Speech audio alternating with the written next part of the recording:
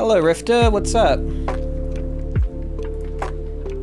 I got hats and I'm running out of time. That's true. You got hats, you're running out of time. Last week of hat game. Hopefully we'll have some fun. I'm just posting it in several channels. How are you, Rifter? I'm feeling good. I had this thing where my ADHD medication was sort of like not working very well. It was causing me to have a lot of it caused me to have a little bit of shakes and nausea. So I need to contact them about that to make sure that I'm like getting the right type. Not the right type, but I might need to change my medication is what I'm saying. Yeah. How are you, Rifter?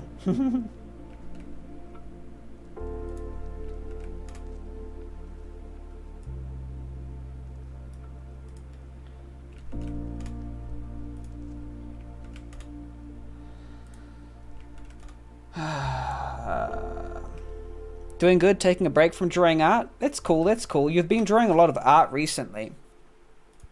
A lot of art. And it's all been very good. It's almost like I haven't been able to catch up with it. It's been going so fast. It's been going incredibly fast.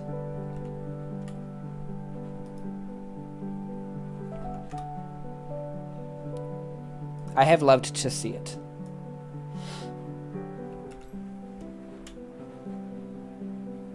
Okay.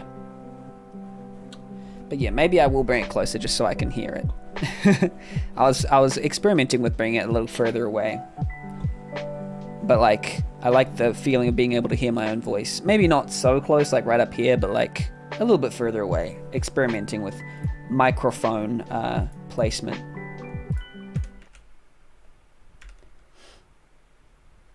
Let's get into this though. Been a while? Also, I don't know how I missed this, but I've been doing ex-military this week. I am, yeah. I have listened to Tachyon. I've listened to... what's the one where he's in a seatbelt? Guillotine. I don't think I've listened to anything... Well, I might have listened to other tracks from ex-military here and there, so it won't be a complete and utter surprise. It'll just be a little bit of a surprise. And I kind of want to hear it from front to back. Guillotine, yeah, that's the one. Shotgun. Where is it? Here we go.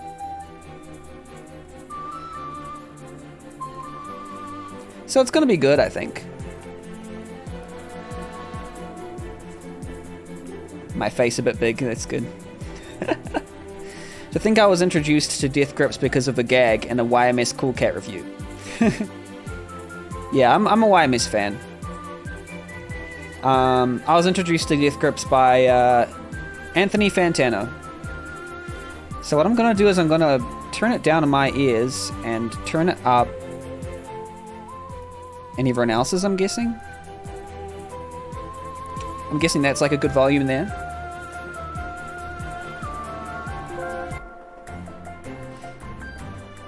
Anthony Fantano, MC Ride's secret boyfriend. Hey, hey.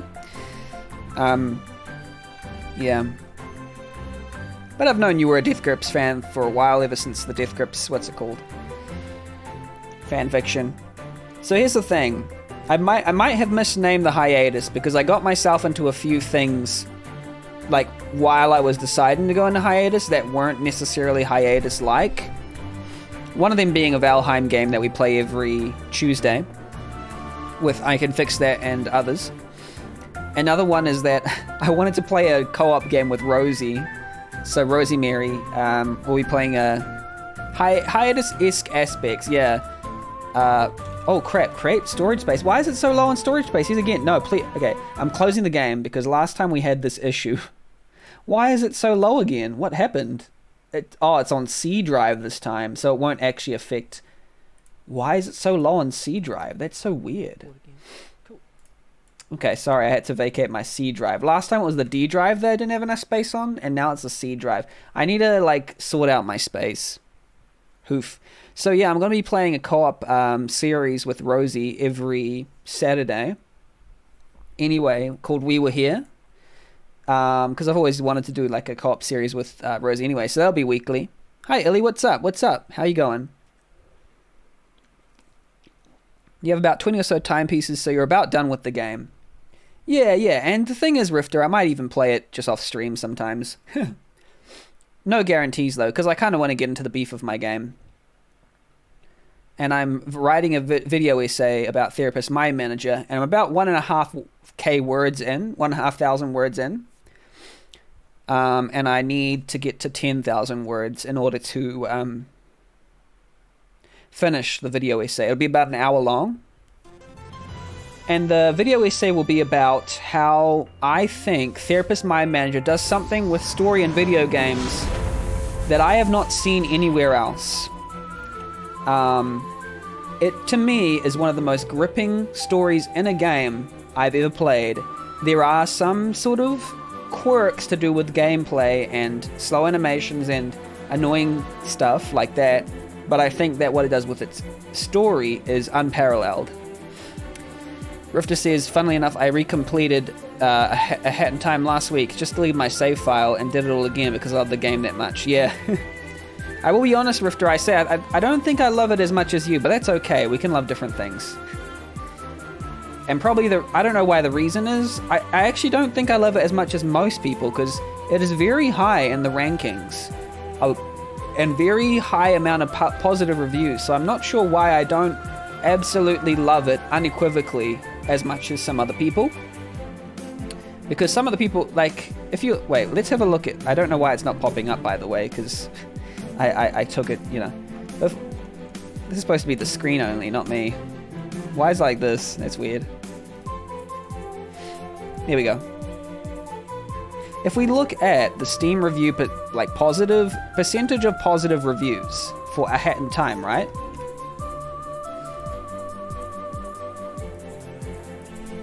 Steam 250. You said, it's not a perfect game, but I have a lot of fun with it. Mods especially give it a lot of you. This is the thing, it's not just you. The people who play this game absolutely love it. Not just you.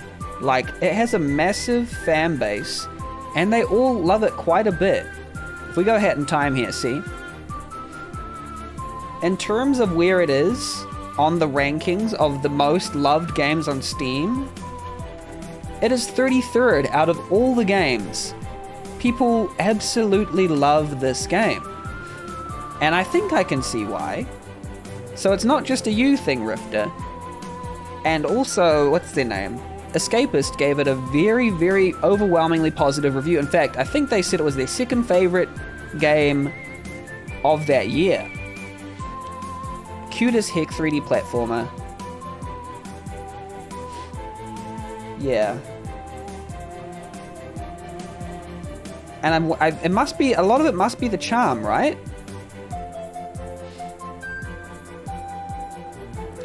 Haha, funny hat girl. The modern Mario 64. Well, the thing is, I never played Mario 64. But I played Super Mario Galaxy.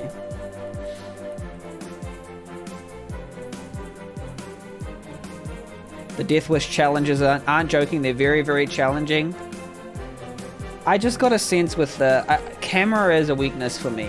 If I have trouble with camera, it seems a little bit rough around the edges. But Escapist is kind of an outlier because I saw a lot of 7s from other critics. Ah, that's the thing. The critical reception is slightly different for A Hat in Time. Yeah, because the critical reception is nice. Not overwhelmingly positive, like, you know, Game of the Year type thing. The critical reception is 79 Metascore. Because there are some that say the origins as a hobby project too visible from the get-go, clumsy controls, problematic camera, etc. But when you go to users, when you go to actual, like, the general audience, it's very high. They have a very high opinion of this game. And it's usually, it seems to be people who grew up playing games like Super Mario 64, who love platformers, 3D platformers, who appreciate it as a love letter to video games. Best 3D platformer since Mario 64. There's a lot of memes around it. It just seems like a very charming game.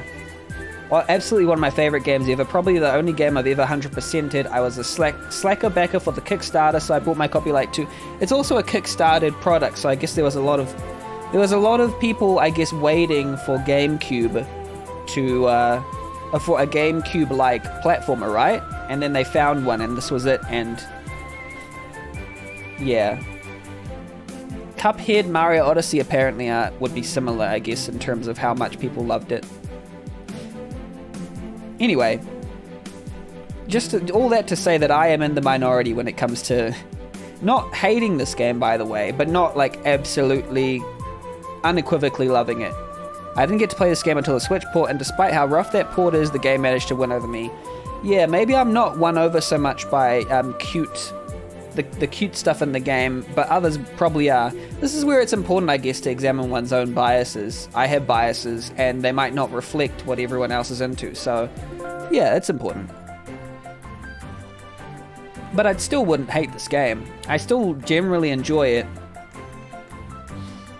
It's put it in. 39% complete. I wonder. 3 timepieces left. Yeah, let's go. Let's do this. I'm gonna drag the actual game window over here. Oh no, I'm not. Never mind. I was going to, but it's covering everything. Yeah. Also, yeah, sorry, Illy, if I didn't mean to ignore you, but welcome in. I hope you're having a good day. Illy, how are you, by the way, if you're still here? Yeah, I was going to start about half an hour ago, but I was feeling a little bit nerve-wracked. And I kind of want to play Super Mario Galaxy. Is it too loud, by the way? I kind of want to play Super Mario Galaxy. I think it's fair that not everyone is head over heels with this game. It can be janky. The thing is, the majority of people are head over heels in this game, and that's what makes me an outlier. So I think you are actually more normal in being absolutely head over heels over this game than I am. But I still like it. I'm not going to give it a negative review. If they said positive or negative, I'm like, nah, it's a positive. It's a positive. I might have to play another 3D platformer like Super Mario Odyssey or Super Mario Galaxy to compare and contrast, so that I can have a better idea of like what the meta is, you know, in terms of 3D platformers.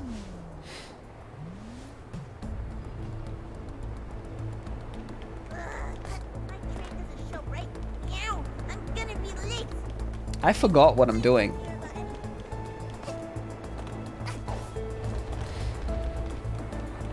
And look at this, very good, but I spilled my tea. See, it's very memey as well. I like it.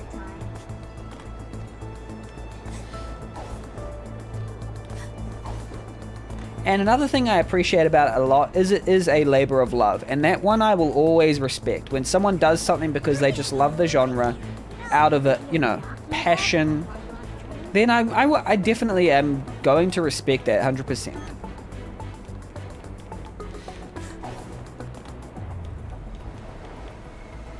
Oh, I just realized I need to put the pillow under the door so I don't bother everyone next door. I'll be right back.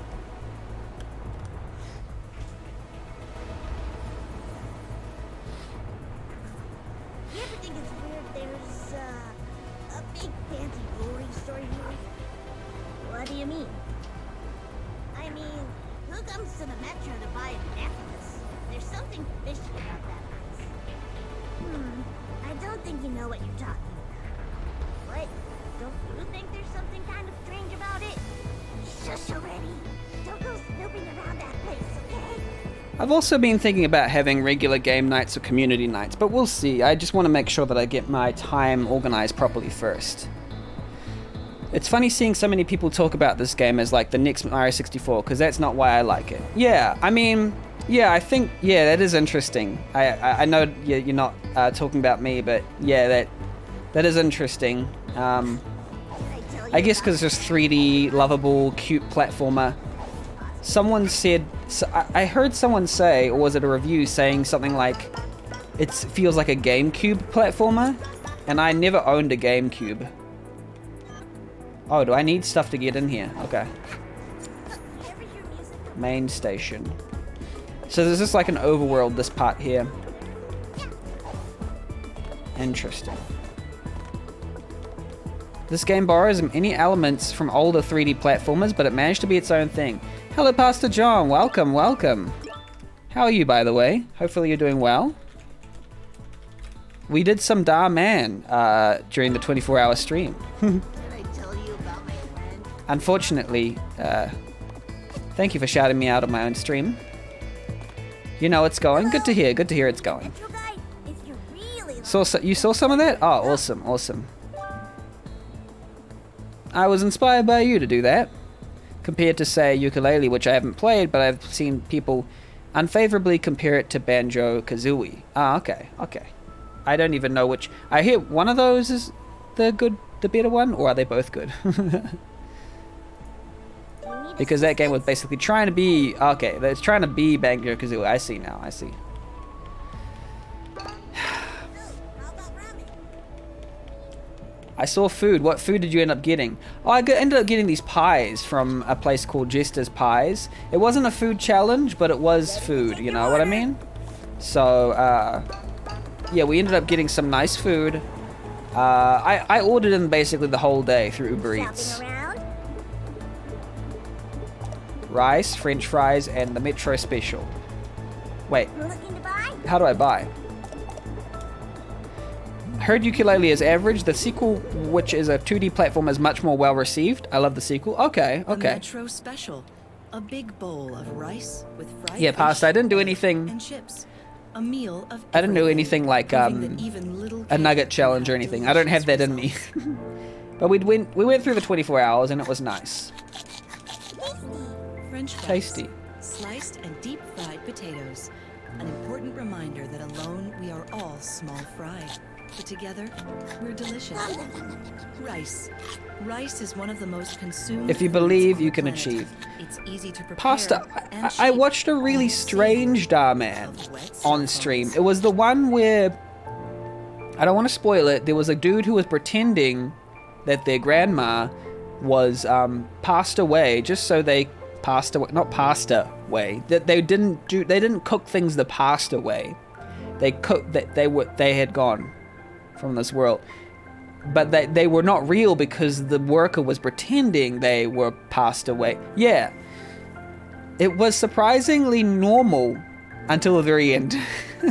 Which is sometimes the case with Dumb Man. But it was actually surprisingly normal. I was wishing for a little bit more of a wacky one. We did get the wacky one in terms of the woman who wanted to be a comedian, but her mother wanted her to be a doctor.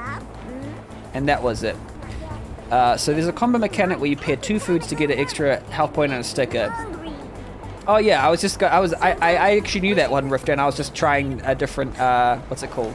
I was trying something. There was one last card the guy could have played, but he didn't. What was that last card? You haven't seen the comedian one? Oh, the comedian one is good. The comedian one I felt was conventional and very funny. But the one that we saw, the one that you said you've just seen, the one with the guy pretending that their grandma passed away to get off work, that was very strange because it wasn't even... It was a little bit different feeling for a Da Man flick, I felt. He could have said his grandmother was like being a hitch, had 3 grandmothers. That's the thing, he was a bit too competent to be a Da Man protagonist, I felt. He was getting away with it for a little while there. But the thing I found funny, I finally found funny was when all this happened and then his office was about to be given to his co-worker, and then he says to his boss, well, as if he has some say in the matter to say well to his boss. And then he says, he's not getting my office, is he? And then the boss says, no, he's getting a bigger office. And then they go away, they get the bigger office, and then the main protagonist picks up a box, and then everything falls out the bottom. The end. It was great. So karma gonna get you. Karma gonna get you. Benny, my beloved. Hey, Bayburn, how's it going? So this is the last week of regular streaming, and then we're going to like semi-regular streaming. So I just realized, like, I was telling Rifter about it earlier, that it's not necessarily no streaming at all. It's just less streaming by far, but there'll still be streaming now and again. Welcome, Baber, and how are you, by the way? How do I get up? Wait, where am I going? Oh no, oh no! Okay. Ouch. Look at Chew's channel. Quantum Break. Baberin was playing Quantum Break 7 years ago. Wanna buy something? Pizza and fish and fries. Yum. Oh, did they get partner? Chiyu. French fries, sliced and deep fried potatoes, fish, battered. You can only and pit. Okay, yeah, but Rifter, here's the thing. around. I do like to approach these things blind, though. I mean, you know, fairly speaking. And there's nothing in the game that told me 2 was the thing. So I'm just going to go with what my gut was telling me. That's how I like to approach games, is as if no one told me anything. Because, like, Okay, I'll tell you. it would be nice if they did have some way to sort of tell you that you only have you can only combine 2 of them. You know what I'm saying?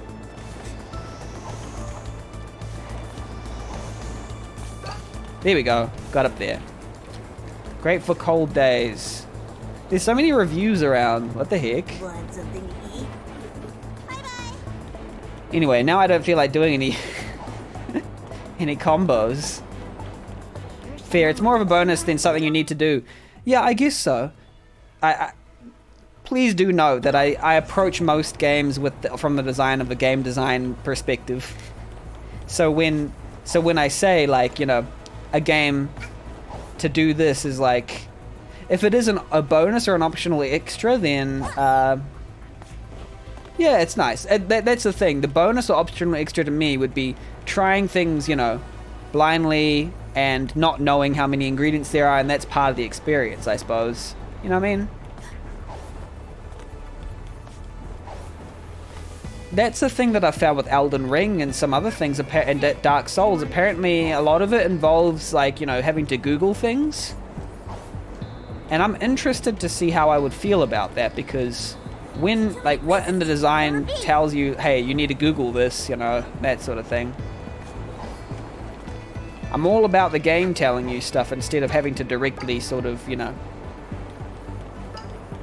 learn it from someone else. I guess that is, you know, okay, but No, I haven't seen these. Are you hungry? sort of like how I go into a movie. I'd rather go into a movie not knowing anything at all and not having been told anything by anyone, you know? Does anyone else have that kind of feeling? Or would they rather sort of know beforehand what they're getting into? Some of my best experiences, I feel, have just been like not knowing. Baberin says, I'm high on the excitement of the Chew stuff. Just want to tell you, Benny, that I always appreciate coming around in your friendship. Like, if you consider us friends, it's always a super fun time here. Can't wait for you to start making your game and make the kind of game you want to for a while. Oh, I appreciate that, Baberin. I think I do consider us friends. I usually consider most people friends who consider me friends. I mean, we've talked, we've hung out, so hey. Friends? Pastor John. Don't deny my friendship. Rifter says, I love this song. It's by Nelwood. Nice. The song is called Nyakuza Manholes.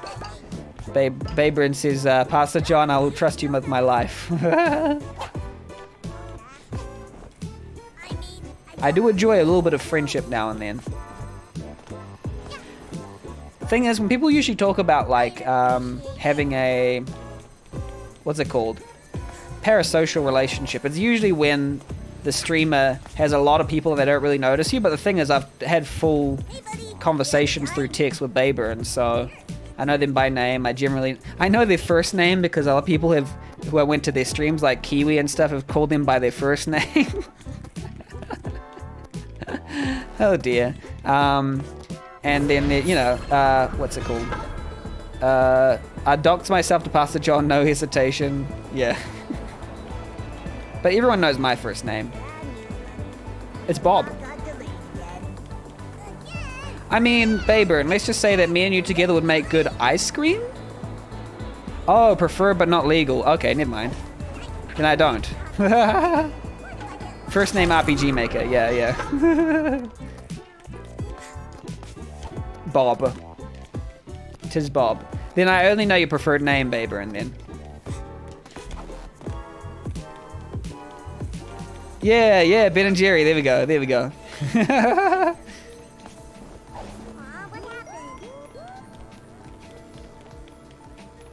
What? I don't know what's down here that I'm supposed to get. I'm kind of stumbling around, trying to... Need help with this manhole? No, I'm fine. I'm going to try and figure it out by myself. Thanks. I'll just figure it out. I only get called Jerome when I'm in trouble with my mum and when going to a job interview, but I asked him to call me Jerry. Oh, yeah, fair enough. Yeah, that's fair.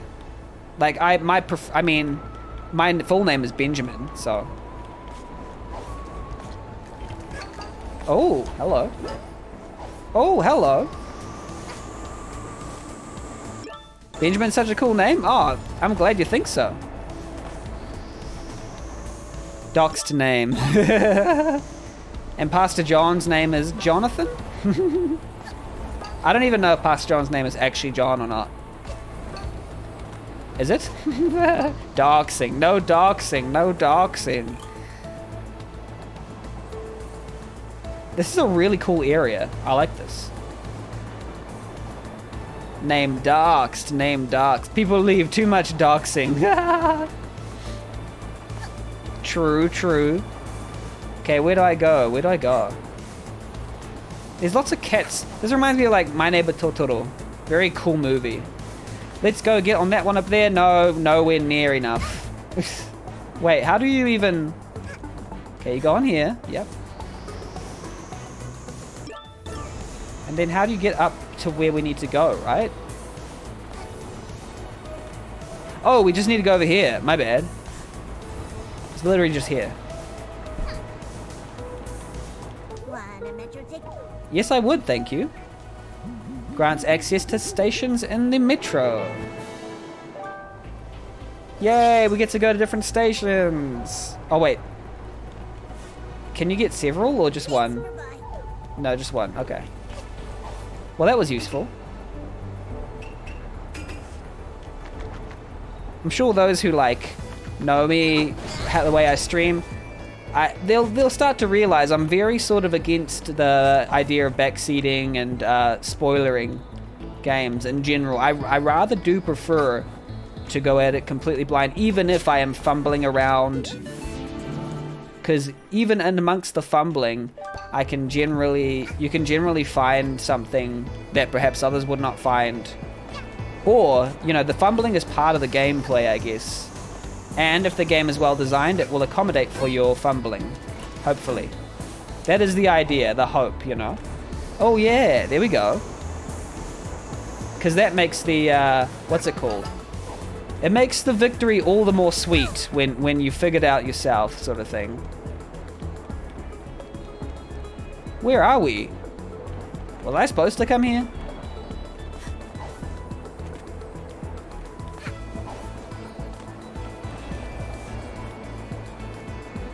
I don't know what this is. Oops. No doxing, no doxing. Okay, I'm in the water again. Cool. I'm having a terrible day. Shopping around? No, I haven't seen him. Do you want to buy something? By the way, how's your day been, Pastor John? And Bayburn? I think Bayburn is quite on the high from Chiyu. Is it Chiyu getting partnered? It's exciting. Exciting news. You know it's going? Yeah, good. Hopefully you're, because it seemed you were busy this weekend. Hopefully you're, sort of calming down from the busyness of this weekend.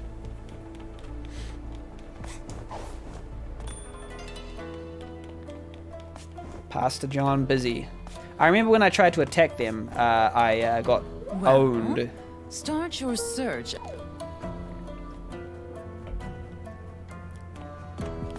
We been very busy this weekend? Yeah, must be tired, and hopefully you've been able to recover, Unless you are not able to recover, then you are not. Or whole week and weekend. Excellent. Yeah, oh, if I get this on me, then they will want to come and clean me up. Oh, there we go.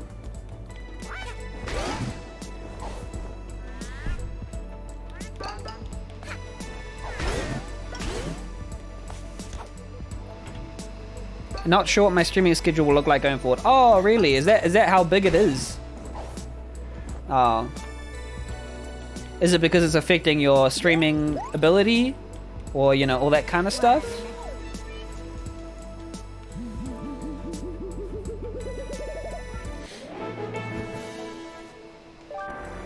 Because I love Pastor John's streams. Aw.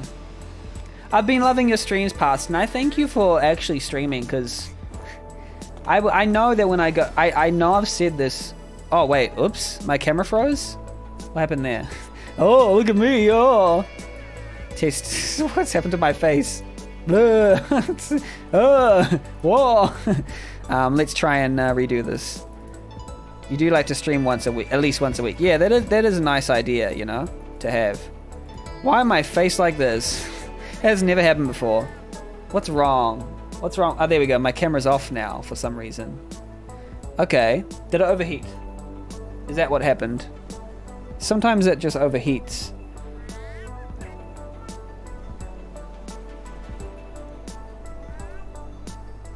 Are you back? Please be back. Please come back. Okay, so I've got... Oh, there we go. There we go. I've got two cameras, by the way. I kind of realized this. I found an old one that I can use. Let's see if I can make a second...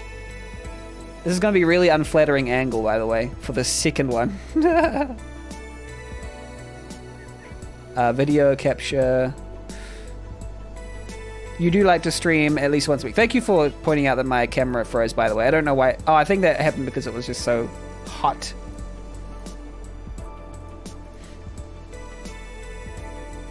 Wrong one. There we go. Look at that unflattering angle. Maybe I should put it higher. I look kind of weird in this camera. I put it there. You can see my... Wait. Hey, everybody. No. How do I do this? Maybe I can put it like up here. Like up here.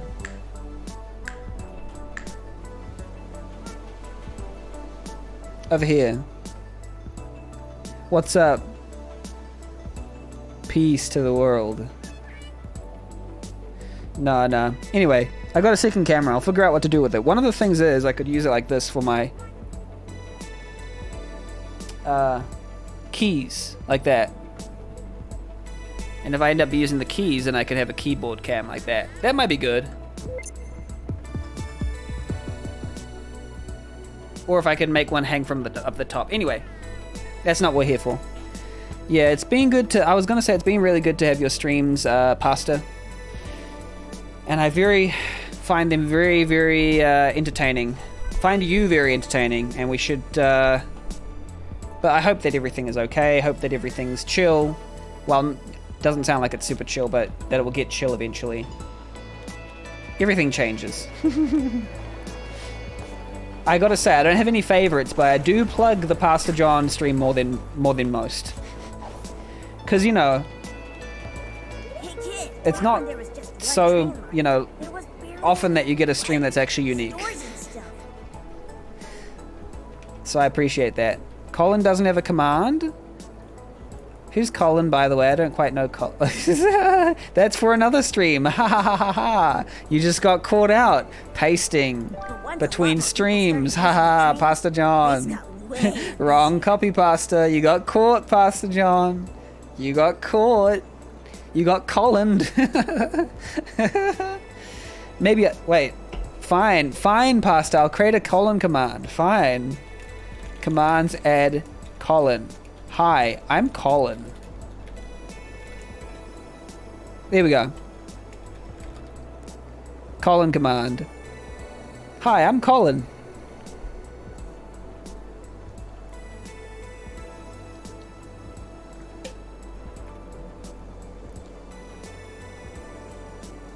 Here we go.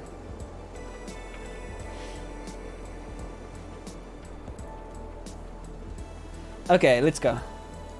Wait, why is it? Oh, my controller got de-thinged. Pull some strings because we could use your help. Okay. Okay. Why is it not recognizing my controller?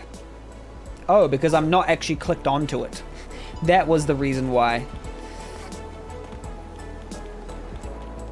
Bing bing ba bong, bing bing bong. Bing bing ba bong, bing bing bong. Benny, I love it hearing you. I appreciate you too, Baburn. I think it is good news that I won't be completely gone. It'll be more like 1 or 2 streams a week instead of 5. Because there was a point where I was having like 5 4-hour streams a week. And it won't be like that anymore. It'll be like, I'll have the music ones, but those will be like 2 to 3 hours. And then I'll have Rosie's ones, and that's about it. There's the Valheim ones, and I can fix that. But I'm not going to have like 5 streams a week. That's too much.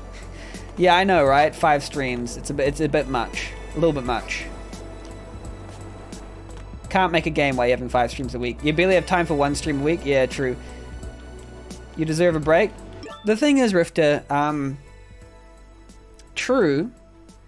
But I think you know also, as well as I, with the art thing or just creative arts, when you get creative and when you get on a streak with something, you just go for it, you know?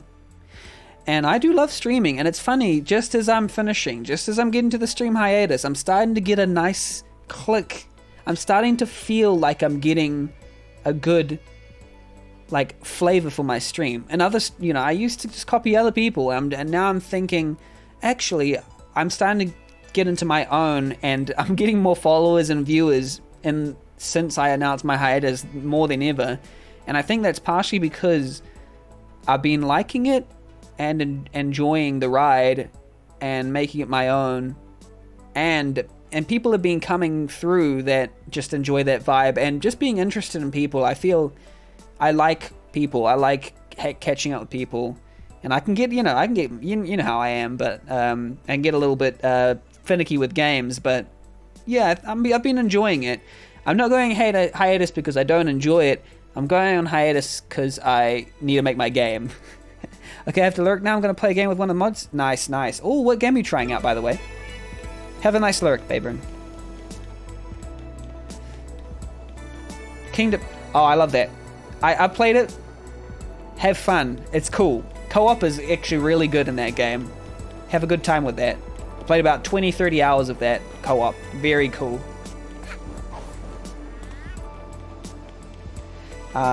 Thank you, it's given me hope for the game. Excellent, excellent. It's good co-op, I think. I think it's better co-op than single player. Oh, as long as you're okay with the person you're playing it with.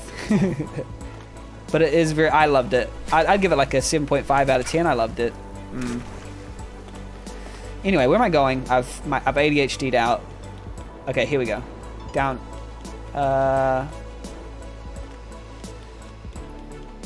Oh, that's right. Did I buy a ticket from here?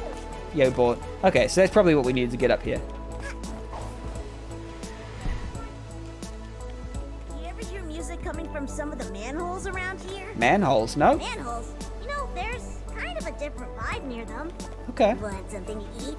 So close to their face. You climb up the cat scratch. Yeah, but I didn't know, like,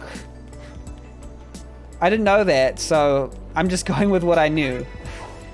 We'll figure it out. We'll figure it out, Rifter. I know you want to tell me where to go, but... I hope I can get some more hours at work. The thing is, if the game can't show me where to go, then, I guess that's part of the game design, right? Oh, stickers. Nice.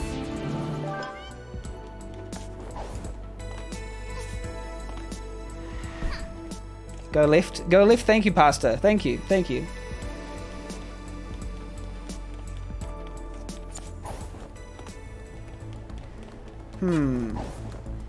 This is nice over here. I'm selling Yakuza gear. Take a Perfect for property damage. Other way? Okay, I'll go other way. I'm going the wrong way? Okay, okay. Cool, cool. Yeah, we're getting a baseball bat. Nice.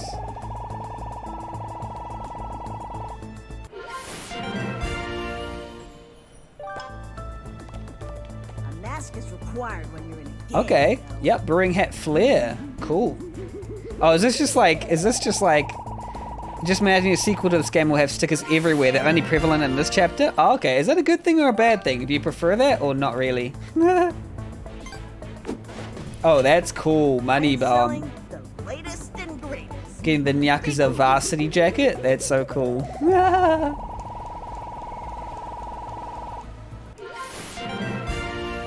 Yeah, I'm a cool cat.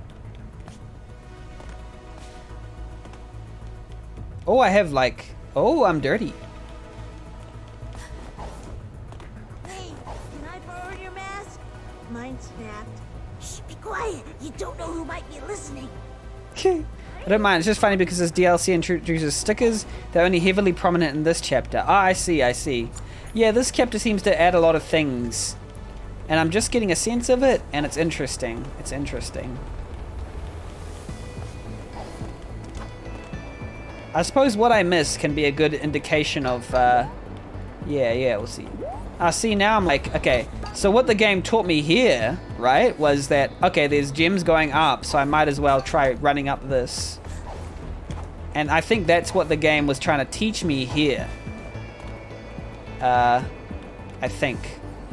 So they're like, so later on you can be like, okay, try and run up these as well later on. I think. So I think that's part of its design, is if you miss something, then you can go somewhere else and you can figure out how to do it at that place. I'm hoping that's part of the design. I've been here before, I think. What's down there? Okay. Yeah, we've been here before, but I'm not sure we actually made it all the way through. Ouch.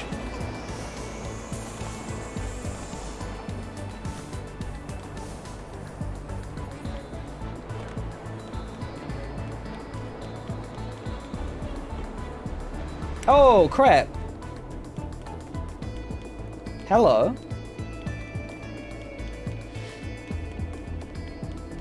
Wanna wear the latest fashion? Yep, fortress.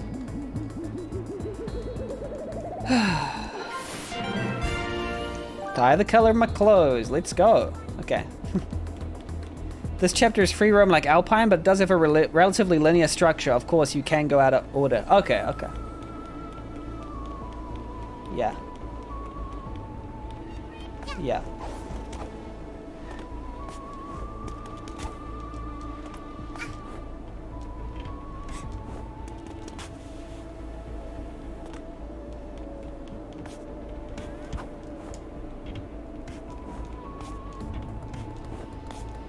There we go.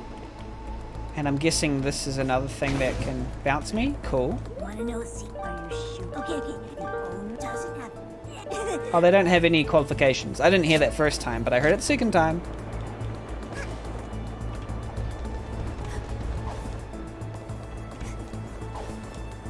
Okay, I'm getting the hang of this.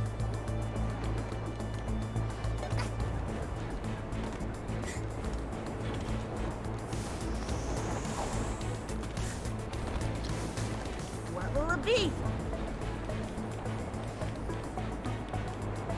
Oh, here we go. Have you seen this weird looking cat running around? Huh?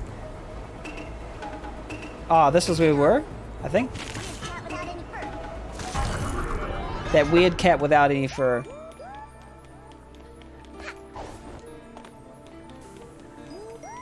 So I think this is a world, actually. I didn't realize at first that this was a world, but I think this is a world.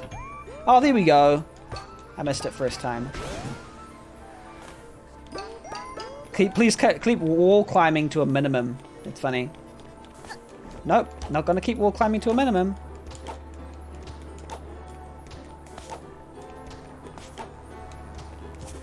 Yeah. Other wall. Yeah, that's right, Pastor. That's right, other wall. Have you played the... Oh, I'm climbing up the wrong wall? I didn't know that, Pastor. Also, have you played this before, Pastor John? Have you thrown money at a box and it exploded? Yeah. Oh, this is a funky jam.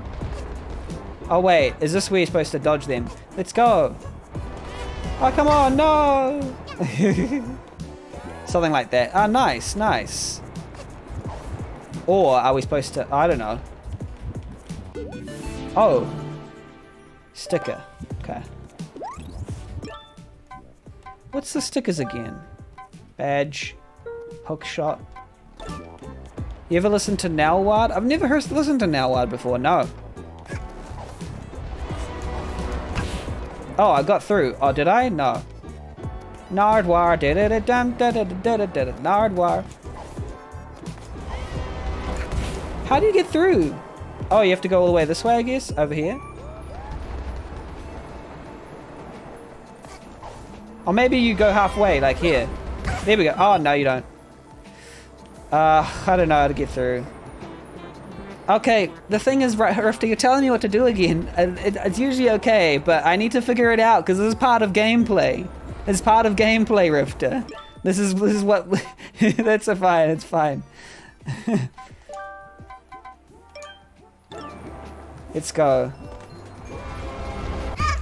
Even with sprint, I was unable to make it. That's fine. I was just using it wrong or something. It's okay. It's okay. I think it's part of the gameplay, so.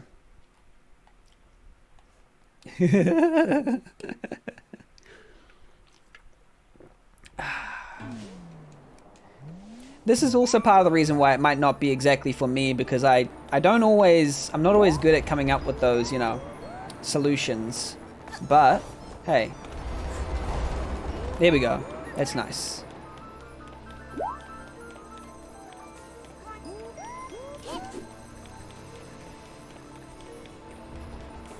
Okay. Thing is, you can't really look up, so I don't even know what's up there. Maybe that's like intentional, I guess. Nice, nice. Bounce, bounce. Did you hear someone went missing last week? They say it was the... Watch your mouth around here. Oh, who went missing?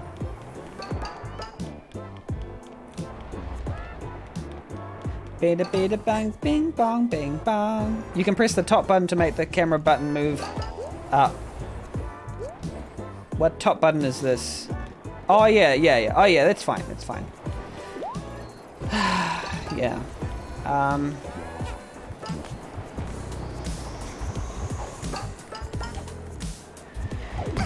Okay.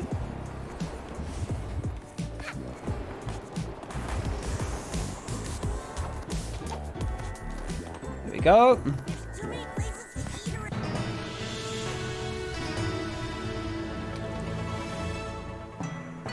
Fairly short. A rare sticker has appeared in Mafia Town. Oh, that's right. They do have the stickers in the previous places once you unlock them. What? All right, hand it over, kiddo. Hand it over.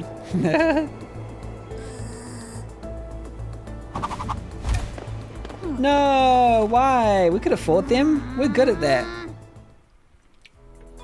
You're back. And you have another timepiece for me. What? I thought we don't. Good. Oh wait, were they part of her crew? Their crew? Well. See that it continues to. Nice. And since it's going so well, you shouldn't have any trouble buying some Metro passes. You won't get around much without them after all. Nice. Well, we did get some Metro passes already, I think.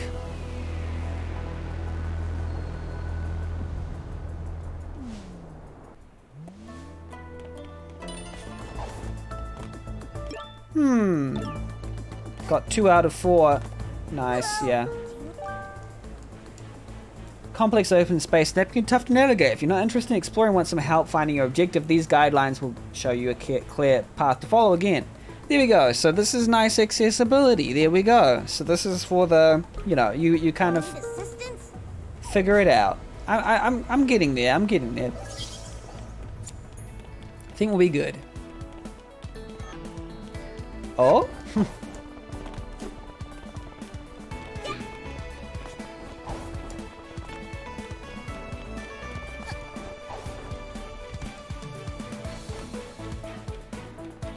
We got a sticker at least. Bing bing bing bong bing bong. Bing bing bing bing bong bing bong. Bing bing bing bing bong bing bong. Yeah. Part of me wants to play Tunic. I have been playing Earthbound for the first time, so I'm interested in how that will go. Some of the manhole covers? They're not real. Hello, Dark Overlord of Pandas. What's up? What's up? How are you, by the way? No, not like that. They don't go into the sewer. Oh, Buddy shortcuts. told me there's Nice. shortcuts into other parts of the metro. Other parts of the metro, you say? Interesting.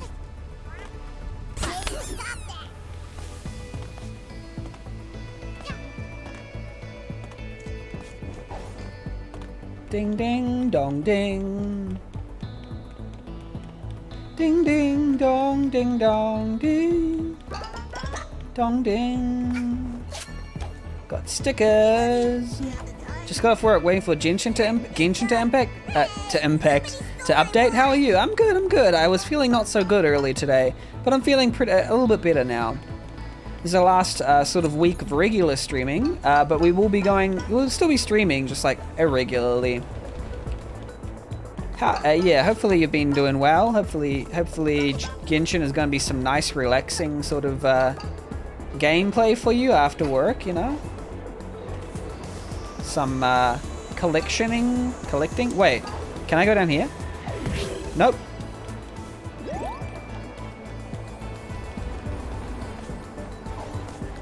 There we go. I saw an evolutional video on this game. It's like, gosh, this game has come so far. That will be interesting to watch. I can only imagine, because it seems like a labor of love from an indie team, so... Like, there's so much. I only hope to be similar, you know, in terms of having something that's slightly janky, but then gets more and more polished as it goes along until it's well loved by a lot of people. I only wish for that to happen with my game. That'll be amazing. But hey, wishes are free. You have to actually go out there and get it. Oh.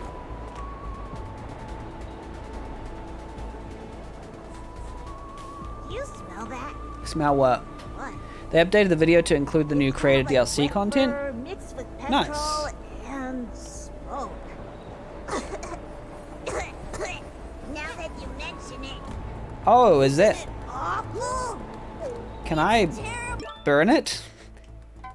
At all? No. Dweller's eyes. Ground pound. Oh, it's all I can smell now. It's all over the place. I wonder if there's any of these around here.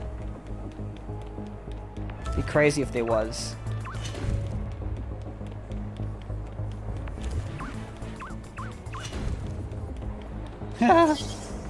I can go through there anyway though without having this on. Gotta get yourself a Yakuza outfit. Yeah. Oh, that's cool. Wireframe. I'm just spending up my money on just like random costumes. I don't know if they're useful for anything else at the moment. Unfinished, but it's in style these days. Look at me go. I like that some of these stands have a Bo Kid manga. That's cute. That's cute. It is. Look at us go. I'm gonna use this kid's hat.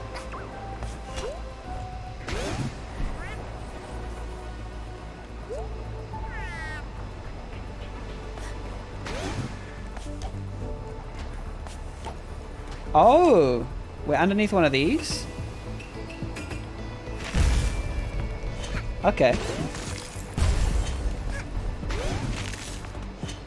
Oh, I thought it would do it.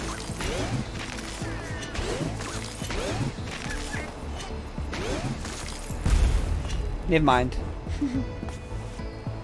Okay. It's the most overt reference to her existence, which makes sense considering she wasn't there from the start. Fair enough. This wireframe is making me a bit dizzy for some reason. I think I'm gonna change back. Even though that was nice, it is nice to have actual body. Oh crap. Oh well.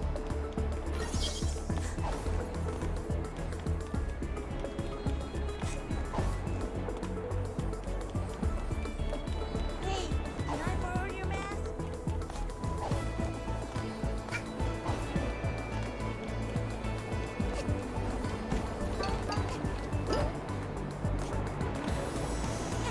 Oh, go get it. Yeah, there we go.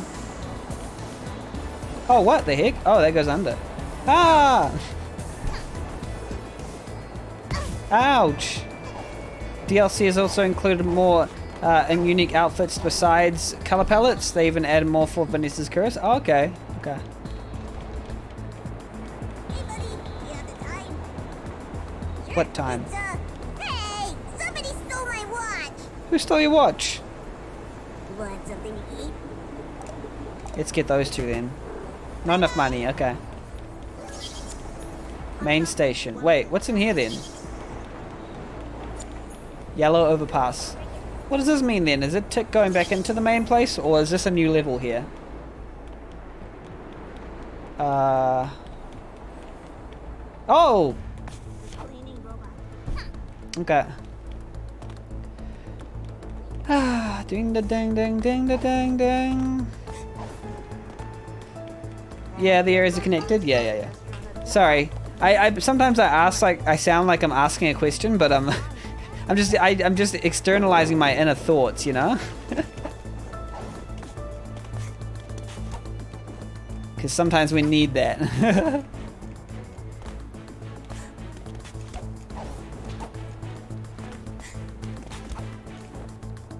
Oh, okay. There we go. Rift token. Use it on your spaceship's orb machine. Okay.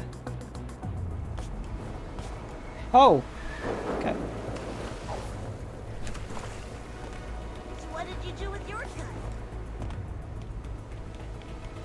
Ding da ding da dong. Dong dong da dong. Bang bang ba bang ba bong. So, the big waving cat? It's beckoning, not waving. It's a good luck symbol. Like Oh yeah, true. Beckoning. I tried feeding one of the train cats earlier. What? They tell you not to do that. I know. I thought maybe they'd slow down and eat, but I just got dreadful. True. The chat does a much better job at the open world set than Alpine because it's actually an interconnected setting. Yeah, fair enough, fair enough.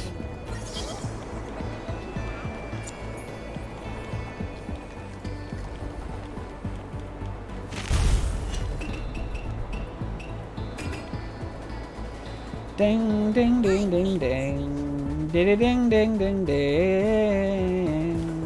Bing bong. Bing bong. Biddy bing bing bing bong. Bing bing bing bing bing bong.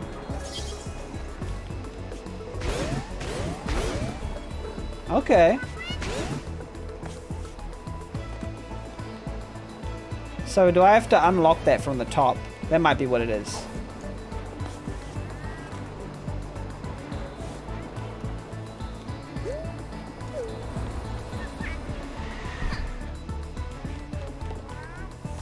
I'm so nuts. Yeah, I think that might be what it is.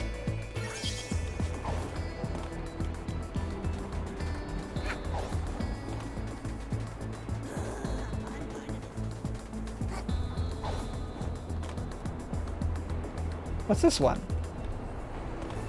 Can I go in there? No? Okay.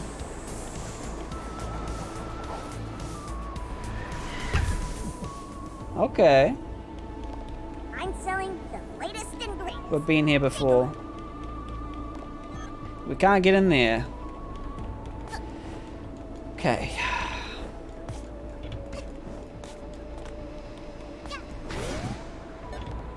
Ah. Okay. Other way, Pasta? Which way? Which way? Wrong door? Okay. Oh, that's the wrong door. I fell through the floor.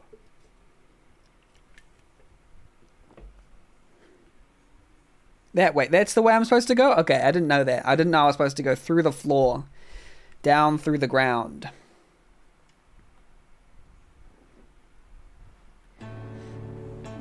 Well, I guess it's that. I guess that's why it's called a hat through the floor. I'm guessing I do go this way.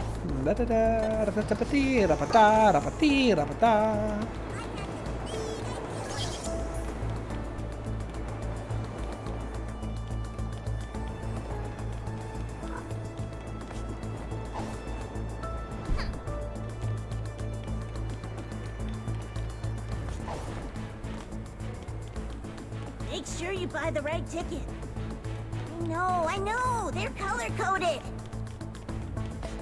Okay, I might need a little bit of help from this this guide, so I will do that. These guidelines will show you a clear path. Because I've figured out I'm bad at this type of thing. Yes, I want a guide. And it costs money! Oh dear. I spent all my money on costumes, don't you know? We'll get that money.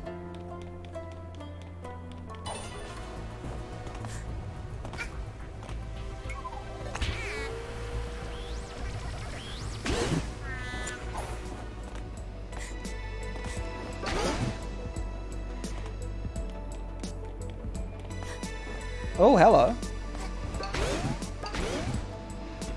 Have I been here before? I can't even remember.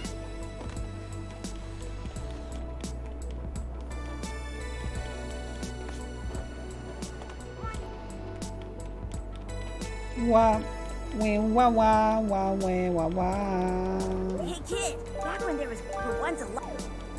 Used to be much busier here. Okay, okay. Wah, wah, wah, wah, wah, wah, wah, wah, wah, wah, wee.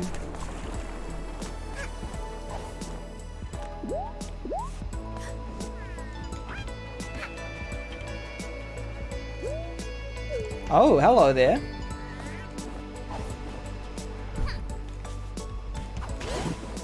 Okay, okay, okay, okay. Oh, okay, I see. Oh, there we go. Now you can get down here. But can you get back up again? Yeah, you can now. Yay! Well, that was just a shortcut, wasn't it? Nice, nice.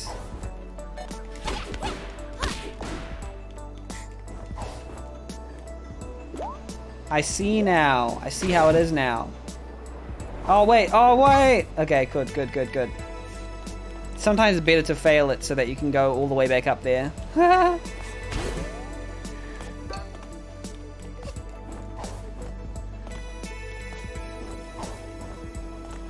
Okay, let's wait and let's get them on that train.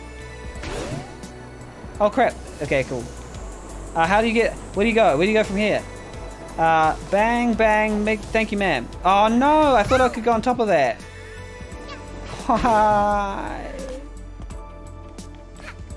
Okay, now we have to actually figure out where we go from there. So we go there, and I think we go left. Yeah, we go left from there. Okay, okay, I got it, I got it, I got it. Oh, yeah, there we go. And then we go left. Wee, wee, wee. Okay, there we go. That was difficult. Wait, this was just where we were. That is stupid, Benny. No, why did you do that? No!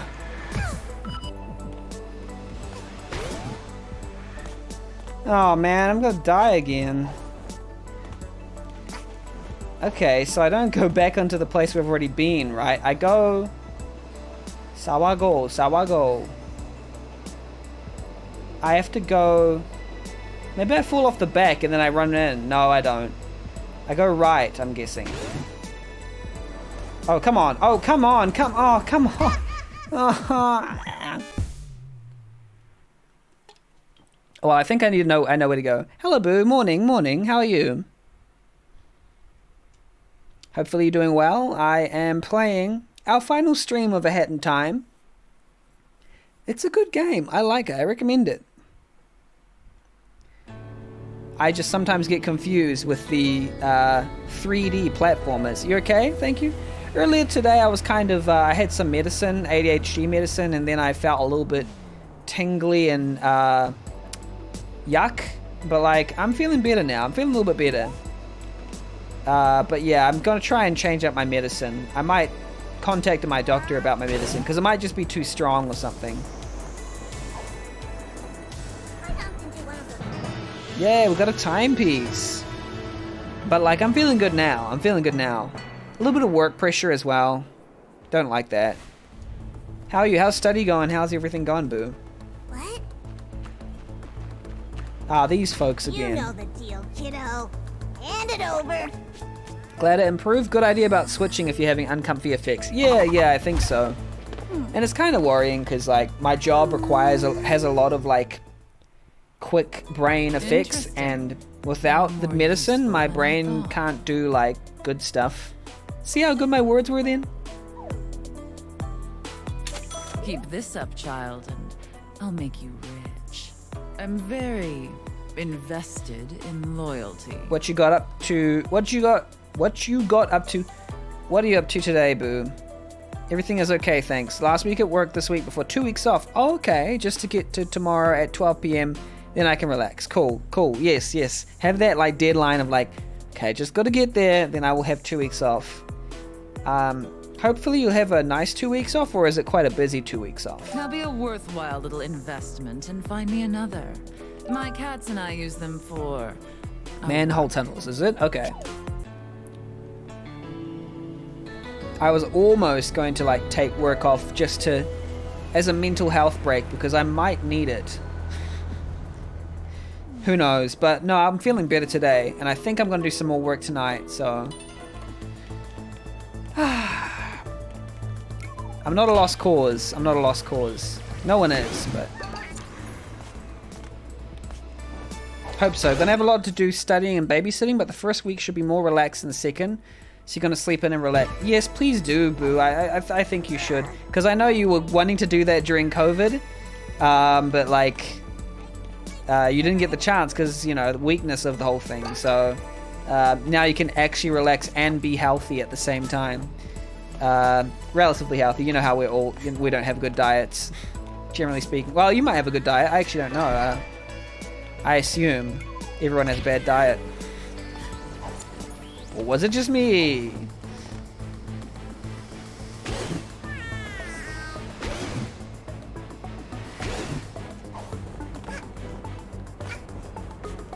Yeah, I will take that time if I need it. Thank you, Boo. Yep, relaxed and healthy. What a novelty. My diet is that of a 10-year-old at a birthday party. Excellent, Boo. Wow. Yeah, it depends on how you feel about it, but I mean, I feel like some nuggets right now. Hello. I don't know. I thought I'd turn the please guide me to my next place option on. Accessibility. You need assistance? Yes, I want assistance. Oh, that's right, because it costs money. I forgot. Well, we'll get some money soon. So we can turn on cheat mode.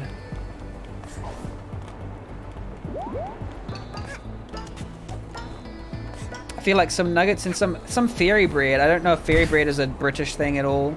It's a New Zealand thing. It's just like bread and butter and hundreds and thousands of sprinkles. Yeah, it's for kids. But like, I'm pretty sure that goes. I mean, you got the fat and the sugar and the salt. I mean, you can put some salt in there. I don't know. I'm talking pretty rubbish right now. But hey, that's my life. Pretty rubbish. I'm just kidding.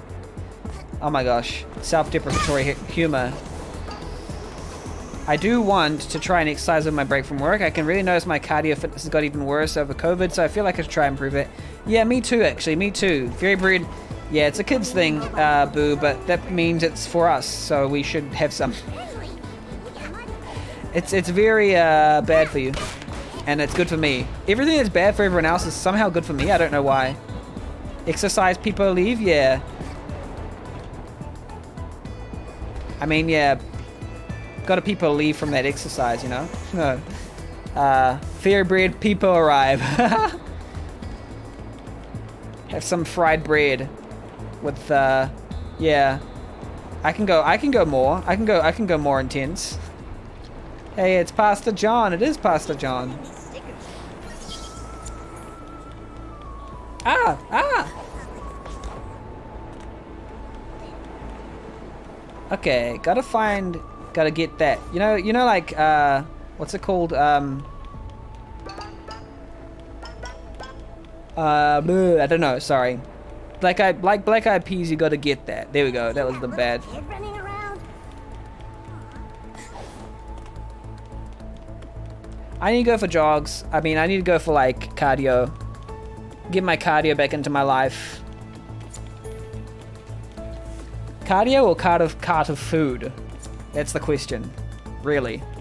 If you're asking yourself, cardio or cart of food, you know? For some, it's a hard question. For me, ho ho ho, bring it on. I don't know.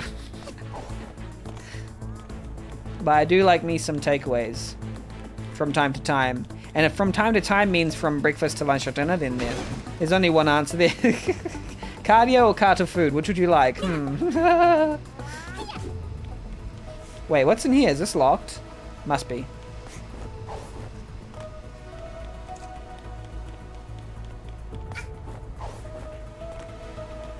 Hey, buddy. You have the time?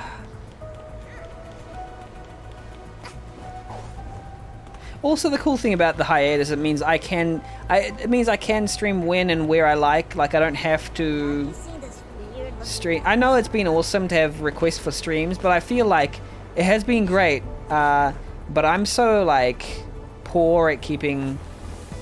I don't know. Ouch. You can go into the subway station right now if you have the Metro Pass for it. Subway station. Interesting idea.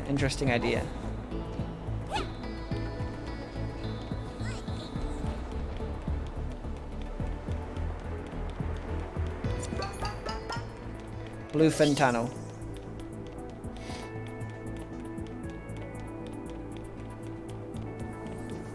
See, I didn't know this was a thing, so... Yeah, this is the thing. I mean, I was gonna go here anyway. Yeah, anyway, I don't need to worry about it too much. Whoa, what's happening? Whoa, those look like the people from One Shot. I just got killed.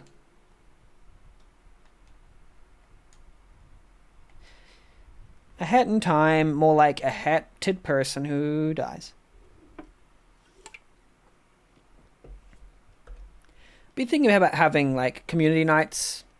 I know that Rosie has a lot of them, and I want to go to those, but I also want to have film ones. And I've always been sort of like reluctant to host film nights at my Discord because I'm like, hey, they're game developers. They don't want to watch movies with you, you movie nerd. I'm such a movie nerd. I'm gonna go back and get the guide, by the way. But then it's like, hey, I think they've liked listening to music with me, so why not the movie thing? I wanted to watch more movies recently.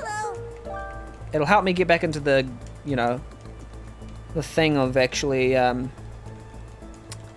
the science of being. My brain is lame right now. You posted 2 films in someone's Discord. I think it was maybe Jan's, and I've wanted to watch them ever since. Yeah, I was going to organize something, and then I never did. Partially because I was like, where do I post them? Like, I kind of had like a, you know, and I might just have nights for my community because I think the community is cool enough. Not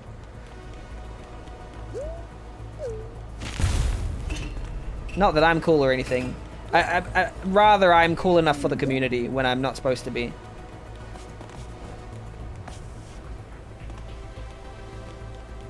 I consider myself to be a cool guy now. Oh, these are cool. These little things along the ground. Okay, I see now. So one of them was Coda, Boo, I think. It might have been Coda, the one that won Best Picture recently. That's been one that we wanted to watch for a long time. The other one, there was another one. There's several ones, yeah. This is cool. They show you exactly where to go.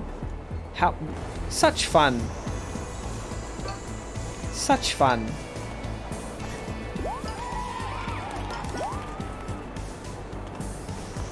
That is a reference. It is a reference to a show. The yelling is not a reference to a show. I never use this, so it's interesting seeing it in action. Yeah. It is. Yes, it is, Boo. Such fun. It's a Miranda reference. I have watched probably all of Miranda. If you like Miranda, Fleabag is pretty interesting, even though it's way more emotionally gutting. Because Miranda has some aspects that I quite liked. There are some aspects that I quite liked about it. It was from the perspective of a sort of goofy, really goofy, not stereotypically sort of like. I'm not really saying this. I'm not even saying this in a derogatory way. Although saying that is like not even like not the stereotypical build of person that you see in the protagonist's role, even for a comedy. I love that, and also the talking to the camera, and also just like the plot lines that were there, the in jokes. It was a show with a lot of character. My favorite episode was the psychiatrist's office. I can't even remember that one actually. I just remember the characters really well. But I do think that it had a lot of unique things going for it. And I would want to see it again because it's really, really funny. It reminds me of the IT Crowd as well, just in that sense. It's very British alt comedy, except I think Miranda was a lot more popular, I guess, even if it was just about as goofy. I love the IT Crowd. IT Crowd seems to be more focused on, I guess, nerdy folks.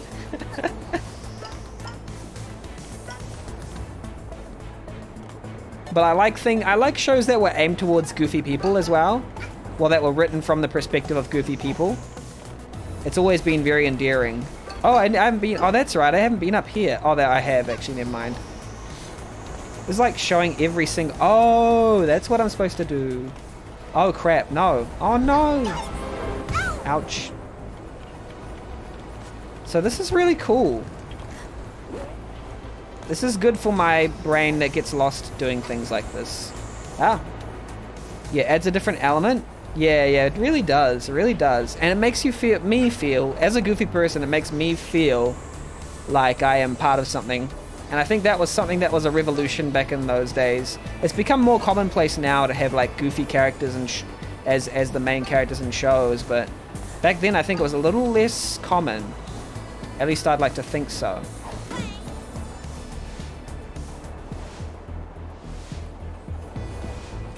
They were getting to it with like Mork and Mindy and stuff, but even then, they were somewhat cool and normal. Oh no, Benny, don't do that. Oh, you see that when you fall, you don't always die? And I wish I died because I have to go all the way back up now. See, that's a moment where I like wish I died. Why didn't it make me die? Have you ever been to the sushi restaurant up here? Ah. Not yet. I see it every time. Oh well, back again through everything. Hey, you like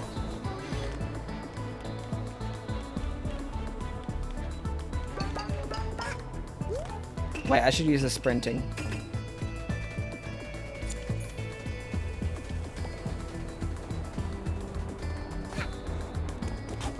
I see what you mean by interconnected too, Rifter, where like a lot of the things that places in this level are very sort of they go over each other, and then when you fall you lose a lot of progress, and that is quite fun to think about, but it was just not very fun for me to experience. I'm like, yeah, that sounds like a good idea, but when I play it, it's nice. It makes it feel like this is a real lived-in world, you know? But I know I would get very confused if I didn't, like me, not having a very good idea of how 3D people work.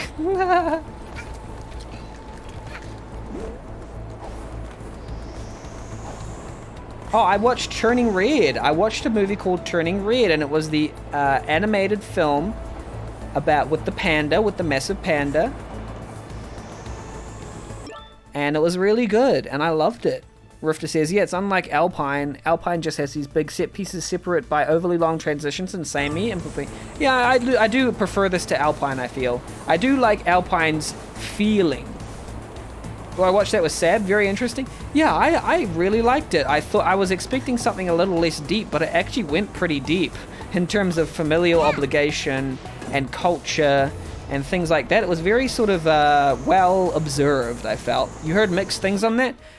So the mixed things have been from general audiences, I feel, and I'm worried to look at it. I'm worried about it because... Okay, here's the thing. I heard that one of the criticisms aimed at Turning Red was kids don't actually act like that. And I didn't really feel that way because I felt I acted like that when I was that age. This chapter is also more condensed, the pacing, my experience, nowhere near as long. Yeah, true. It's very condensed. And I felt like the film was really well paced. I know a lot of people didn't like the new art style, but I loved the art style. It felt almost like Spider-Verse to me, the way they combined the different art and stuff. Oh, here we go. I was very close last time. Turn into a giant... Well, it was a metaphor, right, Buster? It was a metaphor for, like, something. I have to rethink about what the metaphor is. Oh, the ugly parts of ourselves. Yeah. No, I'm not. I swear. I never lay a paw. Sorry if that's like a spoiler. Then why did I find your... I wasn't sure if in the beginning they did a good job of awkward, cringy kids, and I was like, oh, if this is a movie about kids going to concert, then I thought I was going to hate it. But then switched and brought in deep elements, I got on board. That being said, they hit the nail on the head with the awkward kid age. Yeah, I don't know. Oh, I'm lagging. I'm lagging. Why am I lagging so much? Wait, one sec. Why am I lagging? What's going wrong with my computer? I'm gonna shut down all my browsers. I do have browsers open. I do have Spotify open. There we go. I didn't think I had a problem with the cat hair on it. Cat hair. No, with the kids, because I felt like I was like that. That was just me. Don't let that be you. It was very endearing to me, and then the aspects of like Well done. culture My organization can always were very use more relatable people for like me, you. because I feel like Samoan culture in some ways is very similar to Asian culture, just in general. I think it was Chinese culture, was it? The way that we focus on family and tradition and upholding family name. There is a big thing of in Samoa that is about that as well. You obey your parents no matter what. In some families that are very traditional, you live for your parents. You ignore killing that cat? Aw. Family? Yeah, true, Pastor John. But then the idea comes along, who is your family? Your found family or your, blood family? Or both? Can you mix it up, It's up to... I think that was the whole thing that's being explored. It's a very, very... I felt it was very intelligently explored. Parents? Yeah. That's the thing. We have these figures in life that are designated as, our familial members, but we... And they take care of you, but then, there's like, there's a lot of balancing factors, and I like the way that they nuanced... They depicted obedience, tradition, and new things and discovering yourself all in, I felt it was well balanced. That's what I'm saying, especially knowing that people who grow up and they're very strict over some other people, and they've learned that behavior, so it makes sense. I feel like a lot of time people ascribe moral failure more often than they should when it comes to, something is usually a way that someone is being brought up, and that can have effects on others even if it isn't necessarily a fault. So, I'm not big on fault, but that's a whole nother discussion. The concept of fault is very tenuous to me, since we do live in... I'm gonna go full philosophical here now. Like, in a lot of schools of thought and belief, we do live in an entirely, predeterministic There's society. a place for you here, So... provided you don't. Still, I hear my Yeah, little anyway, collection I don't want to go too far into and it. be Well, thorough. maybe a one-on-one conversation's better for that kind of thing instead of me preaching on and on about it. But I did think it was interesting. Be exercising empathy, We live in a society, yes we do, Pastor, there is a very society that occurs. I'm going to miss my train again. A very society, did I say? Yes, I did. And I meant it. Bluefin. The underground, don't come back empty-handed. You now have enough timepieces to play the final chapter. You can go there, I'll continue with this chapter. I'm gonna go on for at least a couple of hours, so I think I'll, Is it underground that I go? I think the underground. Oh, is this one here? What is this one?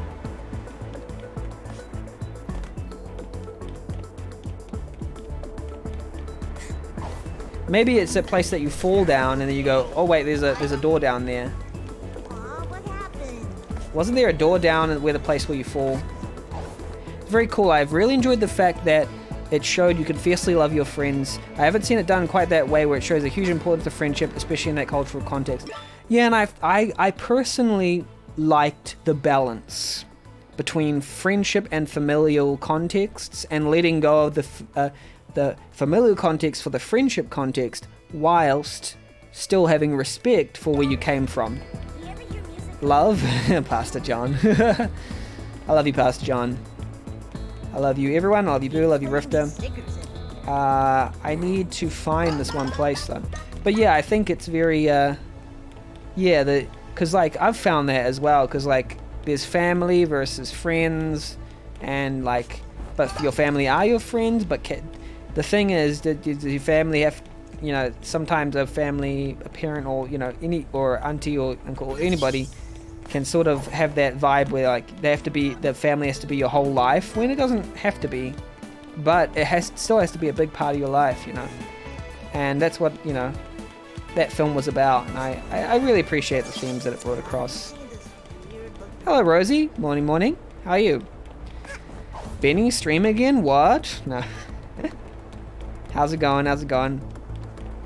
We're just talking about the film Turning Red. Familial responsibility versus coming to age, finding yourself and your new family through your friends. It was very interesting. How are you this morning? Thank you for the shout out, Pastor John. I was just saying earlier that we're going to be doing a weekly co-op game with Rosie Mary coming soon to a stream near you. That is this one and Rosie's one. We'll both be playing it. I am keen to play that. I'm ready to go, ready and rearing. Oh crap, here we are. The underground. Okay, wait.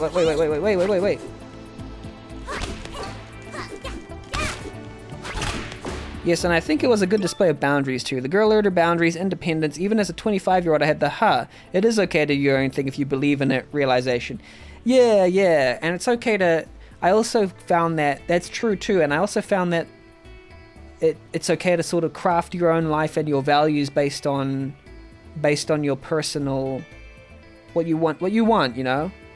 I hate these cat enemies, they all need to die. Yeah, because it's easy if someone has raised you to have that sort of...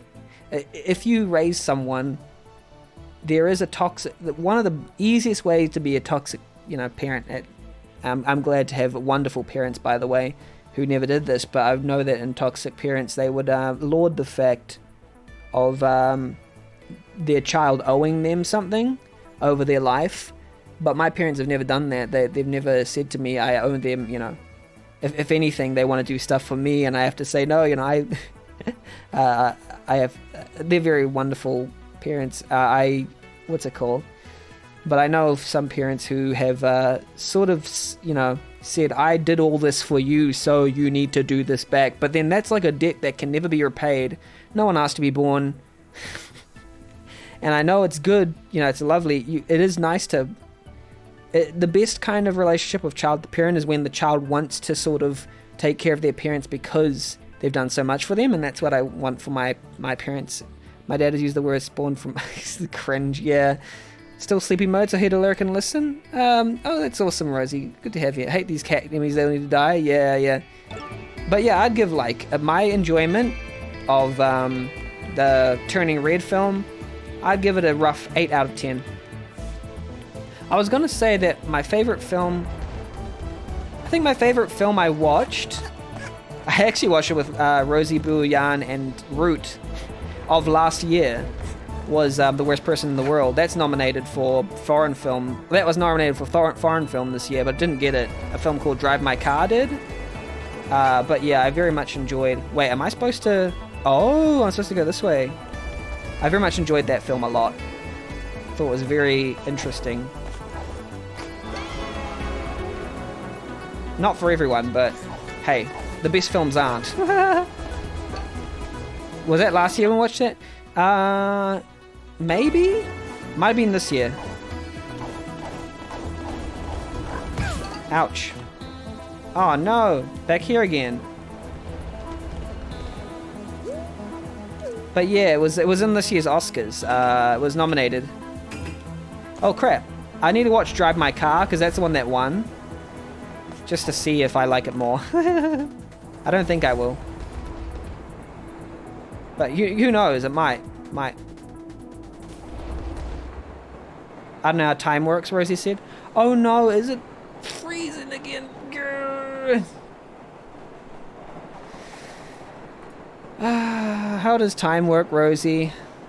How does time work? Magnets. How do they work? We watched in February? Okay. Yep, it's frozen. Hopefully it's saved at least some of this. And it's not frozen because I ran out of room like last time, because I got plenty of room. I got 24 gigs left of room. But yeah, Rosie, I was telling Boo and others, I think, that might have a regular movie night. I know that, yeah, hopefully the save isn't lost. That'll be bad. But it will be nice. Like, I might have that alternating with Rosie's community night, because I don't really want to, well, or on another day, because I don't really want to do it at the same time, because I want to attend all of those. So we'll see.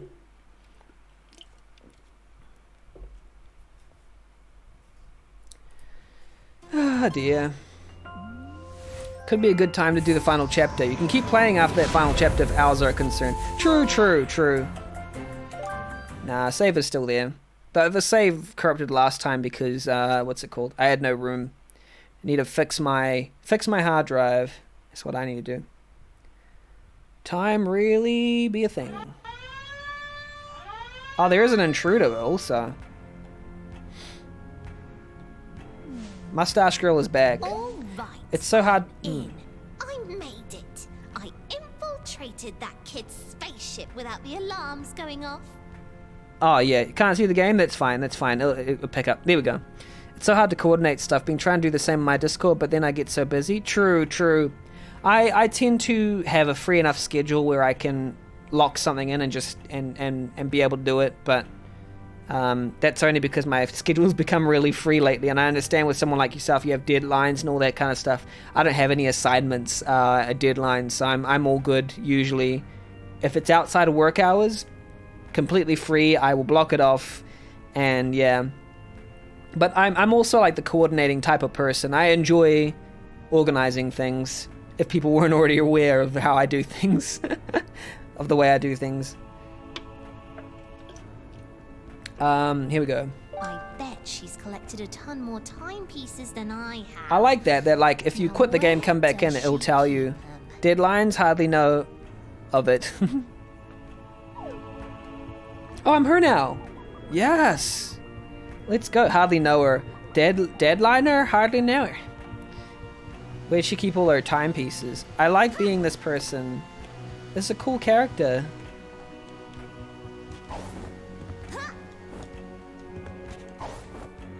Where's the timepieces?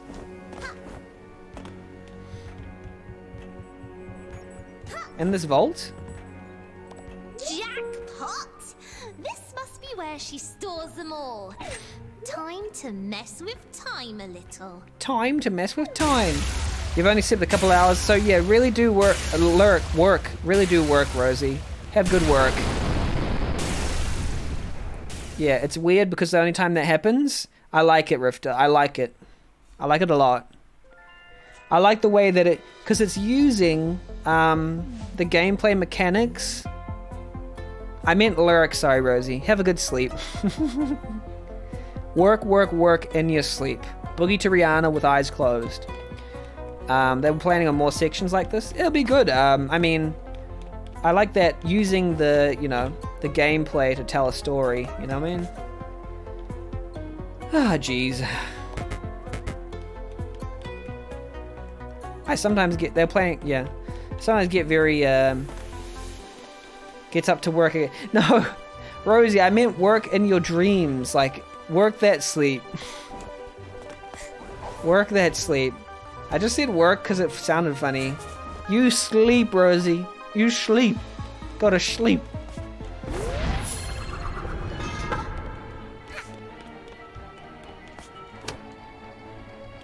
What? Oh, that's something else.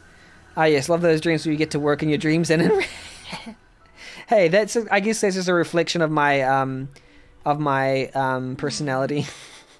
Live that capitalist dream. Yeah, I know. Well, I mean, hey, live that communist dream because that means you're working because you love it. Don't forget, that's part of communism. I like working. I like working, to be honest. When it's something I love doing. Oh, I'm not main menu. Oops. Yes. Have a good sleep, Rosie. Have a good sleep.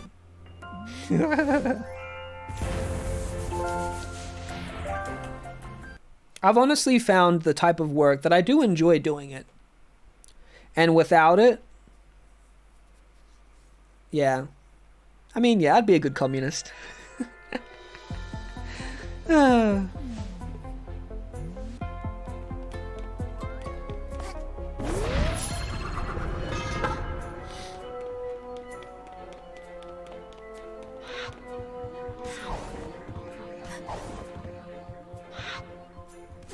Hey, why won't it let me out?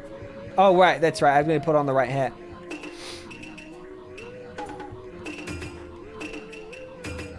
I like having things to work toward. I don't do well without it. True, true. Yeah, that's also a very ADHD thing. I don't know if you have it, but I mean, I think everyone's on the scale of it, but like, I'm going to look it up because this is very important for like those. I believe everyone is sort of on the scale. This is how mental health works. I'm not an expert, but I have done a bit of research, and this is how I understand it is done. Hello, Mario. Appreciate you. How are you, by the way? Love having you here. I'm just about to go into a rant about mental health. No, I mean, so the way that doctors classify mental health is anything that sort of obstructs your well, they classify it as mental illness per se if it is something that about your brain that obstructs your everyday function in this society. So like in another society, it might not even be mentally, it might not even be mental illness if it works, for example, yeah. But like, it's just society has these expectations. So if the expectations come with the society, then brain things can happen that force you into something. I can cope with like 1 whole week with nothing to do, but after that I get really uncomfy. Sure. Yeah, me too. Actually, me too. OJ Simpson. Well, so here's the thing about OJ Simpson, Will Smith. This is the thing with this one. Criminal OJ Simpson shocked at Will Smith slapping Chris Rock. Says Will Smith was wrong for slapping Chris Rock. OJ Simpson weighs in on Will Smith's slap. Says he can relate. There's a thing that happened. It seems like an Onion article, but it happened in real life. This is real life. Boo says, I do think I'm on the spectrum. A lot of traits feel familiar to me, but that might be an everyone thing. Yeah, it's quite difficult to classify oneself, Boo, if that's the case. People naturally find things to strive for. I think you would naturally find some kind of a project. Yeah, fair. So this is what I was going to look up. ADHD, like, symptoms. Might naturally take a while eventually, but you get the next goal. Yeah, true. So I think that with this, ADHD, my opinion about it is that people are going to find more and more things about this that allow us to categorize it more deftly. We are in the infant stages of mental illness categorization, for example. So I think that we have a long way to go. Why are you saying naturally so much? Naturally, it's a natural word. They screwed around and found out. Yeah, Mary. Well, I mean, I personally think it's an issue between them. I'm just like, yeah, it's embarrassing that's on a public stage, but ultimately it's something that needs to be sorted out between one Chris Rock and one Will Smith. And how to fix the world, hey, that's strange, that's different, that's weird, but those two are the ones, like, yeah, that they need to figure it out. That's my opinion. And everyone else being in on it is fine, but like in the end, it is a altercation between two people. I've seen someone punch someone else in the middle of the street. I mean, I guess that makes sense. Because they're mad at them, and it's just like, hey, you two figure it out, or hey, don't do that. It's very contextual. Anyway, whatever. So that ADHD is a mental health condition that can cause unusual levels of hyperactivity and impulsive behaviors. Now, I have low hyperactivity, by the way. You might not think it because I'm, actually I have a little bit of hyperactivity, but I'm not massive on the hyperactivity scale. But I do have impulsive behaviors, especially with spending. I would just spend subs on people because I like them. People with ADHD also have trouble focusing on attention. Now, this is my biggest one, is the attention deficit side of things. Focusing attention on a single task or sitting still for long periods of time. I can generally sit still for long periods of time, but I have massive trouble focusing my attention on a single task for a long period of time. Thus, I am looking up ADHD while playing this game. Many people experience inattention and changes in energy levels. Happens more often. So here's the thing. Everyone feels this, but for a person with ADHD on the spectrum, they get it to often a greater extent compared to people who don't have it. And I would say classify it as such under the medical condition if it has a significant effect on your studies, work, and home life. And I was able to trace it back and say, I'm actually worse in my workplace. I failed. It took me 4 years to do a 6-year course because of my ADHD. And also there were other factors, metabolic factors to do with sugar and stuff. But I've noticed that it actually is quite intense in my brain where, like, if I could focus on one thing for a long period of time, which I can from time to time, and those periods are awesome. But if I really could, then I would be able to do a much more better job. But yeah. Having trouble focusing on or concentrating on tasks, being forgetful about... So here's the thing. There were signs early on in my life, like my mum would tell me to go to my room and get a book, get a comb or something. And on the way to my room, I would forget she even told me, and I would just stay in my room and do something. She would go to the room and get my comb for me, please, would you? And then I'd go to the room and I wouldn't come back because I've already forgotten. Being easily distracted, having difficulty sitting still. I do have a little bit of difficulty sitting still. Interrupting people while they're talking. I used to do this a lot more. I've learned to do this a little bit less, but I used to do this a lot because I was very on the go, but I've learned. So I went to a trip to Australia with my friend, and I was talking over him a lot, and he said, you talk over me a lot, and that hurts me, or something like that. You won't let me, when I was walking through here, you wouldn't let me finish a single sentence. And it actually took me very, deliberate steps throughout the next couple of years to unlearn talking over people. And I do it much less now, believe it or not. I might still do it, but I do it much less now. I've learned to navigate that. Hyperactivity, impulsivity, difficulty focusing. I have all those two different aspects. Mostly difficulty focusing. Hyperactivity is less so, and impulsivity is less so. Blah, blah. Have trouble playing or carry out tasks quietly. I'm fine doing things quietly, so I don't have that vocalized. Here's the nature to which ADHD can be customized to your particular situation. I'll do it quietly. I'm easy being quiet. Pasta _ John Darman streams are the best. They are. I was giving the plugs. Oh no, I shouldn't say it like that. I was shouting out Pastor John, even when they weren't here. I was just saying, yeah. I think Pastor John's just got one of the most interesting podcasts, streams. There we go. That was a good example of someone with ADHD talking, and then while they're talking, they forget what they're talking about. What was I talking about again? Make frequent mistakes or miss details when studying or working. I don't do that as much. I'm always very fastidious with details as I go.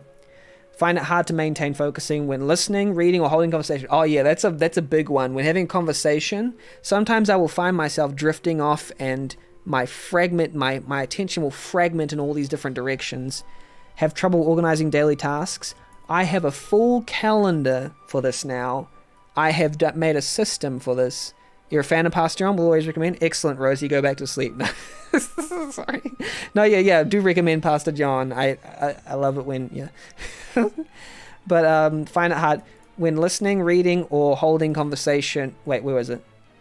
My daily tasks. I had to create systems to allow myself to become a better, more organized person. I'll show you my calendar very briefly. Look at all this. This is all my stuff. These are all my... I put dates in there. I put times. I put reminders. One of the things that's one of the worst parts of my ADHD... Well, I've heard people were talking about them and then woke up. I'm sorry, Rosie. I'm sorry.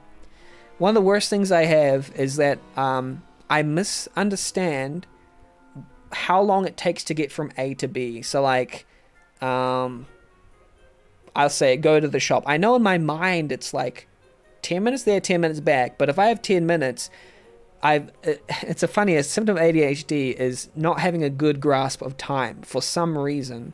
And that's one of the things I'll be like, no, I can make it. That's something that I usually have. Lose items frequently, so often.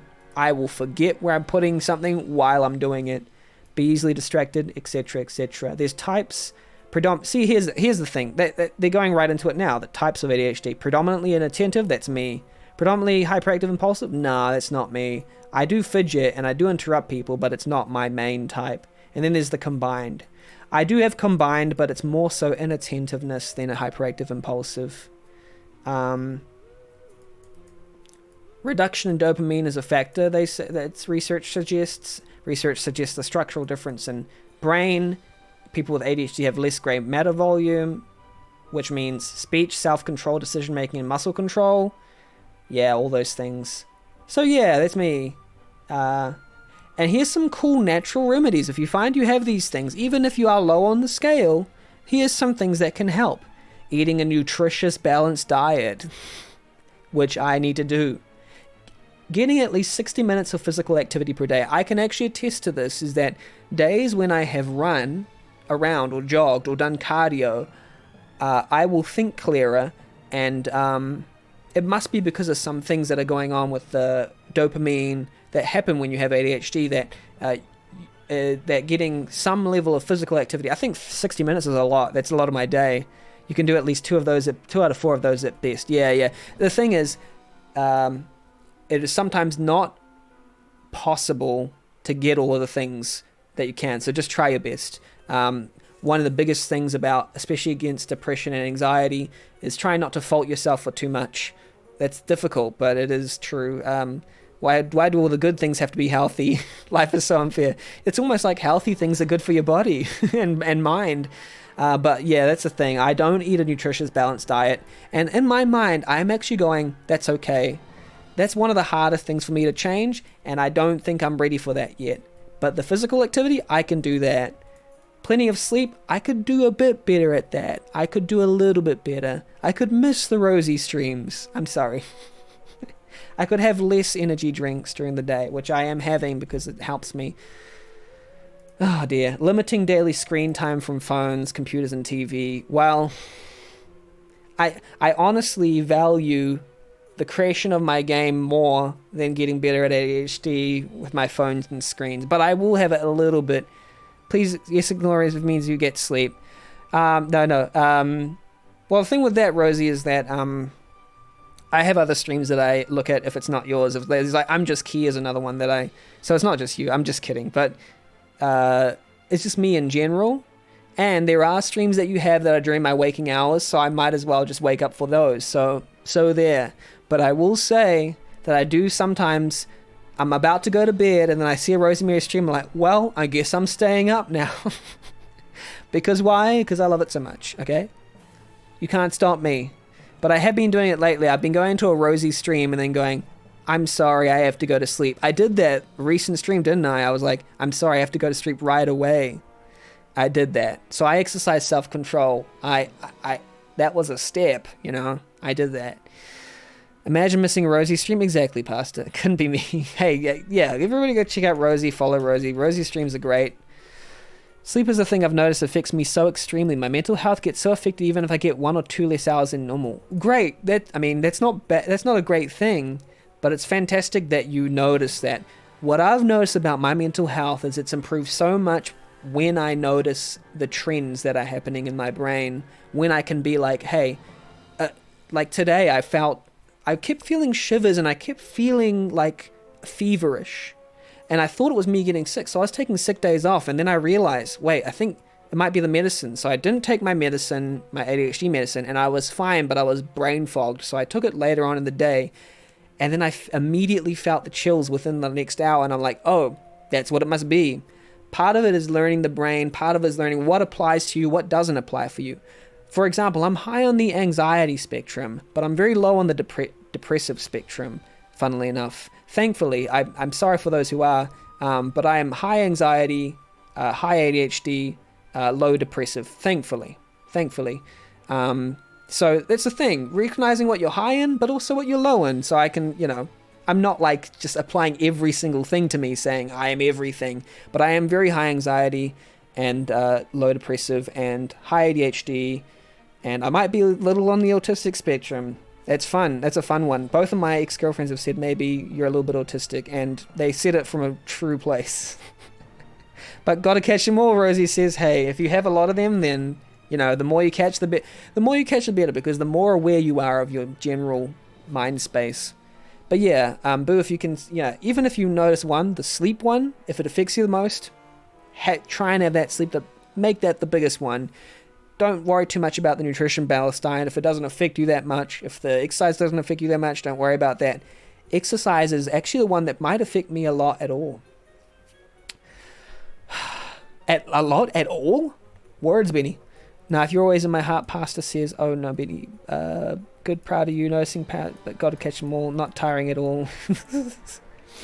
Yeah, anyway, that was my little thing about mental health, and hopefully some of that was interesting. It definitely was interesting to me, and these are the types of things that if I got told these things earlier on in my life, I would have been much quicker to become more aware of my stuff. But I'm definitely way more way more knowledgeable in some areas than others, especially the ADHD portion, and a little bit of the anxiety portion, but only to a certain extent. I know others who are better experts in that area. I'm pretty good about my sleep because I've got really good at my schedule. I sleep by 10 or 11 and awake by 6 or 7. That's every day usually. Excellent. I think my specific form of ADHD finds it very difficult to get things on time. That's one of the things that they said. There was like a lot of, I'll do that 5 minutes. 5 minutes, but, it's very delaying. Because another thing about ADHD, I didn't say it there, but the reward pathway, I think, is there's been a correlation between ADHD and the breaking of the reward pathway. I think that's what they said, something like that, where like ADHD people won't necessarily have a stronger connection to a reward at the end of the rainbow, so to speak. It'll always be much more about how you feel in the here and now, and if you don't feel it, then you're not going to do it, sort of thing. And that's like always been like me. I've been that's the impulsivity thing of it. You follow your impulses. Yeah, who's awake at 3 to 4 a.m., Rosie says. Oh, the moment you reach the area to access the final chapter, I want to show you an Easter egg. Okay, awesome. No one ever could never, Rosie says. The same? Awesome. Yeah, there's some things that, if I had heard this before, I would have really appreciated it. So where are we going? I learned a lot about myself and I would have got a diagnosis quicker, I think, as well. Okay, so what is the Easter egg actually? Oh wait, the moment you reach the area. Where's this Easter egg? Area unlocked. The planet is now on fire. Really? Power's being restored in the attic. Time's End is now available. Oh yeah, it is. I didn't really realize that. It's wild. Oh, because it's the beginning of the... We've gone back in time, I'm guessing. Can I get up there? Please. Yeah, there we go.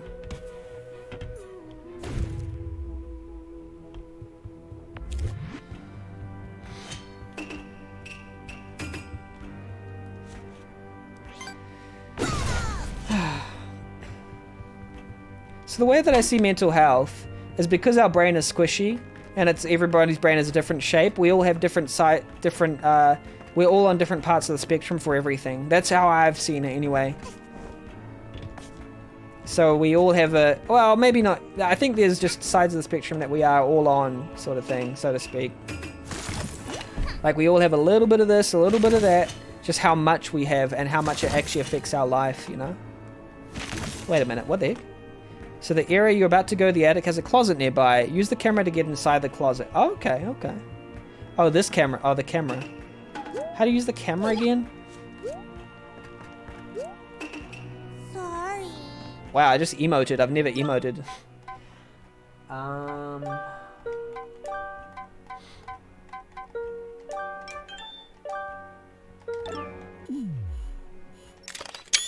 Like that? Is that what I do?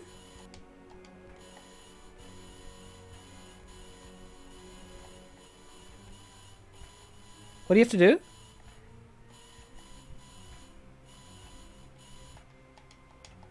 Oh yeah. Go inside the closet. But then how do you do that? How do you do that? Oh, there. Oh, like this.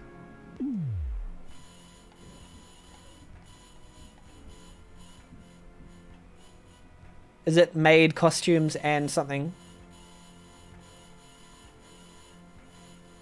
What's that? There's skulls and there's some pictures on the ground of like a black being coming, a black ghost coming out of the earth. There's pictures and stuff. A yellow lion, whatever. Pictures of me and stuff. Outer Wilds. Wait. Oh, I can go right through. Okay. What are these pictures? It's like the planets and stuff. Disco ball. Interesting. I don't know what that means, but that's interesting. Reference to the Mole Man ARG, the whole thing's actually crazy. Rosie said, so what can be said with things as that people experience this, it is completely natural, and the difference between with diagnosable mental health issues is that something becomes disordered. Exactly. The way I define disordered personally, I'm going to read the rest of yours, is when it affects your life in a way that makes it more suffering in trying to engage with society's expectations, I suppose, or living in general. Yeah. Everyone has anxiety, for example. It is needed, a natural part of evolution of our brain. Yes, it's needed, yeah. But when it becomes excessive and it disrupts your day-to-day life, becomes disordered anxiety. Exactly. I think that language helped me out. Yeah, disordered is a good way to put it, and I think that might be, I mean, Rosie knows a lot more about this subject in particular. Yeah, disordered, and I think the way that I heard it said was, yeah, a disorderly fashion, yeah, basically if it hampers your ability to function in today's society, then it is considered by society to be a mental illness. That's how they classify it. Which means that a lot of mental illness that just gives you suffering, it's usually when either just living or existing or trying to fulfill society's obligations, that's when they start to classify it as a classifiable doctor approved mental illness, because it's like, hey, you can't work, you can't do this, you can't do the things that society is demanding of you because of these things. That's when doctors diagnose stuff, is usually but if it just hurts you in your brain but you can't necessarily, convey it, then I don't think doctors tend to give diagnoses. Oh, maybe they do actually, because then they find the underlying issues and how it affects your life in an underlying kind of way.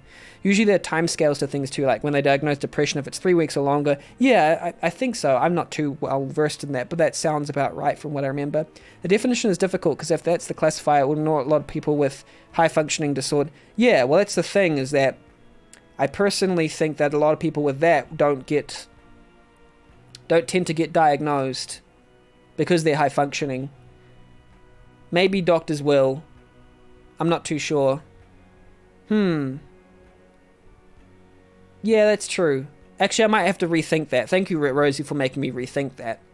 But it is important. Yeah, it is important to think. Because disordered would be, by what standards would it be disordered, would be the question, I suppose. Usually, I've always defined it in terms of, because one thing, what might be one thing in one society's expectations might not even appear in another society's expectations, I suppose.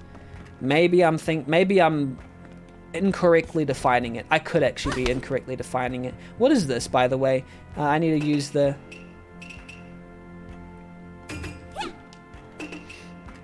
This one, I need to use the mask, I think.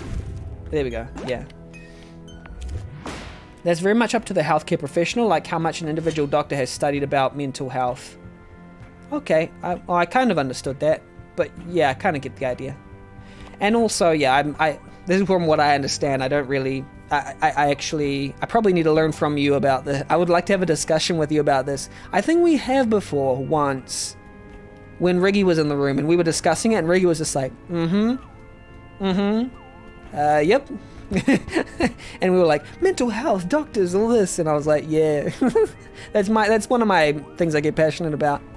There was also sometimes different criteria for high functioning that diagnoses different things and go by different rules, but it will depend what doctor you do to and how open they are to your coping. You're fine. Exactly, Boo. Exactly. I think that's what it means, because like you're coping.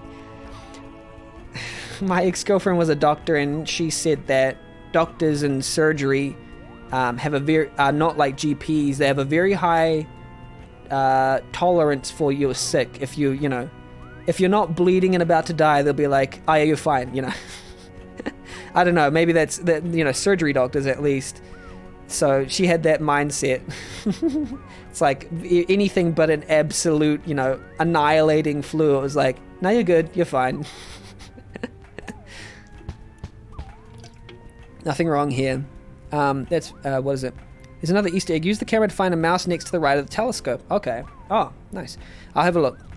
As an often a regular doctor might not have had extensive training on mental health, so clocking that or referring forward might not happen. Gatekeeping. Oh yes, so this is so I guess, yeah, what you're talking about is the realities of how it is. Yeah, I get it. I get it. Yeah, that's very interesting. Where's the mouse hole? So individuals have different views, so it can be up to luck to... Yeah, absolutely. Now that's definitely more about how it is right now, how it really be.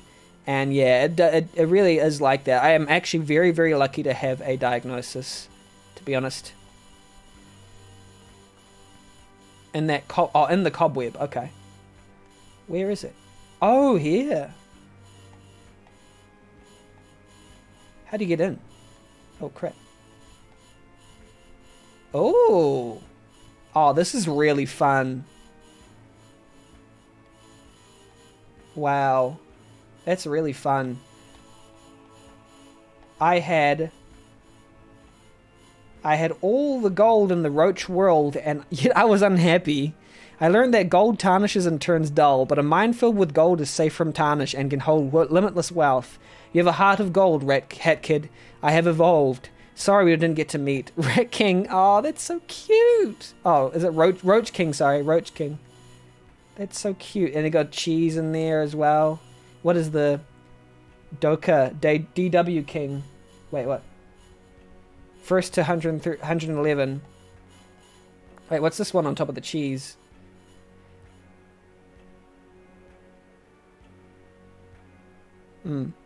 Also for high function, because they can get through their day, the individual can often be like, I'm not sick enough, and believe they didn't have a bad enough issue, but also recognize how much easier life could be with some... Yeah, that is a thing.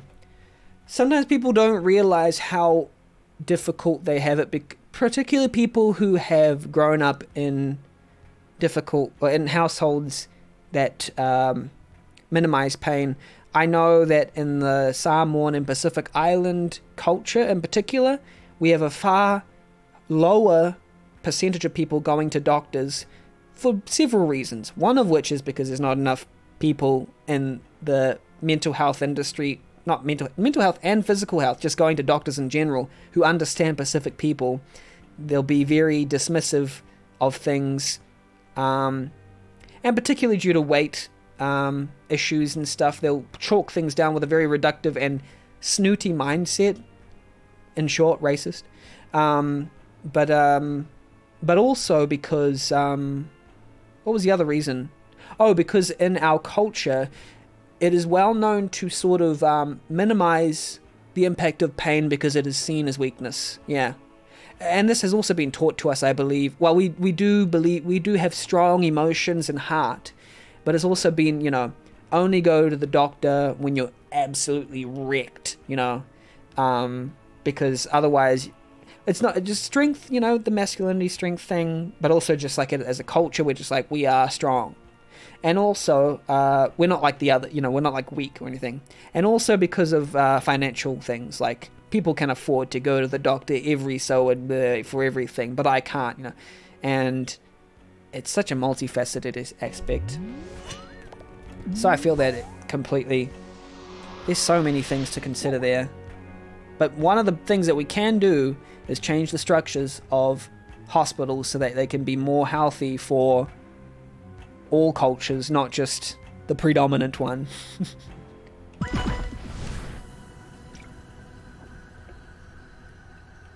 Wow, I like that. I like that card, that title card. Very cool. I get the feeling I'm going to be liking this section a lot. I wish I knew my language as well. That's one of my biggest heartbreaks, I suppose. I wish I knew my language.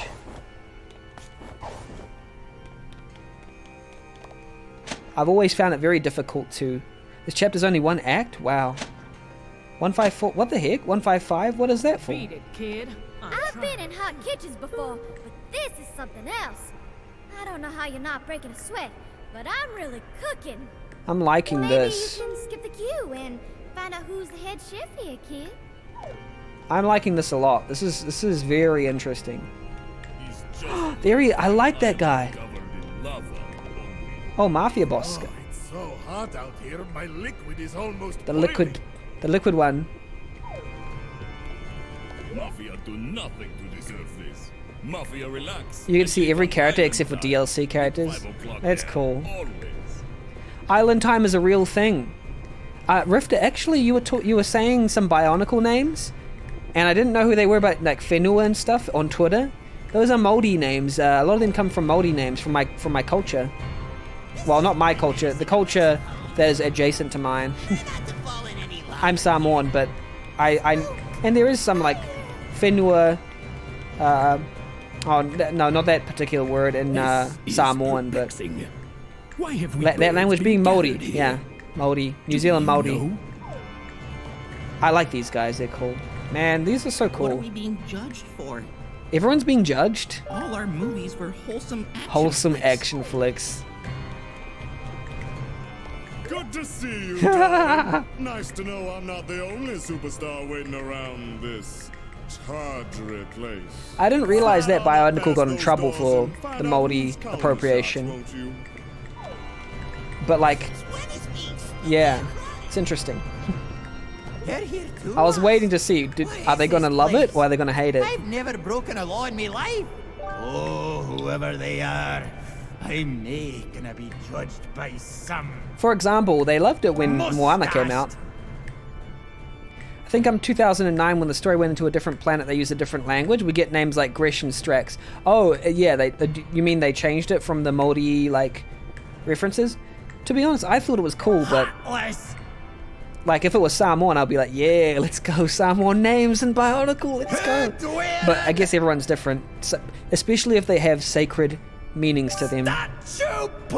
It might get annoying. That's like, wait, that means a church, and why are you putting it on, like, this random casino?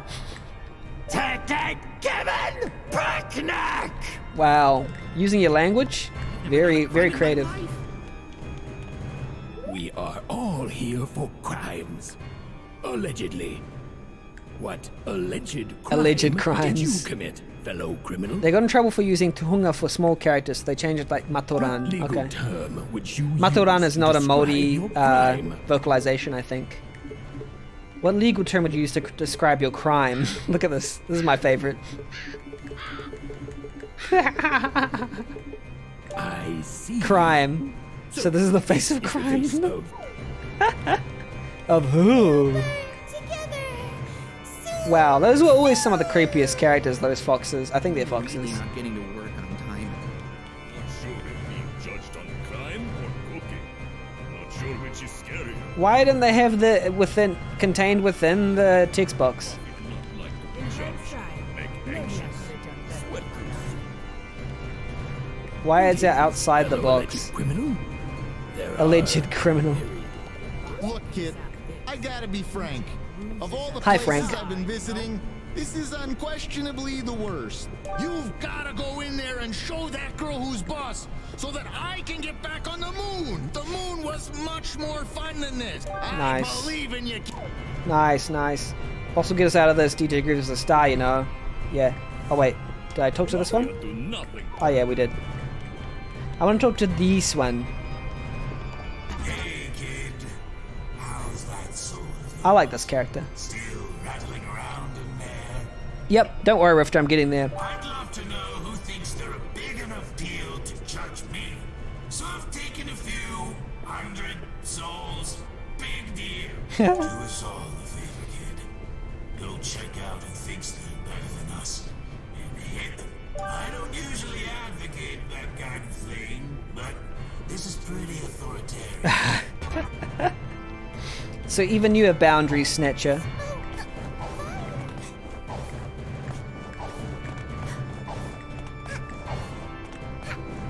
A Hat and Timmy. Let's finish a Hat and Timmy.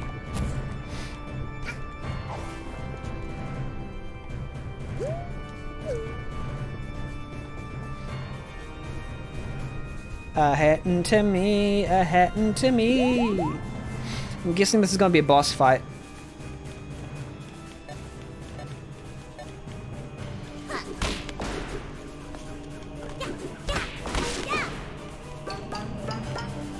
I need hook shot.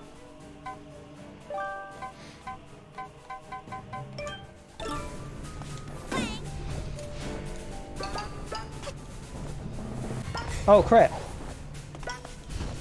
Ah no! Hey, lucky we got across. Yeah, we're doing good. It burns. We did it.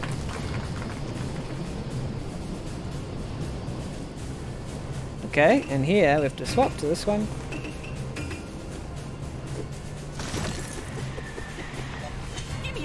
Kind of thuggish with your baseball hat.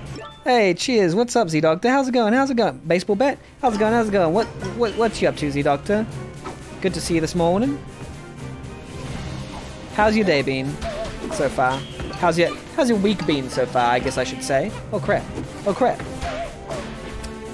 What's up? What's up? Just started work? Nice, nice. I hope you have a good work day.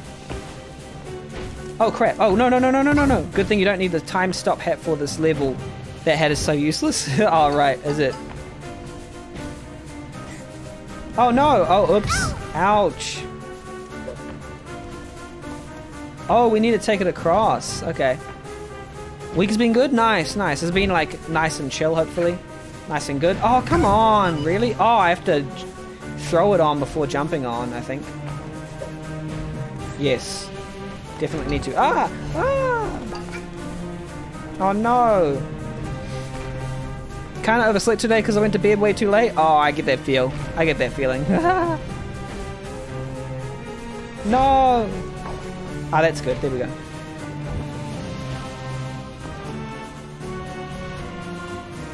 Ah, yes, I remember. Yeah, get bed way too late. Couldn't be me. Oh no! No! No! No!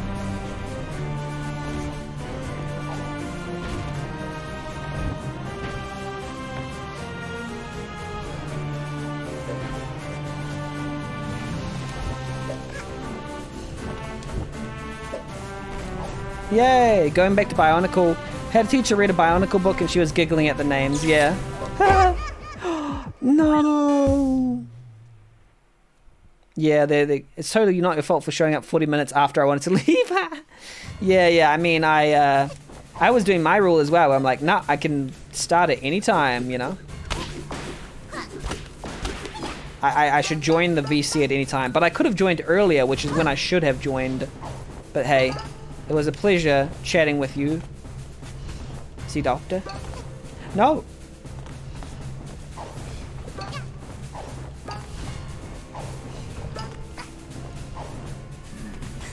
Bang! So do I have to do... what does this thing do, by the way? Does it just get you a lot of gems? This could be a good gem farming opportunity if I ever need it, you know? Because that's a lot of gems for doing very small... Or maybe it isn't. Maybe it's not a lot of gems. Maybe I didn't get a lot of gems. That's why you stayed in the end. Oh. That's why, yeah, that's why I stayed too, because it was 1 p.m. where I was. Wait. Oh crap. Okay, there we go. Yeah, that works. Back of the line ticket. Oh, is that the person with the back of the line ticket? That's hilarious. Ow. No. No, no.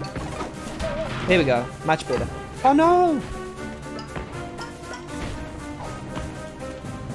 Okay.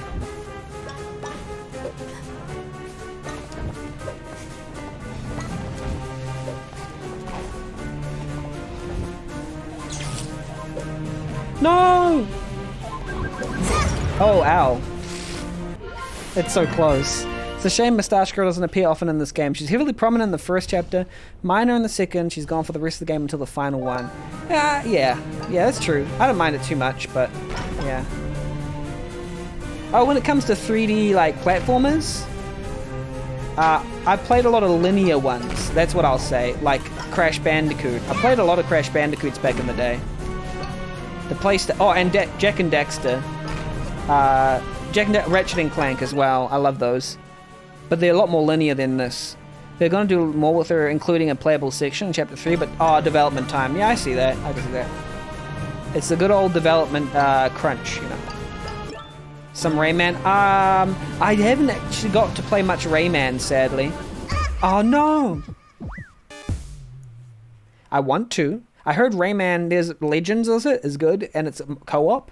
That might be a fun co-op experience, actually. Rayman's fantastic, yeah. I do like co-op games are some of my, most fun games. Oh, actually I have to put the right hat on. No. Wait, that one. Good.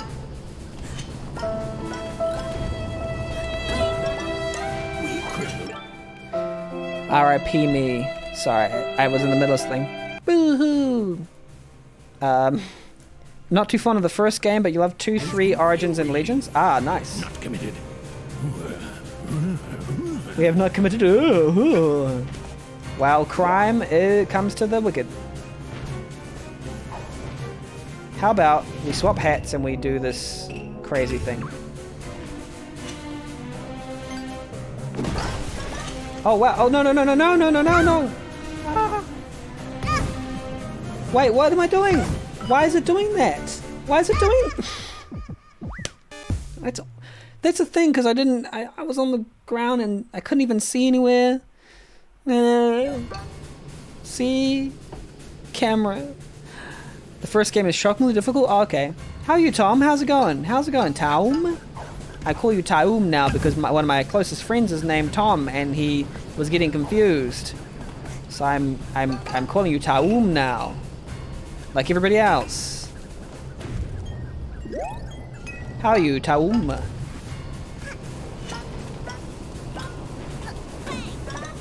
We criminals can feel relief. We have not committed. I am playing a platformer. So, how was your day, Tom? It's pretty similar to pretty similar time to me. So that'll be like 5:55. How has it been? Are you having a good time? Aussie time? I don't know why I'm saying these things. I just very much appreciate the Tom. We need to play some Guns of Icarus with more people. That'll be fun. Jingly jongly jong. Taum sounds like it could come straight out of Stargate. Ah yes, the Taum, 15 parsecs to the east.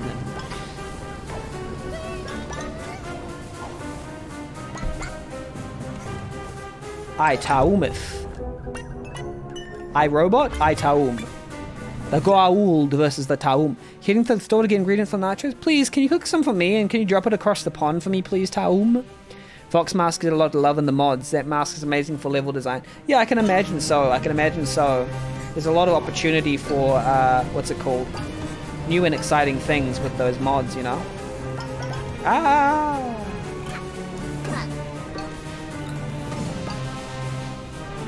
Boom. Bap. Pow. There we go. Wait, why is it doing that? Nope. Wait, what? Oh. sound quite mighty.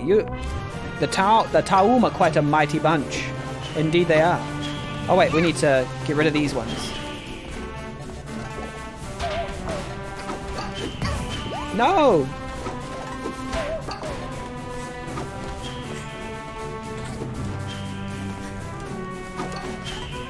Come on! Yay! The Taum! The Taum! Ah, whoops.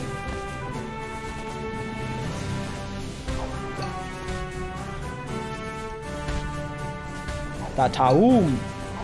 Oh no, don't! There we go. Ouch!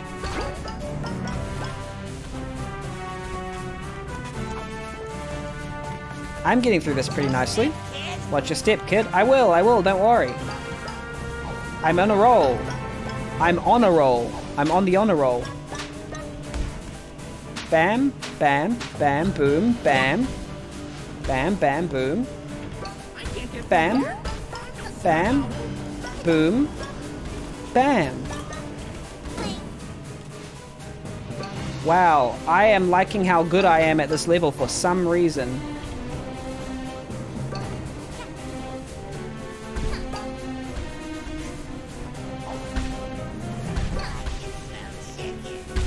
Okay.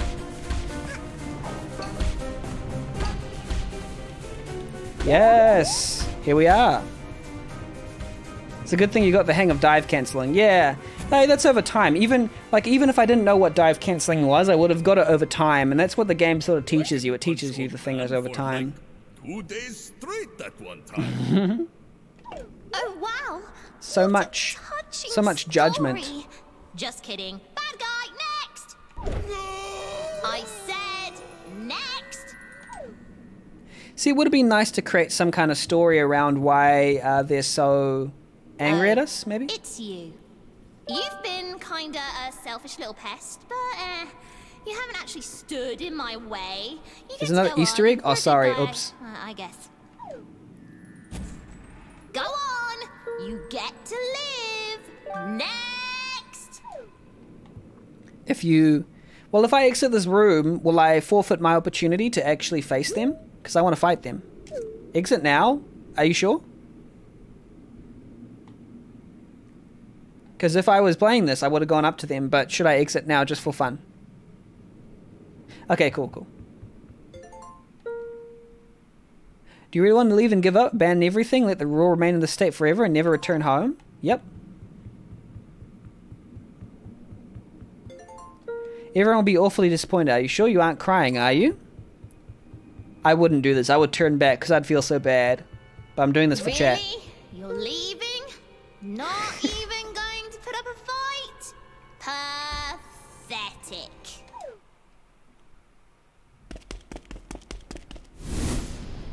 Well, I wasn't crying.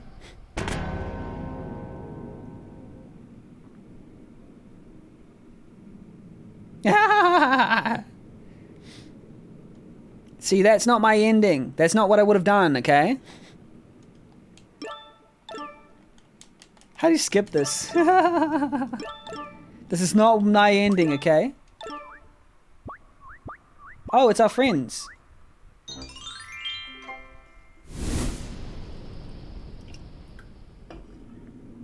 You don't. Okay. What if I go again? Nah, I'm not gonna go again. You don't. It's game over. Excuse me. Excuse me? Don't you dare get anywhere near me. Have you played this one, Z-Doctor? You know, I was willing to forgive you. I once thought we were gonna be best buds. I didn't get a haircut, by the way. But nope, you turned out to be rotten and selfish. Save the planet from bad guys. Nice. Who needs that, am I right? Very fun game? Cool. Yeah, it is. It's quite fun. That's all I've done without you. I've restored justice. I am the justice. No more bad guys. Wow, Mustache Girl is really having a Joker moment, aren't they? You. This planet doesn't Why are they need so you. hurt, by the way? Nobody will miss you, and nobody will care. Why are they so hurt? You are the bad guy, and I'll show you how this justice system deals with bad I guess they had to have a lot of character development in a short space of time. Oh, I like that. because that kid doesn't want her to use the timepieces. I understand. I do understand, but like, yeah, I'm talking from like a storytelling perspective. Because there are reasons why, like, oh, technically it's because of this. But it seems like on a very technical level.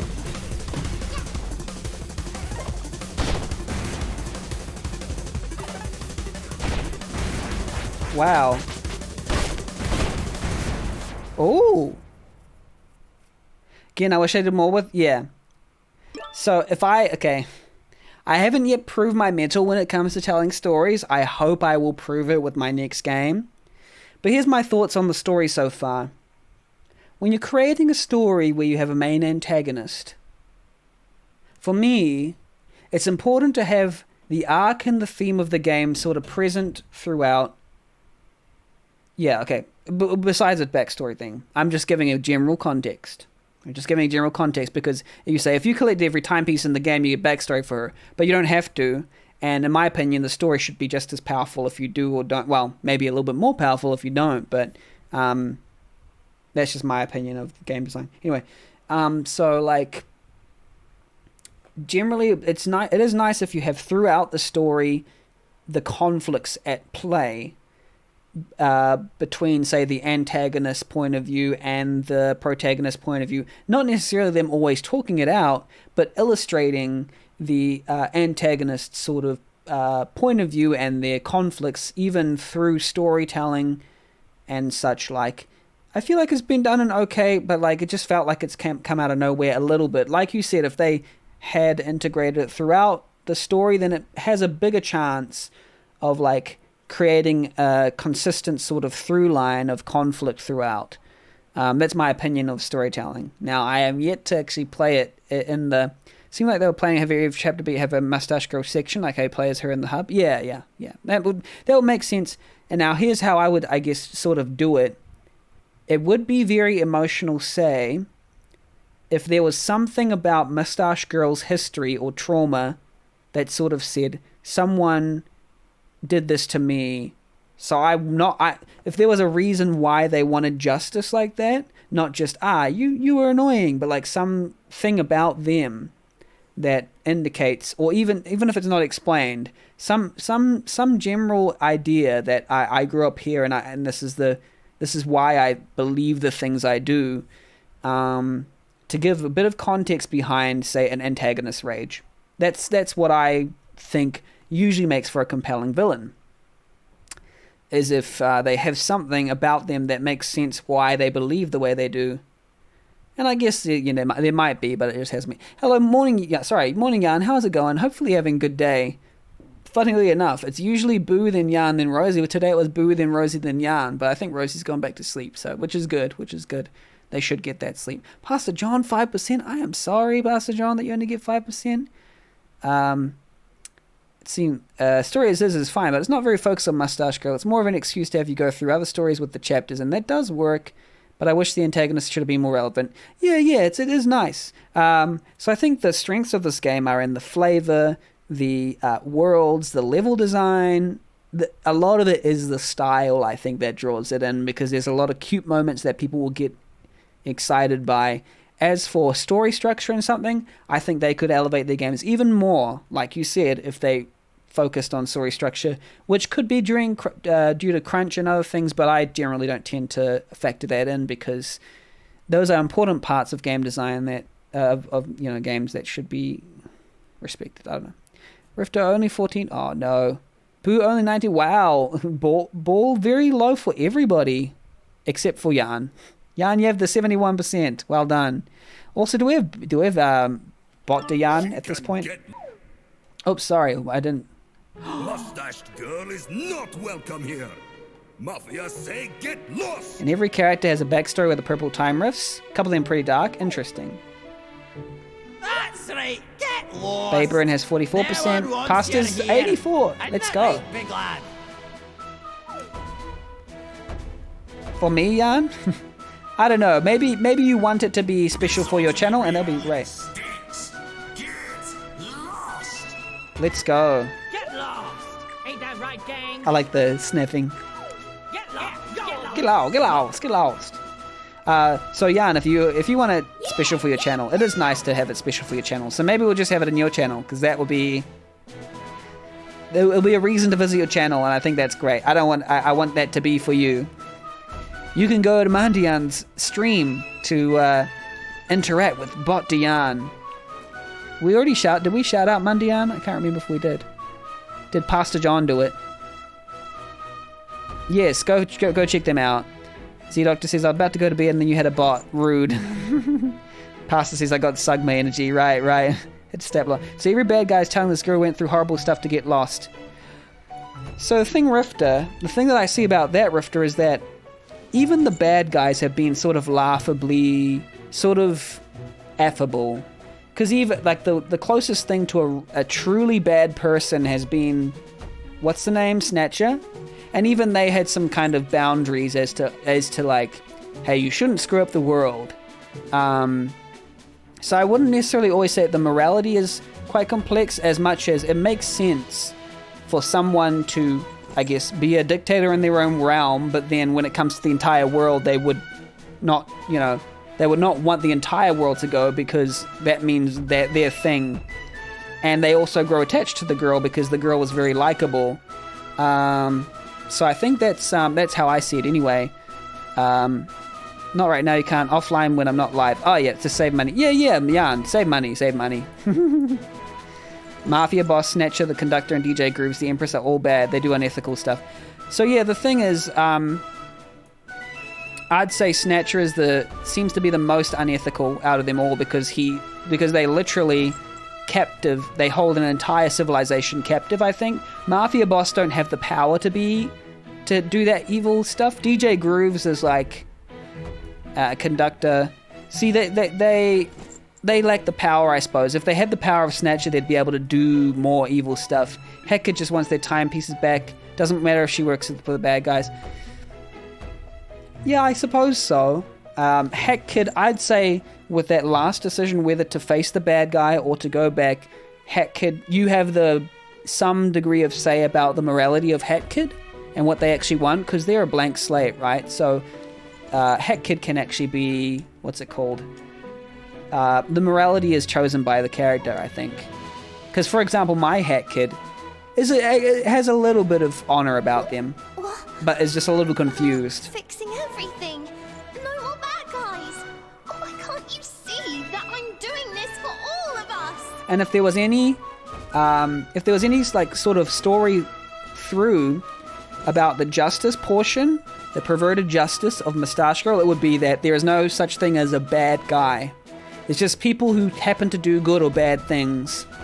And if you want all the authorial control for yourself to say you're bad, you're good, you're bad, that is like basically playing God. And even if people do bad things doesn't mean they're bad people. I guess that is the sort of cheeky through line that I feel that A Hat in Time is giving here. Hat Kid is a wild card. She is at the end of the day a kid. That too. But I feel like this is a very childlike world where even kids are given morality, are judged morally in this world, because everything's a creature or a kid, so everything has to be judged because there's no adults, I'm supposing. I don't know. There might be adults. Mustache Girl is not in the right here. She is taking things too far. I feel because she's playing God, that's the thing.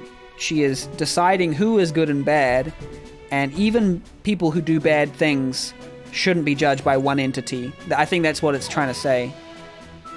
Yeah. Hello, Monochromatic Moon. How's it going? So it's like...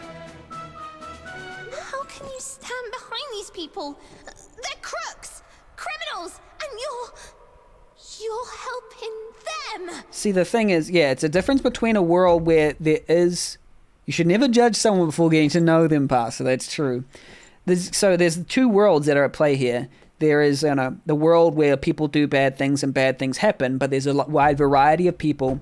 But then there's also the world where one person gets to decide who lives and dies in the entire universe. Saying MU does have a strong sense of justice. Exactly. It's just that she was a victim of unfortunate circumstances and the timepieces got into her head. I don't know what about the timepieces and their magical properties or any of that backstory. I'm just saying from what I have experienced of the story, if I were to give a moral through line, it would be that that justice can be perverted. Justice can be perverted. Hello, I can fix that 99. Welcome. Can someone shout them out, please? I appreciate you. I can fix that, Sam. Yeah, so my reading of this... By the way, how are you going? I can fix that. How are you going? You got 23% balls? Interesting. Can someone shout them out, please? Please. Someone shout them out, please. There we go. Thank you, Boo. What's up? We're playing Hat in Time. We're almost at the end, by the way. You're playing Elden Ring? How is Elden Ring, by the way? Small balls and big raid. There we go. 23. Well, the funny thing is, 23% was actually higher than a lot of what we were rolling today. We were rolling pretty low today. I was saying my reading of this villain... This is my reading of this villain and the story, Rifter, is that the story has been about justice and people and the variety of people, and no one man should hold all that power, or rather, no one mustache girl should hold all that power to say, you're bad, you're good, you deserve to die, you deserve to live. And so mustache girl, I suppose, has used the power, gone to their head, obviously, like you said, to think that they have the absolute moral judgment to damn or, bless people. Look at us take the morality of 9 times that they weren't taking us too serious. Rifter, I have to disagree with you on that. I mean, certainly, I mean, they might have taken... Yeah, here's the thing. I think too many people don't take storytelling seriously enough when it comes to through-line, meaning, and themes.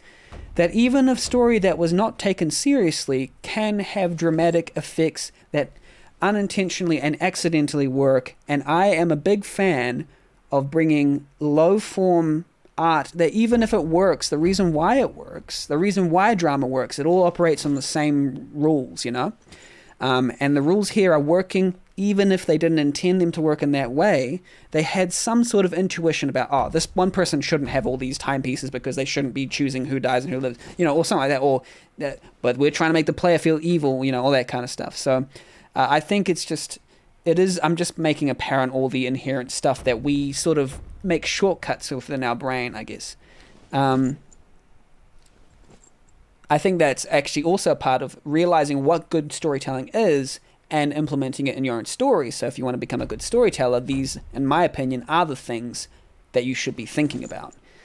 And I think a lot of people disguise it in low-form art as fun, light, fun things, but they're actually pretty interesting. No Man is an Island. Look, Yo Fix. Yeah, I hope you have a good lurk. I can fix that. What's up? Yeah. Anyway. This ends now. Because yeah, anyway. I could go on and on. I go on and on about it. Not saying it doesn't matter. I think the fact these characters are not so black and white is interesting because typically these types of games don't do that for the most part. Yeah, I'm not saying you don't think it doesn't matter, but I just wanted to say that I think, yeah, it does matter. Yeah, I guess when you said 9 times out of 10 they weren't taking this too seriously, I guess that was what I was disagreeing with, which I think they did at least have some thought into trying to craft a meaningful story from this. I think they took this incredibly seriously, but I don't think they were able to achieve their massive vision, their plans for their vision, but it looks like and sounds like that they took this really seriously, to me.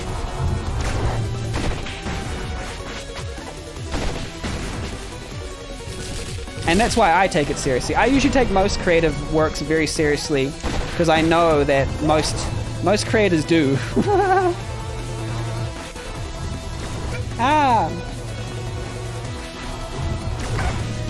No. Come on. Oh, let's go. It's evil mustached girl. We have to help. They did plan a different story involving Time Lords and Shadow Clones and stuff. I don't know, I didn't dig it and the developers weren't keen on it. See, because if the developers were keen enough to change storylines and put little Easter eggs in, I feel like they were obsessed with the story. That's what it seems like to me. And that makes it very interesting to me. It seems like a very passion-led project where maybe some of the loose ends were difficult to find out. And I would wager because they were unable to solve some central storytelling through lines. And this is why I sort of examine it, because I'm like, hey, when people come to making stories like this, there are some skills that we can have to pull them apart, you know? You got it, lad. Let's give her something. This works, though. I'm liking this ending. Oh, let's go. Roll.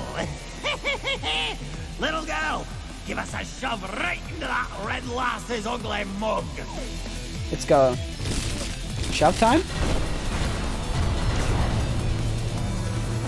Nice. Oh, crap.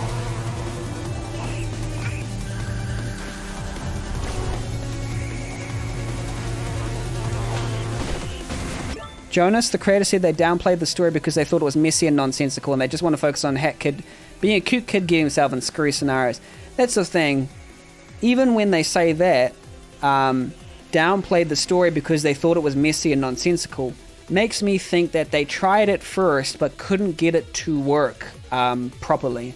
So they had to compromise. That's my opinion of it anyway. When I hear someone say that sounds like someone tried to create a coherent story but then really couldn't figure out how to make one that was like what they had in their head, which means they took it super seriously at first, and then they decided to, be a little less intense about it, which can actually provide a more,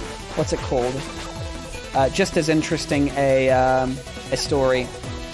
And my opinion also is that even if the intention was not to create an intense story, there can still be unintentionally strong emotional stories, because I can see people becoming very emotionally invested in the story, you know, this one right here. You got cute characters, you got a good ending, and these are all functioning towards, you know, a greater story. There's just some ways that you can also tweak it to be a bit different, you know. I hope you have a good day, Boo. Work time. Thank you so much for the stream and good chats. I know, I got a bit intense today. I'm a little bit in that mood of disassembling things and figuring things out, but I hope you have a fantastic day, Boo. And I hope to see you later. Have a good, get to the end of the week so you can have your 2 weeks of break. Appreciate you. It's definitely a compromise. There are things in this game that suggest a different story, especially in Subcon Forest. Hat in Time story is not a masterpiece, and I won't pretend it is. The characters and worlds are what appeals to a lot of people. See, there's different reasons why the different characters work in A Hat in Time. I don't really need everything to be a masterpiece, but there are ways in which you could tool the story. I could give some, you know, tips to tool the story into something better, and I think it's worthwhile considering how we can do that. But there are ways, for example, why I could get into reasons why I think Snatcher is a compelling character. I can do that after the fight. Because Snatcher, I think, is my favorite character of the series, of this game so far, and I can go into reasons why I think they are. Boo, you enjoyed a lot? Take care. Take care, Boo. Take good care. So I'll go into reasons why I think Snatcher is a great character after this battle. Hello, Brother Kesper. How's it going? Could someone shout out Brother Kesper, please? Snatcher is the Tumblr of the A-Hit fan for a reason. True. But I would say there are design reasons that imply, like the design of the character and the way it moves sort of imply things that are very interesting in terms of the story. For example, there is the one thing, like, I think they are the biggest minor character, and they are also the scariest minor character, but they have a big smile on their face the entire time. They are devious, and they threaten a lot, but they don't necessarily always follow through on their threats.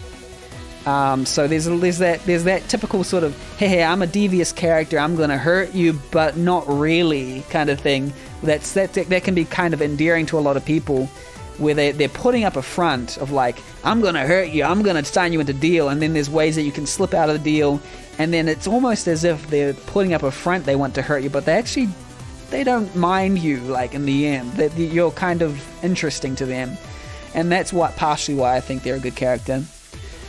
Brother Casper says, I'm doing good, thanks. How are you? Interesting. Yeah, I'm doing great. I'm good now that I've had a stream. Before the stream, I was feeling kind of awful, but sometimes it takes a stream to make it better. Hello, Salt King. How are you? I'm gonna shout you both out because just because. How are you, Soul? How's your day? I know you've been having an intense work week this entire time. Yeah. How are you? No worries for everyone go follow Brother Casper and everyone go follow the True Soul King. I appreciate having you both here. Robot says, thought you were still in the Yakuza title. Yeah, what's it called? Yeah, we changed. We didn't finish the Yakuza, we got about 3 timepieces. And the developers definitely recognize that. Host of Death Wish and Vanessa's Curse. Yeah. So, I would say, even though I don't know the full backstory, there are things about the design that already captivate me. If you weren't even following, yeah, true, Casper, true. You started your workday? Oh, good way to start your workday. I hope you have a good day at work, Soul King, and yes, oh crap.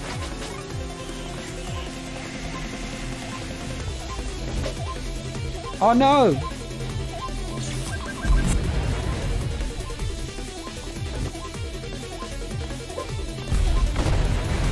Ouch!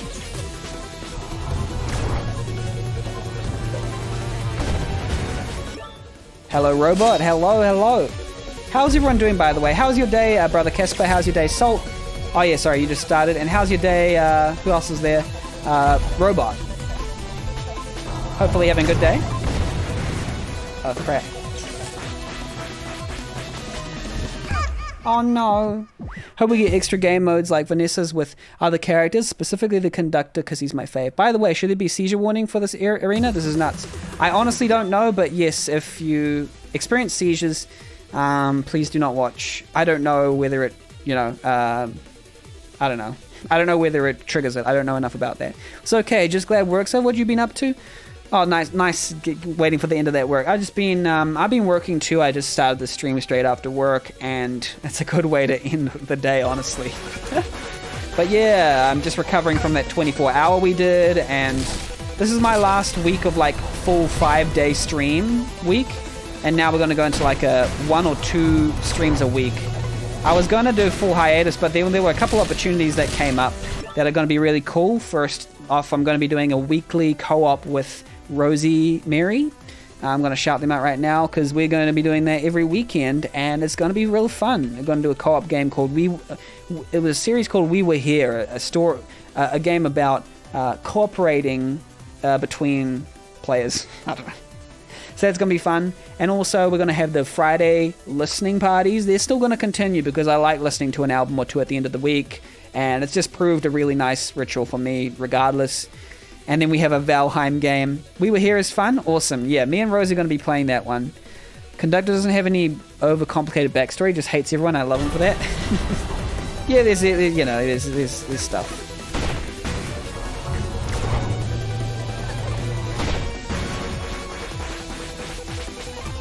I like the melding. Whoa. I hope I don't die too quickly. Oh no. Okay, back from the store. You getting the nachos? Nice Tom.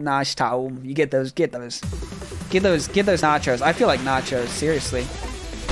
We haven't met the Walrus Captain from Chapter 6, but he's one of my favorite characters. His backstory is bleak. So that's interesting. You're saying a lot of the things like backstory is bleak. I'm wondering... That is one of the ways that I suppose A Hat in Time has garnered a fandom, is because a lot of the backstory is locked behind, if you really search. So that is a different kind of way of interacting with media that I personally have not had a major experience with, but I'm not going to completely discount it because it is valid. I'm not the type of person to do that, generally speaking. A Hat in Time's pretty cool. I do like it. So I'm making nachos anytime. Make me nachos, please, as well. I want nachos as well. Right, you did 24-hour stream like a total lunatic. Respect. Yeah, that was, we raised $200 for charity. That was really, really awesome. And I had a great time with friends, and it was a real achievement, and I can forever say now that I did 24-hour. It is really lovely. It was also something that, I would still recommend maybe people do an 18-hour, and then I was going to do 18 hours, sleep on stream for 6 hours, and then finish with the 6 hours, but 24 hours still was fun. We had a late night request radio situation that was really, really nice, really cool. It's funny that I'm going on my I'm kind of hesitant to call it a hiatus now because I guess I'm calling it a transition from regular to irregular streaming. That's what I'll call it, I guess. We've seen that dialogue before. Because it's not a full hiatus. It's sort of like going from like, yeah, I've said it a lot. Big Nacho, yes please, Big Nacho. Big Nacho energy, please. Oh, come on. Oh.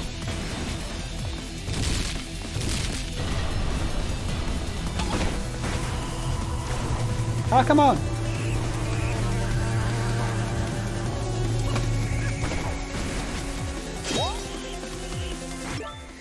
Frequency demotion.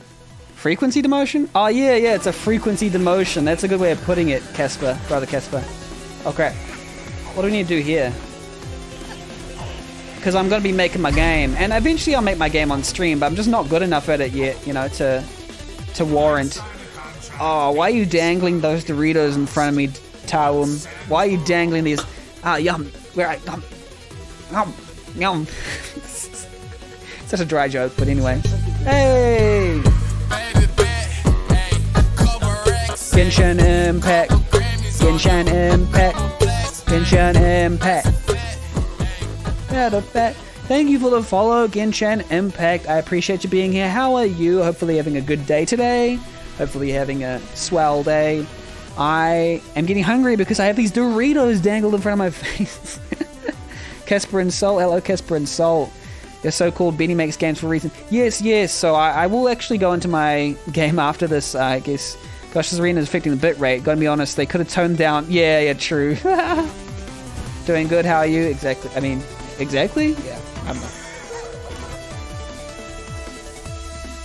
Wish I was there. Was busy the entire weekend with family stuff and the new Kirby, which also, by the way, is a must play. Oh, yes, I've heard of the new Kirby. I really want to play it. One of my favorite Kirby games and just generally 3D platforms. Oh, soundtrack slaps real hard.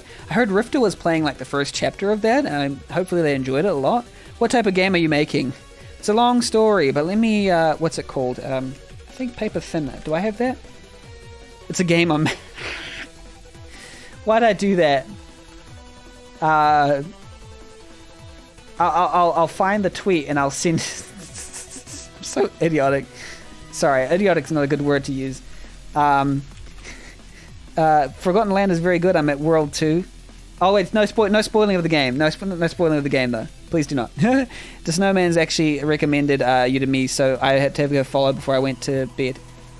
Okay, awesome. Yeah, the Snowman's is great. The Snowman's is awesome. Okay, no spoilers. Yep. You're gonna play the non-specifica? No, actually, I was trying to find my actual tweet. Here we go. So I'll go. This game is Hyper F. Yeah. Let me see. Commands remove Paper Thin, and I'm gonna add the real one, Paper Thin. Paper Thin is a. Let me see a quick way of saying it. Surreal, romantic, life simulation game. Details here. There we go. Way. So there's the details. So Snow finished about minutes ago. Oh, okay, awesome. Yes, so that's a surreal, romantic life simulation game. It's like a side-scrolling game. It's going to be made in Unity.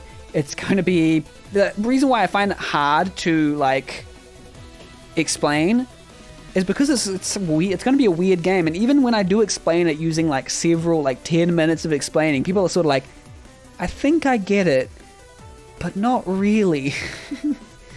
Games that will be like... It'll be like Disco Elysium combined with Eternal Sunshine... Our Life Beginnings and Always, Inscription, Night in the Woods. These are just games that if you like them, then you'll like my thing, I guess. Before Sunrise, Before Sunset, Before Midnight, anything Linklater, anything Charlie Kaufman.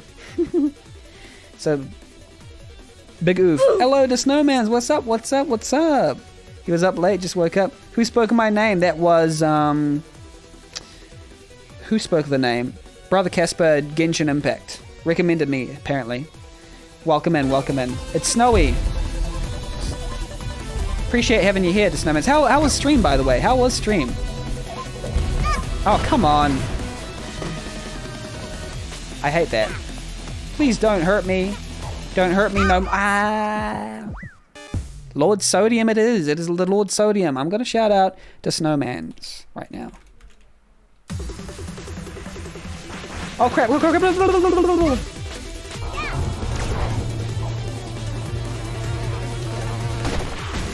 Okay, this is a hard boss, but we'll get through it.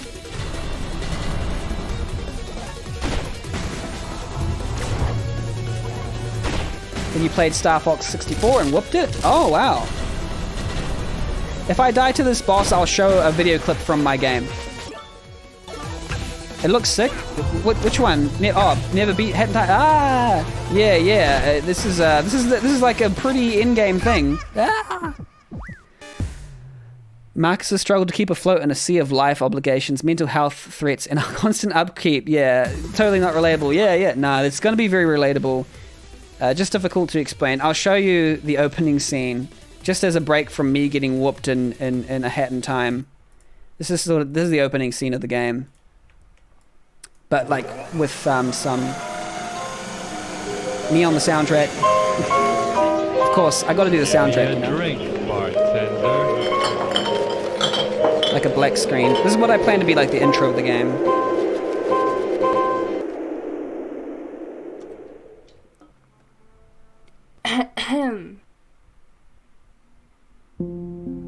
You sort of fade into a guy and a girl sitting in a bus stop. The guy's name's Marcus, the girl's name's Alyssa, and it sort of slowly fades in as a plaintive, piano ballad is playing.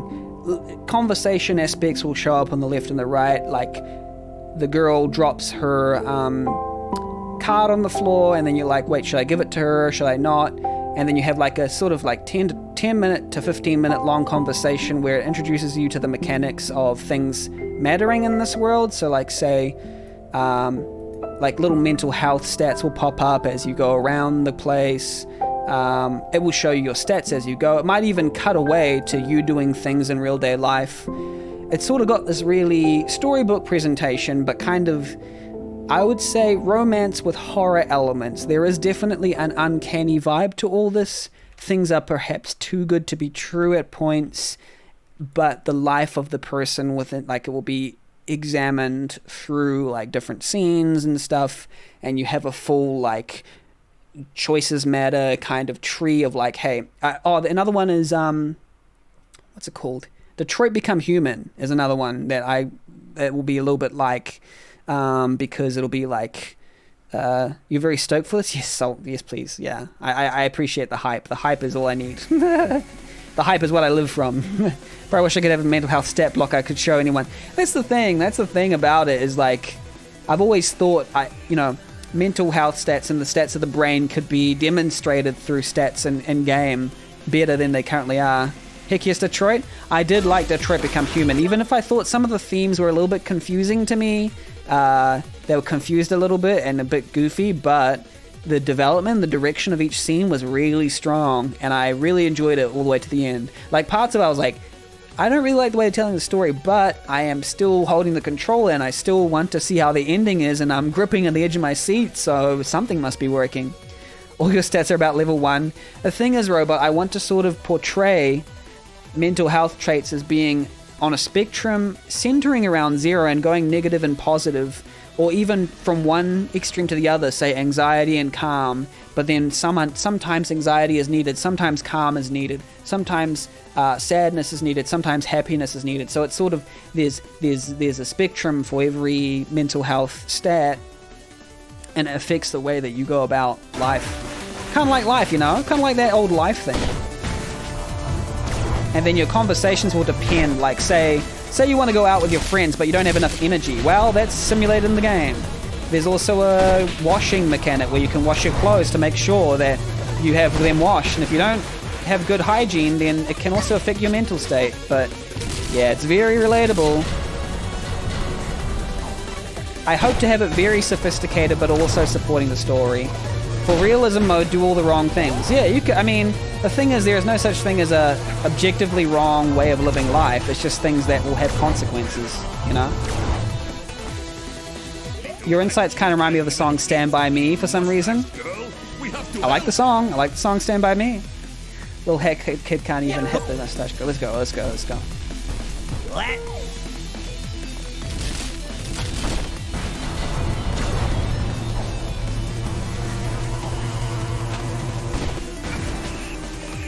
Ah! Oh no!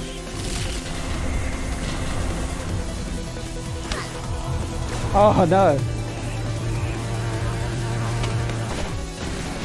Let's just say the game Amori really resonated with me. Hey, I've been playing Amori for the first time in the weekend, starting like a week or 2 weeks ago. And a lot of the themes and a lot of the way they do things, I'm like, yes, I guess my game wants to do that too. The way, especially the soundtrack and the way they cue things in with music in Amori, pretty similar idea. I've got like a 16-track soundtrack already in the thing. Thank you, Tom, for that. It's going to be great. This is looking forward to your romance game. Thank you, Casper. Are we being charged to play it? Yes. It won't be free. It will be commercial. But the demo, I think there'll be a demo, and I think it'll be free. Mori hits like a truck. Speaking of how far you into it, so I have. Oh, Amori, you mean? I won't spoil anything, but let me just say I'm like day 2. I'm like about 15 hours or something. Yeah, you pay for it, doesn't really matter. Yeah, I want it to be taken seriously, and for that reason I also want it to cost money. And I mean, money isn't, yeah. Take my money, I'll fork it out. Yeah, the thing is, I sort of, I want it to be on the level of the ones that cost money, I want it to be taken seriously, so I'm like, hey, it's gonna cost money, even if, yeah. You better charge for your work, Salt says, yeah. Like, it is funny, like, I do like money, but just as much as that, I am charging for others. Did you know about, there's that phenomenon where someone does a whole bunch of work and then releases it for free, and it's great, but it also makes things harder for others. Snowman says, because it's like, for others who want to charge for their work, but the bar for the free games is so high that you're like, well, why should they buy my game now? It's a double-edged sword, I'd say. The Snowman says, yeah, I want to be able to say shut up and take my money. Yes, I want to make a game that would make you say that. Because I'm not going to try and make a game that steals from you. I want to make a game that blows your mind. There we go. Alright, good night. Have a good sleep, Genshin Impact. Appreciate having you here. Listen, any artist deserves to be paid for their works. As simple as that. There we go. It's a job, Salt. The thing is, I know even if I deserve to be paid for my work, it's not a major priority for me, thankfully, because I have a full-time job where I get paid elsewhere. But like, I also appreciate others, and I am willing to charge for my work so that others have the, what's it called? They're able to charge for their work too. It's a little bit of a weird thing, but it is what it is. That's the society we live in.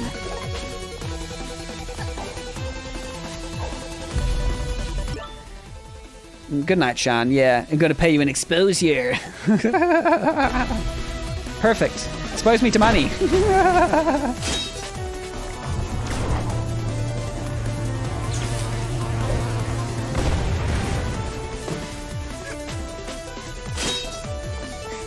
Exposure is the best payment. Yes, exposure to wads of cash. Oh, crap. Oh no, why did I go so close to it? I choose to expose myself.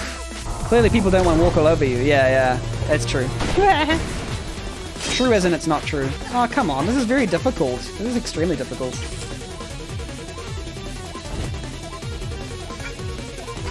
Please don't get me, please don't get me. Okay, there we go.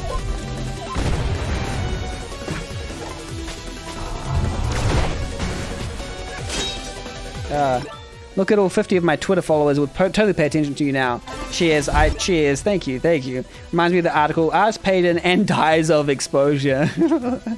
I would expose myself, but you don't get arrested. Brother Casper. That's the one. That's the two. Oh no. Whoa. Wait. Were we just about to trigger something? No. We were so close too. What's your home address, credit card number, and mother's maiden name? Okay, we're almost there. I think we almost like actually finished the whole thing. Or maybe we went into the final mode. This is a good final boss, by the way. I am assuming. Totally not. I think we're getting closer, though. Nothing was about to happen. Totally nothing. Nope. Couldn't be anything, right? Couldn't be anything. Not anything like a new form of the boss like that's like wild and massive. Nothing like that. Surely not. Would you like me to go for the nearest Target and buy a gift card? A gift card has a number and digits on the back, right?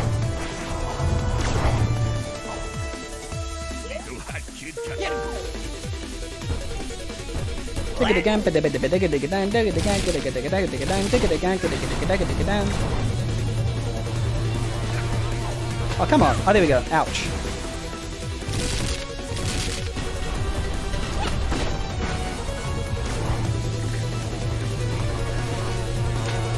Ah, I keep getting hurt by that thing. It's annoying.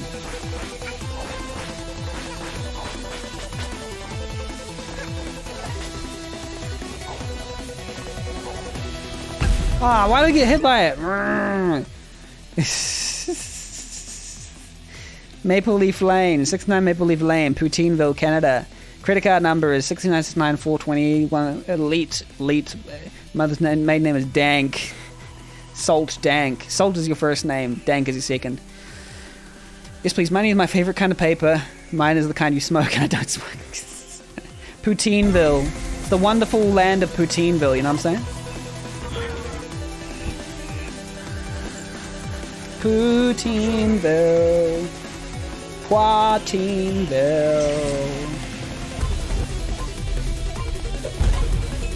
Oh, come on. Oh, yeah. Ouch. It's a great town, Poutineville is. Yeah. It's where all the poutine is grown. Because, you know, Salt, they grow poutine in Poutineville, right? It's the home of poutine.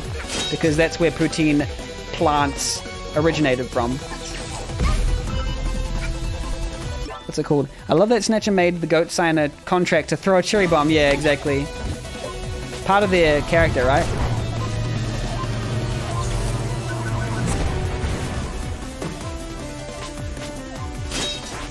Oh, come on. Why do they have one of these again? I thought I got rid of it. No! You have all the poutine farms there, yeah.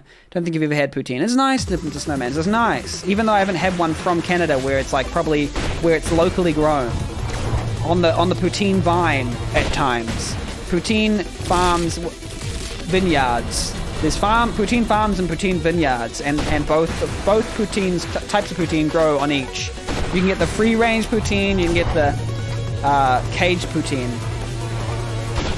Is a poutine Canada's answer to fries and gravy? Well, clearly that's quite reductive.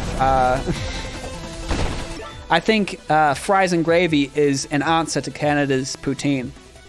It's all processed. Everything's processed in life, even fruits. They went through a process of growing. A local place sells some? Yeah, go and try it. I mean... Ah!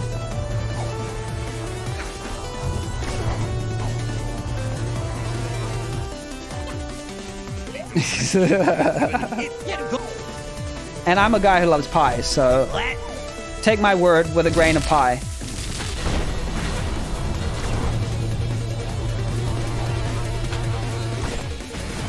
Need to quote that.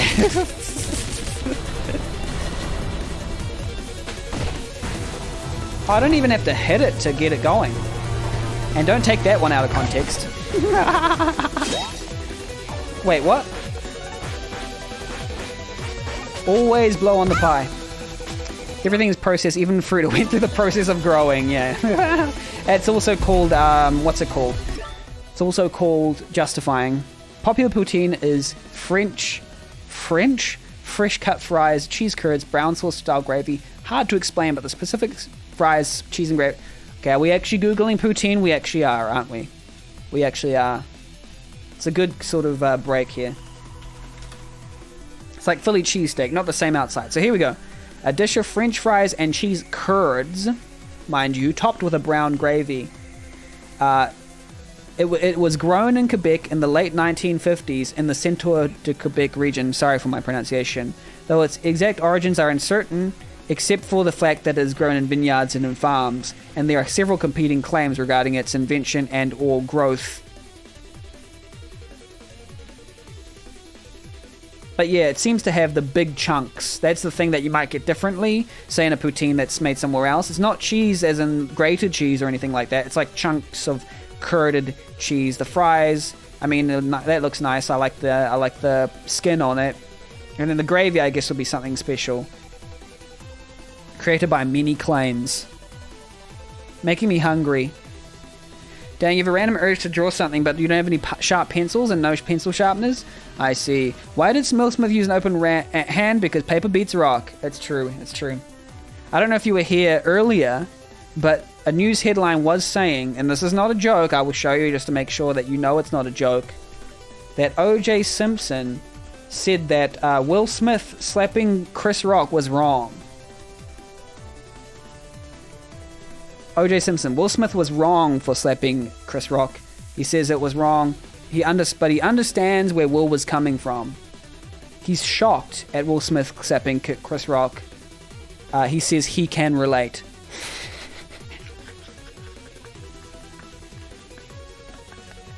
I'm sorry. All right. Dang, it's not shredding cheese. It's not mozzarella. It sure as hell ain't orange cheddar.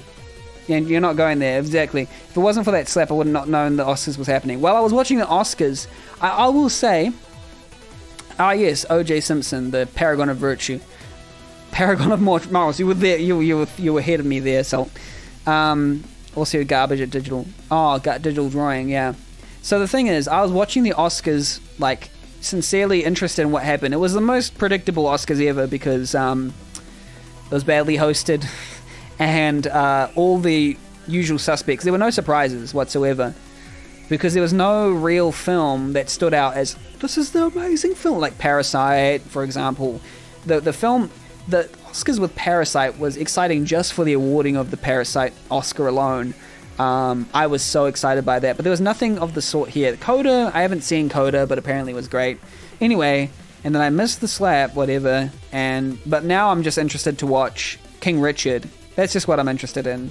I'm not really interested in the ethics of the slap. I'm just like, hey, can I watch King Richard to see if Will Smith actually did a good performance? OJ is treading on sensitive territory. Well, yeah, there we go. The whole jokes thing. I feel as long with OJ, I'm punching down. Like, seriously. It's not that easy to, yeah. They also talk down to animation for being for kids, right? Who talks that down, by the way, Rifter? I'm interested because I know that the Oscars, the way that the voting happens in the Academy, they are not really focused on quality when it comes to animation. They don't really watch all the animation-nominated films. If they did, then it wouldn't be Pixar all the time. But it always goes to Pixar because that's just the default and nobody watches them. They just go, oh, my kid liked this one. Because there was an animated documentary named Flea. They're not going to watch that. Because their kid didn't watch it. Why would they watch it? And everyone has to vote. And they go, well, the only one I saw this year was Encanto and it had that Bruno song. So I guess it's getting my vote. Yeah, I mean, they do every year. Yeah, they don't... I don't think they necessarily talk it down, the animation, as being for kids. They just don't watch them. They just don't watch them. Because they're too busy making films. Why would they? They're making films. A lot of people who make films don't get enough time to watch them. That's just the facts. They're too busy making films. And writing films. After getting in one little fight with Chris Rock, Will Smith's mum got scared and told him, you're moving in with your uncle and auntie in Bel Air. If you say animation for kids, I'll send you to the void. Actually, I'll send you to the Mustache Girl realm. Some animation is for kids, some animation isn't. Some live action is for kids, some live action isn't. I don't think that the medium has traditionally in Western society been largely aimed at kids, but in, for example, Japan, it hasn't for a long, long time. So, I don't think there's anything inherent to the medium that aims it at kids other than being able to expressively create characters that get in kids' minds. I know as a kid I was more attached to animation than I was to live action stuff, just because I didn't like the look of live action things. So I think there is justification why in Western society we go to animation being for kids, but I don't think it should be...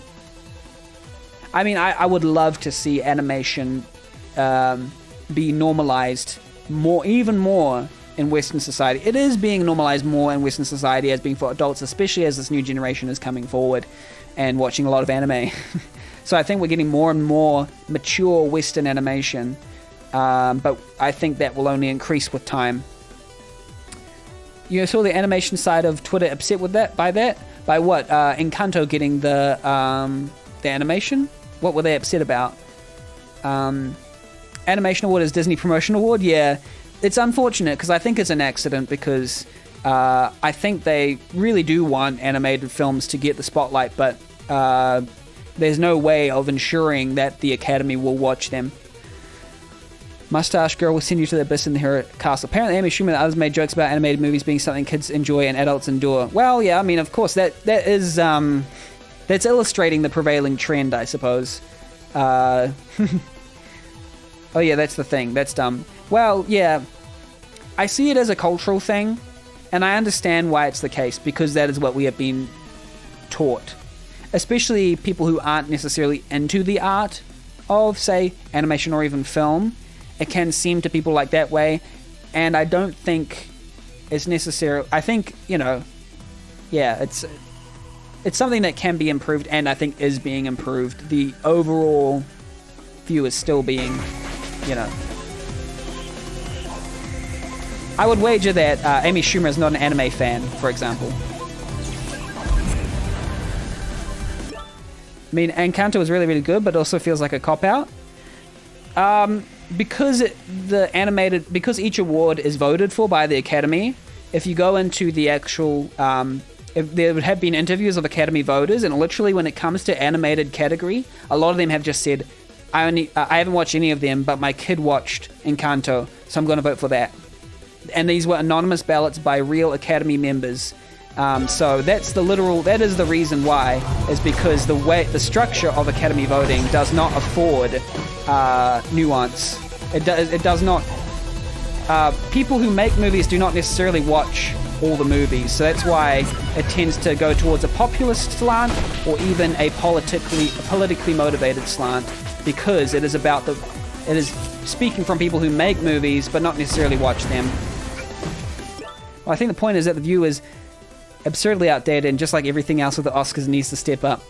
Yeah, I think they are doing better than they were, because they are hiring a more diverse and younger Academy. It is taking a while. It was very old and very white there, like even 3 or 4 Academies ago, and they are getting better. But there are better awards, like the Independent Spirit Awards, as one of my personal favorites, that award based on, like, they will award, big awards to films that only had 1,000 viewers. But the backshot of that is that no one actually saw it, but it was voted upon by critics who watched all the movies. And they said, I watched 300 movies this year, and I like this one the most. Rather than, say, the voting panel of a director who was too busy directing their film, which is great, because we need them. But they got to watch 5 films today, and 3 of them were made by friends. And then they're like, I like this person, let's vote them in.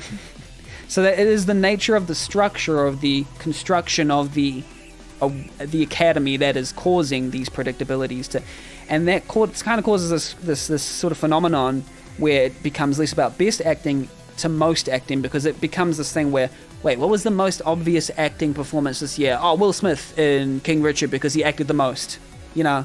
It becomes more about most rather than, say, there could be a subtle character actor that did so well in blending into their role but they didn't put on full face makeup and put on a fat suit, and they didn't, oh, I am acting, you know, and then people go, now that's acting. And then there was this other actor that did a underplayed performance that was actually just really good, and they didn't do it because they didn't, okay, why isn't the Oscars voted for by everyone? I've never taken the... So, there are... Yeah, I mean...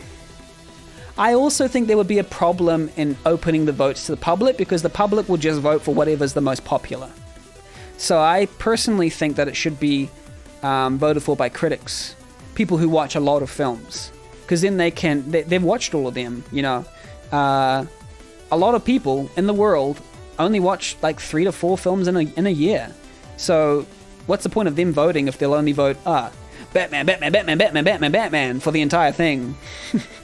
It'll just be like, oh, the most popular one wins. Which, to me, doesn't make sense. And ultimately, you shouldn't care about what the Oscars say. No different than you shouldn't blindly believe that every reviewer has to say. Okay, here's the thing. So, I do agree, but I am actually quite a lot on the critic side when I come to a lot of things. Consider it, but make your own decisions. Exactly.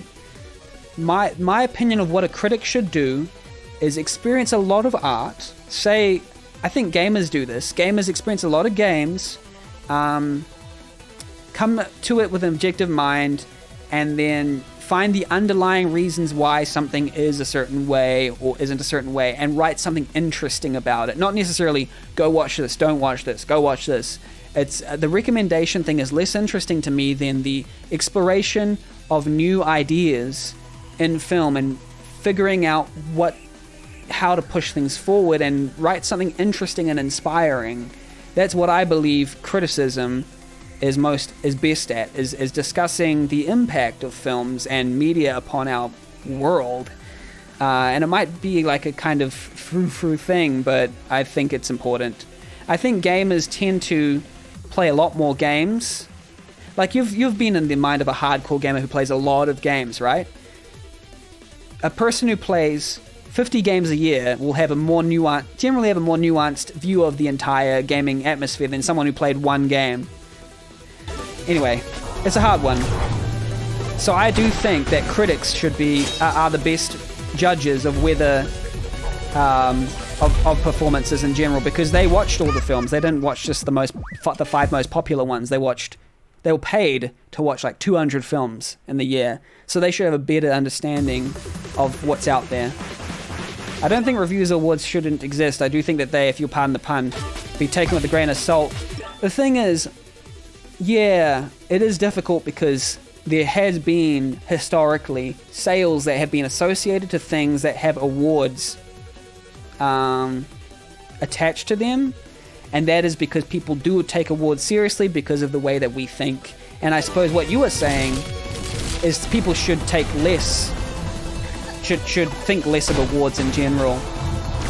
And that's fair to me. I think that's fair as well, because, hey,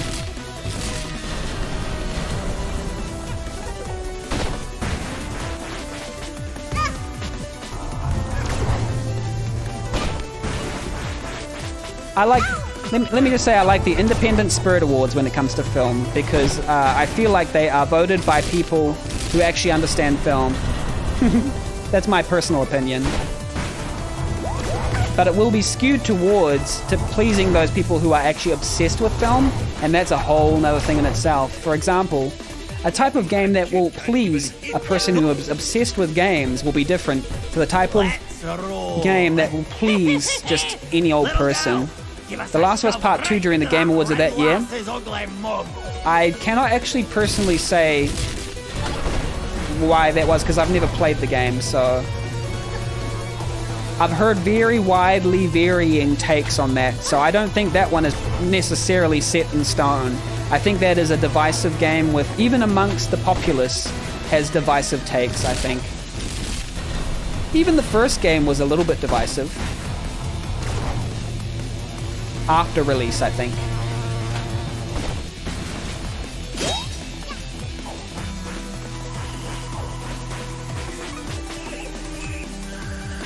The Last of Us 2 getting so many awards was ludicrous. I never played the game, but it seems weird how much accolades that game got. Yeah, I'm not going to judge it because I've never played it, so I don't really know I mean, in my mind, it could have deserved awards, but I've never played it, so I would never know. I would not know.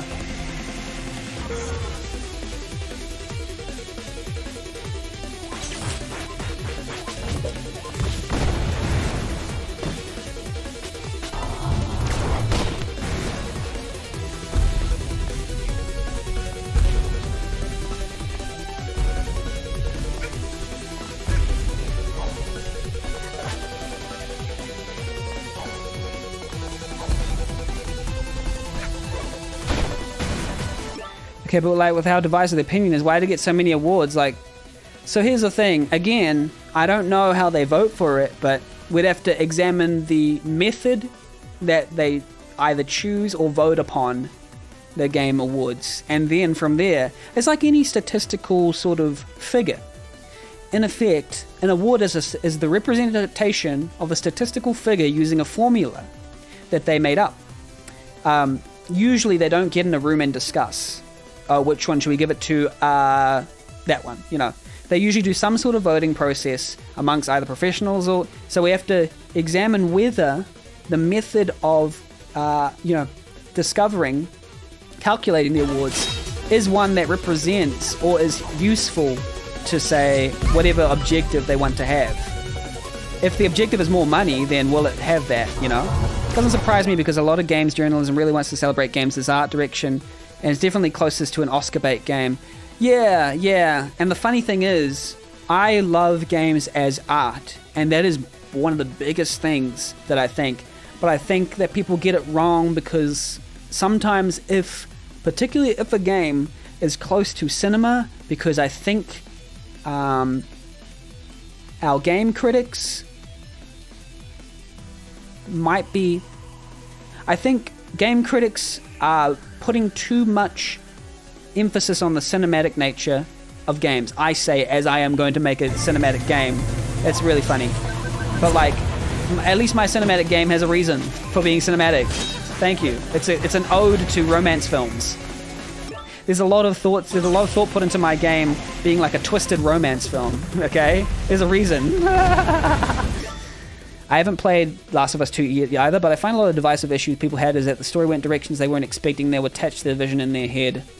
I can see that, because I played Mass Effect 3 recently, and I didn't get nearly as trolled by it as some others.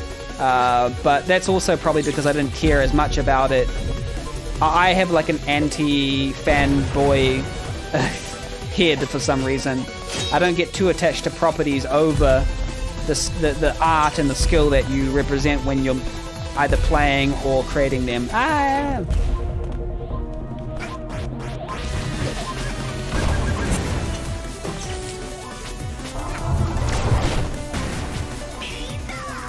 Enough?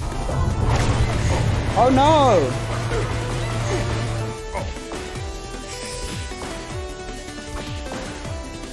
Yeah, Mass Effect 3 is a bit overblown, but I guess it was worth it at launch without DLC. Yeah, I can see why they got mad at it. I'm not going to spoil it, but I just say, even if I had the original, I probably wouldn't get as mad just because of the way that I'm wired. Because my view was, people were expecting something that wasn't foreshadowed enough throughout the entire thing. I knew going up to the ending, oh, this isn't gonna wrap up, is it? Like, even Mass Effect 2, Mass Effect 3, I'm sorry, I'm not gonna spoil it, but I didn't hate it though. I'd say Mass Effect 1 and 2 are equal in my eyes, but I played the Legendary Edition, so the combat of Mass Effect 2 was put into Mass Effect 1 basically. So it wasn't too much of a jarring difference. Imagine getting invested in a game series written by Hex at BioWare. Okay, yeah, but I kind of really, really liked it. I really, really like Mass Effect a lot. And I don't think the ending... I'm not really of the point of view where an ending can ruin an entire thing, because it's all about the journey. In fact, Mass Effect 1 and 2 were self-contained, right? And you know me, I love Disco Elysium. It's a perfect story. Yeah, Mass Effect 3 is a bit overblown, but So the thing is, I have the unpopular opinion that I don't like the Citadel DLC, and I'm not going to go into it because there's people here who haven't played it, but I just don't like the Citadel DLC, and please do not spoil it for people, example, Salt. I don't like it. I think it's cheap. Rifter says, it seems like Sony is trying hard for their games to be seen as art, which is probably why so much of their games showcased realistic cinematic games and a couple of stylized games. Rifter, I totally feel you, and I really love that. Because my game, I hope for it to have a cinematic feel while being incredibly stylized and non-realistic. I think they can be both. Yeah, I think I liked the writing in Mass Effect 1, 2, 3, but it's very apparent from Mass Effect 1 that we're dealing in absolutes and morality, and there is no gray area, and that is a major flaw, in my opinion, when every single decision you make is unequivocally one way or the other, and you don't have to use your brain to try and figure out whether a decision is good or bad. It literally goes, this one's good, and this one's bad.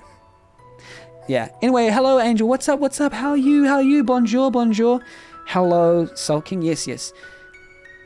You're still finishing Mass Effect for the first time. Yes, I understand. So I'm not going to spoil anything, basically. I can see the cheap argument. Yeah. Sorry, I didn't spoil anything particular, but I mean, I did, but I hope not to spoil too much. Didn't play the whole game, but I played when the friend was. Maybe it didn't catch on me not knowing the story, but the gameplay just didn't seem fun. Much as I love story, the gameplay isn't fun. Yeah, I feel that too, Robot. That's exactly what I don't like about any of their writing. Yeah, but I feel like there were themes in there, Z-Doctor, that were good. If they were more nuanced about it. I did love the characters. I did love the story in general and the setting. It's just that was the major... I think it was a structural difference rather than a bad writing. That was my opinion. Is that the structure that they committed to let them down rather than their bad... I don't think they're bad writers, in my opinion. Brother Casper, get up early, which means it's time to collapse. Hope you have a good sleep, Brother Casper. Appreciate you very, very much. Go check out Brother Casper and follow them. Have a good sleep.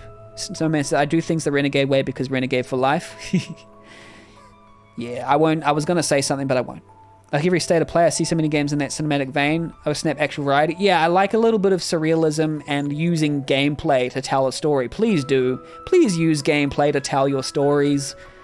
Which is why Mori isn't my favorite game, because no spoilers, but gameplay drags. That's fair. I think Mass Effect and Bioware conversation trees walked so more nuanced decision making. Yeah, because the thing was, Mass Effect was very popular and inspired a whole new generation of storytelling, and I appreciate them for that. The way that they inspired games to go in, there is a little bit of bad in it, but there's a lot of good that came from that. Salt, how do you feel about a collab? Oh, an Angel Salt collab, let's go. I was referring to Last of Us P2, and I'm slow at typing sometimes. Oh, okay. Thing like I say in later Dragon Age games is that it isn't good or bad, it's just like 3 or 4 options. I see. I'd have to play Dragon Age to figure that out. But the thing is, I think Mass Effect had a very solid story, and I was very attached to it. There were some bits... I would have a full spoiler discussion if I could, but there are people here, like... I could have a full spoiler discussion about all the choices that they made in detail, and I love that kind of thing, but I won't. Salt said, if I give you a MIDI, can you create something? Oh, let's go, Angel, let's go. Little Hat Girl need help to turn back time. If Mafia explode, Little Hat Girl get useful pawns. Mafia has to explode to save world. Let's go. What? Plan is crazy. Hello, Mafia. No worry. If Little Girl succeed, Mafia come back when time rewinds. Now, punch me with all your might, fellow Mafia. No hesitation. Red Hooded Girl, get lost! Oh. Hat Girl, here, take these! Oh man, they killed their own kin for us? See, that is using gameplay to tell a story. I really liked that. Yeah. So Rifter, that's a great example of what I was just going on about and what you were probably going on about is that couldn't happen in a movie. Well, generally speaking, you couldn't use the gameplay of hearts to go, let me kill my fellow member so I can give them your hearts. You know, that's something you can only do in video games. Yeah, it's very... It's powerful storytelling. That's what it is. Yeah, let's make a rap song, Angel. I don't really care because I don't really care about Mass Effect and most shooters. That's fine. I'm not good at shooters, but I was okay with Mass Effect because it was more like an RPG. This part is messed up, yeah. Blah, blah, blah, blah, blah, blah, blah, blah, blah, blah, blah. Yeah. So that's a great way of telling a story. Those Mafia lads. So foolishly brave. But hey, what's the point of living if I ain't got me train anyway? And it's easy to, what's it called? To get feels if you just kill off characters, you know? Right, TJ Grooves. The two of us are gonna help this little hot lass. Get ready for a mean enemies punch, working together. And you aim for my face. That's my weak spot. See, even enemies working together is like, so we might both be at odds, but if this actually means the end of the world, let's work together to make it work. And that's such a good thematic undercurrent. I really like that storytelling. Xenoblade Chronicles has a real cool gameplay story integration. Yeah, let's go. Xenoblade Chronicles. It's both feels and a dark comedy, but yeah, comedy and horror can work together really well, and that's something that this game does well too. This angry red lass That didn't got betrayed. Get lost. Exactly, we're working together, Kingdom Hearts style. I haven't played Kingdom Hearts, by the way. I just imagine this is what Kingdom Hearts will be like at the end. To teamwork makes the dream work. Wow, this is dark, actually. Yeah. What is this? If everyone disappears but me, then I'd be all alone. Bad guys, stop it! Ah, you see, so Mustache Girl is showing a level of vulnerability.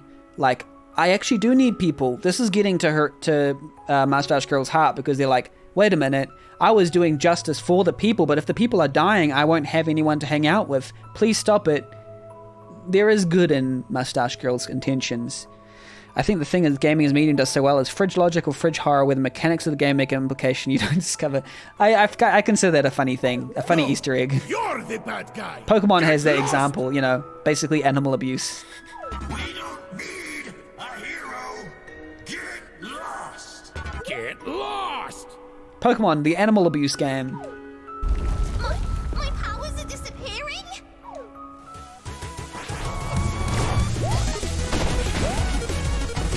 Do I have no... what's it called? Where's my hearts? Oh, I have infinite hearts, don't I? Oh no! Oh no, I have only 4. Oh, oops. Oh. That's the only part of the game that got me good. Yeah, that's... I think there's... I think this one here, the ending is the best story in the game. But in my opinion, a little too late. You know, a little bit too late to start using good story. This kind of good storytelling could be from the beginning, you know? Because this is good storytelling. But there could have been more of this, you know, as you went along. Because these themes are actually good themes, but they needed to be set up throughout, you know, a little bit more, in my opinion. Yeah, I think you'd legit be good at rapping, got a voice for it? Oh, I don't know. I do some melodic rapping stuff. Like I said, I wish Mustache Girl would... Yeah, like, the very fact of her being more prominent would mean that they'd get more screen time, more possibility to sort of flesh out their motivations, more possibility to set up thematic connections rather than bring them up all up in the end. Yeah, so that the screen time would be good if it can be backed up by just thematic exploration, you know? Thank you again for listening to my lo-fi tracks last night. Oh, I appreciate it, Angel. I appreciate you putting yourself out there and your tracks out there. Salt said, I would think my favorite one is actually the early Assassin's Creed games. I played the first one only, because your health bar is actually your sync meter. Oh yeah, that's a good example of ludonarrative resonance. Ludo meaning the play part, and the narrative being the story part. The health bar is the amount that you've synced in to the world. So you don't...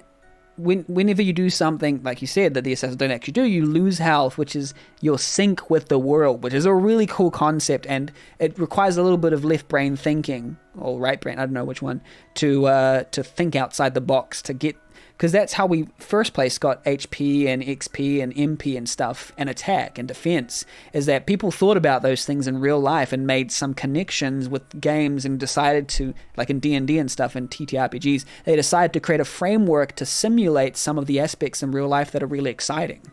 So things like that, it's important when you're doing game design to, you rely on the cliches of that have been passed on before, but also think, well, actually, how does my game differ in terms of its storytelling, and how can I sort of tell my story through my gameplay mechanics? A great game that did that last year was Inscryption, probably one of my favorite games that I played last year, if not my favorite. Go play Inscryption. It did it really well in a really tricky, funny way. Thank you again for listening, blah, blah, cool. See you. Oh, it was cool to jam along to that, Angel. I hope you've been feeling better since. I have been feeling better, and I've realized that my ADHD medication might have something to do with it. My flushes, my cold flushes, and my I'm not talking about my toilet. I'm talking about my face and my skin, and I was just getting like fevers and stuff. So I think I might need to talk to my doctor about my ADHD medication. Salt says, Angel says, Salt, thank you. That was my first attempt at making my own originals. They were great. They were fantastic, Angel. Keep doing that. Robert says, okay, but the thing is that Mustache Girl is the good guy. Like, everyone here is kind of a jerk, so she's doing something good in a way, but just doing it in a bad way. Here's the thing. I think Mustache Girl is here's Mustache Girl's flaw, in my opinion, is because they think of the world in terms of good and bad. Objective good, objective bad. You're good, you're bad. And they've taken that sort of opposite endism to its full extent, where either a person is fully good or they're fully bad, and there's no redeeming you whatsoever. So I will kill you. You can live because you're good to me. But then for someone to judge that entire person's, it's not human to be able to judge an entire person's existence. So I think the specifics of the judgment that Mustache Girl is enacting is because no one is truly fully good or fully bad. That is shown by these quote-unquote bad guys doing selfless acts to save humanity, to save people. They can do good things too, even though their general effect is awful. They can also do good things. It's almost like she's a kid. Yeah, I mean, she's a kid. Yeah, blah, blah, blah. But like, she's acting like a kid. And I think the game, I'm not sure if the game's going to switch it back to get her back into kid mode, because that is the representation of like trauma. You realize most people are just like kids, childish people anyway, who never learnt their lesson. And that's when, you get that part in the film where people revert back to their child self in the corner with the darkness and the light shining on them. Is that because something happened to them back in their childhood that made them think, one day I'm going to try and judge people for who they were, good or bad. And that's the reason why they were. A lot of people's reason why they are is because of childhood trauma. That's just the facts. Benny is deep. Yes, Doctor. Yeah. Inscryption was great. Have you played Mundown? That's my personal game of the year. I haven't got around to play Mundown. I have bought it, though, Doctor, and I've heard good recommendations. Absolutely. I love because of that implication that Altair and Ezio were actually untouchable, flawless assassins. It's a powerful thing to show but not tell. Exactly, because it's this thing. No, that's not how it would have happened. That desyncing. Robot, that take reminds me of someone telling me to look at Mario from a different perspective. Like, maybe Peach really is supposed to marry Bowser and you're just ruining crap because you never get her. I don't know, Angel. I'm going to spoil a decade-old game, because if you haven't played it by now, you probably aren't getting hyped into it. But Braid is based upon that very concept. The puzzle game Braid. It's worth a play, by the way. Braid is the reverse Mario story. Mario, Bowser, and Peach are a throuple who are kicked out of kidnapping and rescue whenever they can. That's why Bowser still hangs out with Mario for tennis and go-kart races. Salt, Braid was the first game I loved. And Jonathan Blow is my favorite developer. Ooh. I know he's problematic. I know he does problematic things, and he's very eccentric, and I don't always agree with him. But my thoughts about games are very much influenced by Jonathan Blow's takes on gaming. Robot says Moustache Girl was actually going to be more prominent, but it was cut. If you load into Subcon as a Moustache Girl, you play the part where you get 25 timepieces before the final level is unlocked. There's dialogue between her and Snatcher showing you were originally going to do more stuff like that in the different worlds. Oh, okay, interesting. Yeah. Wait, what? There's reverse Mario. In fact, a Mario where time goes backwards. Braid is a cool game, but it's actually kind of difficult game, so be aware. It's a difficult puzzle game. Braid blew my mind, one of my favorites from the renaissance of indie games. Yeah, it was like the birth of indie games, wasn't it? Because of renaissance? I don't know what renaissance means, but it basically is, it's like, wait, you can make indie games that people pay for? That was when like Braid came along and Fizz and Binding of Isaac first released. You know, it was like, wait, you can actually sell these indie games? All freaking Mario games that puzzles.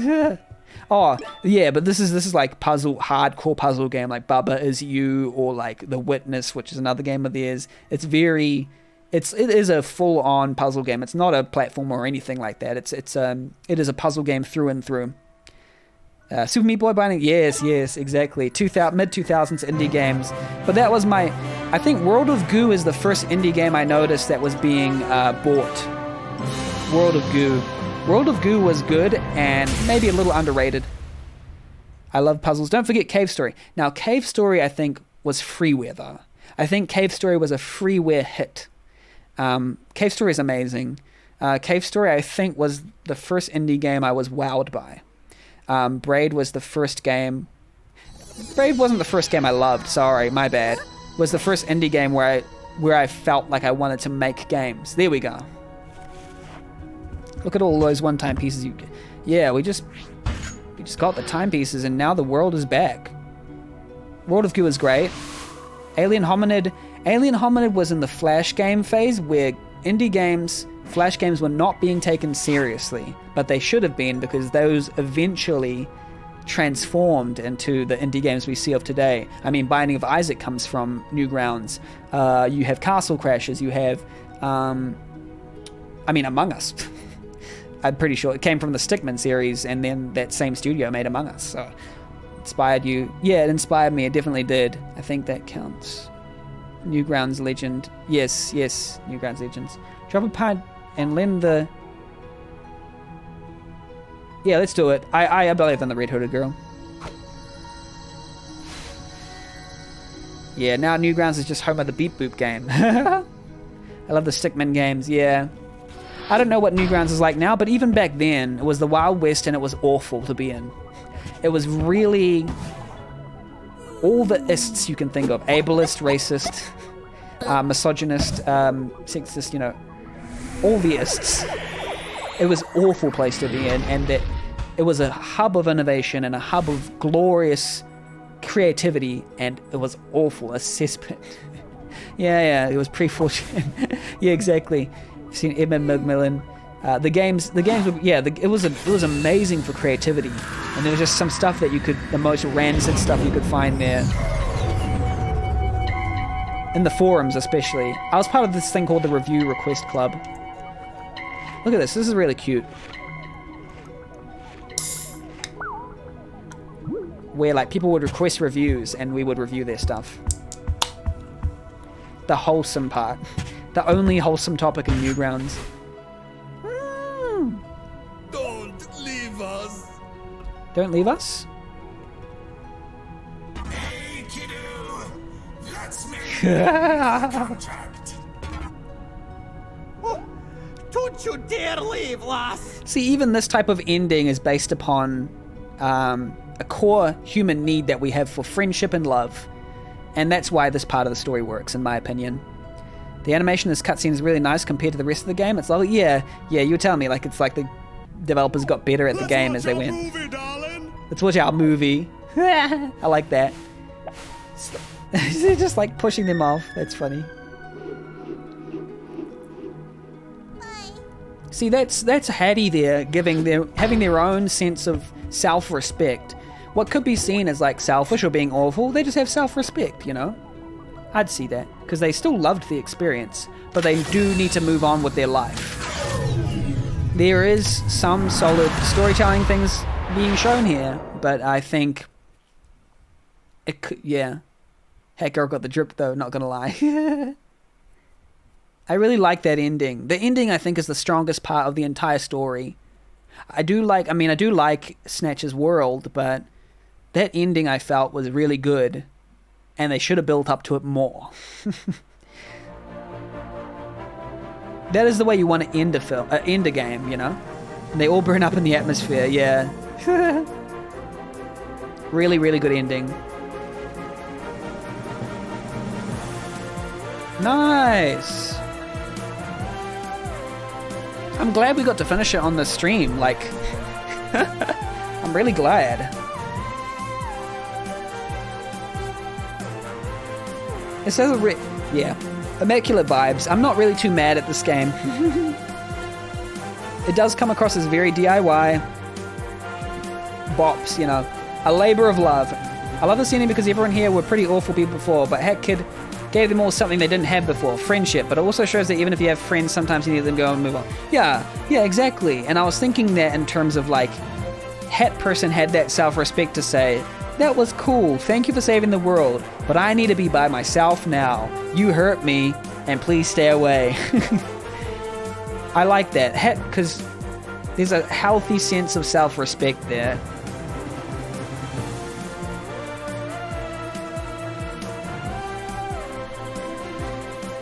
Even if the bad guys didn't learn too much, even if they would, yeah, story's only weak part of the game.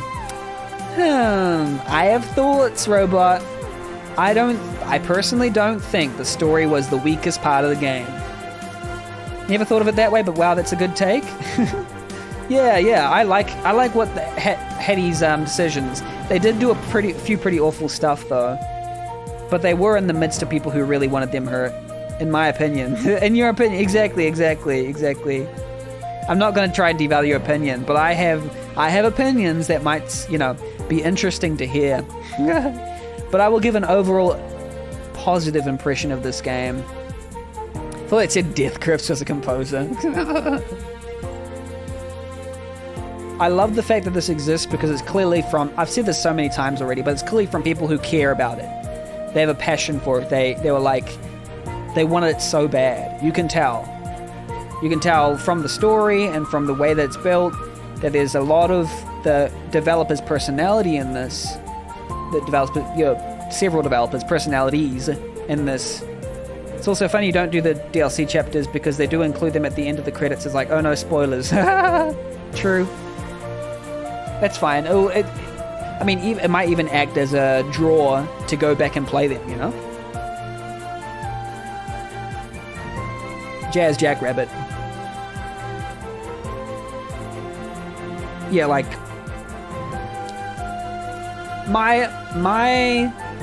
The thing that brought me the most difficulty was probably a combination of player instruction, camera, because most of the time I was thinking, what the heck do I do, you know?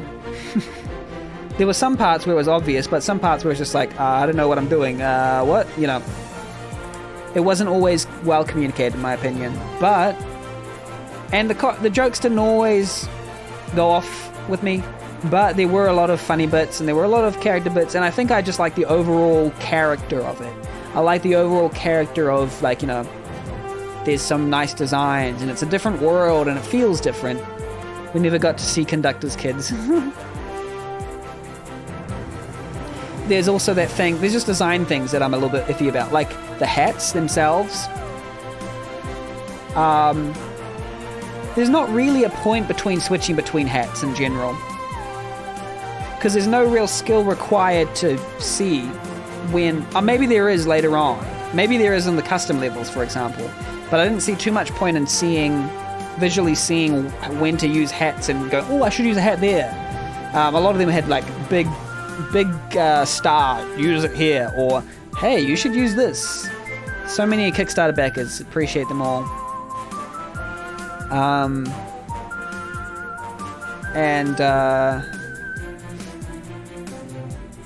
And there was a good and a bad thing about the length of the levels. I think it's the opposite of what many people do, where in this game they have so many great characters and a mediocre story is the opposite of what most people do. Okay.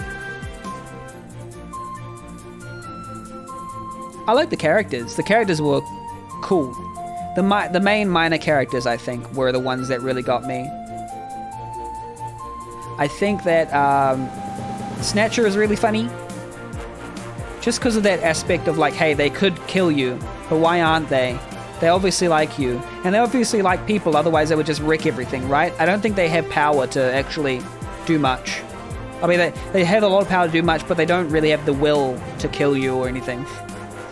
Because they're obviously much bigger than you. They can just get rid of you with a single swipe. Alpine Skyline suffers the worst story because it doesn't really have a story. Rift, I do think that there is some sense of freedom to Alpine Skyline that made it not my least favorite, I think. I wouldn't say that it was like, oh, that's my least favorite. Because I loved the way it looked. Personally, I think it was one of the better looking worlds and better feeling worlds to explore, for me at least. Just because it was so open and there was like a lot of space, and I liked the gliding, and I liked I liked big vistas. I just love that sort of thing, the outdoors. I loved the theme of Yakuza Metro, but I didn't necessarily love the structure of it. I got confused, probably that's why. This is lovely. I wonder why I can go to the menu in this. Game theory. Is a hat in time a dream? It could be. But it doesn't really matter, does it? Or maybe it does. Actually, if it is a dream, that would be lovely. Because then it is a dream in Hat's mind where everything represents, say, a fear in their mind or something like that, or that would give a whole new dimension to the storytelling, I feel. You can only play as Bo Kid in single player. Thank you for being a super fan. You can now start adventure with Bo Kid as the main star. Yay! Okay. But yeah, those are my overall thoughts of the game. Very cute, very lovely, I love that it exists. It's very nice. I'm so glad. So glad that we got to finish in the stream. Look at the cutie there. And it has a lot of character. And it's a nice, 3D platformer. Very nice. I like that. Thank you for recommending it to me. I'm glad I finally got to play it. Really wish we had story more from the original concepts with new characters because the time travel ideas are... Yeah, I do think that if they got a really good writer in their team, they could improve a lot of their story issues they were having. But they do have a lot of fun side content and ARG and Easter egg stuff that is fun. But that doesn't mean that they can't tool a good story out of that. We got there in the end. The ending redeemed the story, I feel. Seriously deep dive into news content because of it? I suppose so. I suppose I could. I'm never really fully interested in that kind of thing. It's really interesting. I'm never fully interested in that kind of thing. I like the game to speak for itself without me having to read about the game. But that's me personally speaking. Usually when I finish a game, I don't really ever pick it up again or read about it. I just let it speak for itself, generally speaking. But hey, this is me. I have a weird way of consuming. I'm like, okay, I've got a lot of art to consume out. There's a lot of games that I could play. But hey, if I was really interested, then I would, but hey. After the stream, I'll link you information about the Mole Man RG. It's non-canon, but a fascinating aspect of the game pre- and post-release. Okay. I won't promise to be super interested, but no, you can send it through. I am also writing a video essay that's starting here with Therapist Mind Manager. It starts like this. I've always had a soft spot for video games that are able to tell stories that could not be told in another medium. I say this as a complete fan of music, film, and video games alike, perhaps in even measure, but it's strange to think that for my 26 years playing video games, ever since I picked up Sonic 2 at the tender age of 5 years old, it's always seemed the case that video games have lagged behind other mediums in terms of artistic integrity and intent. Now, I'm not so sure I wanted to get into the whole video games art debacle. I remember having renewed discussion that has been revived again and again by various parties as an almost fruitless endeavor to convince those outside the once niche status of having video games as a hobby that we are doing something serious here. It's seriously art, honest. Instead of just pursuing onward with our artistic dream, blah, blah. I think I'm going to edit that. It's always been serious. I've always had the sneaking suspicion that gamers didn't really seem to care about tackling the more difficult to discuss topics in games, with a much larger proportion of players more concerned about disappearing into their games, that is, enacting a form of escapism from everyday life, which, don't get me wrong, is a completely valid desire and is actually much needed, especially in this day and age of war, conflict, and violence. However, just as much as we need escape, we also need resolution. Resolution to the daily of, I have to look up how to say that, the everyday issues we face and resolution to the much larger ones we face as a society. You know, the big stuff. Blah, blah, blah, blah, blah. I'm gonna I think I need to tighten that up, but hey. That's my beginning to my video Sam writing. Been wondering about it, I know nothing. Anyway. I think that's the end of our stream, isn't it? Let's go. Let's raid somebody. Let me see who we can raid. Thanks for having everyone here. Tomorrow we're going to be hopefully finishing Boyfriend Dungeon.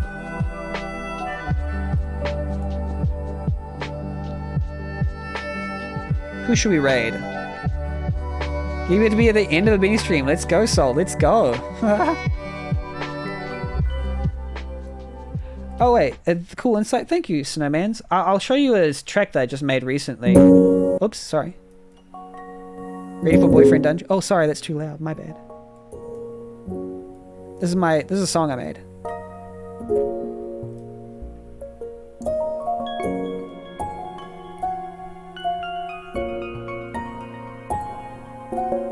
Like a smooth, you know, nice little track.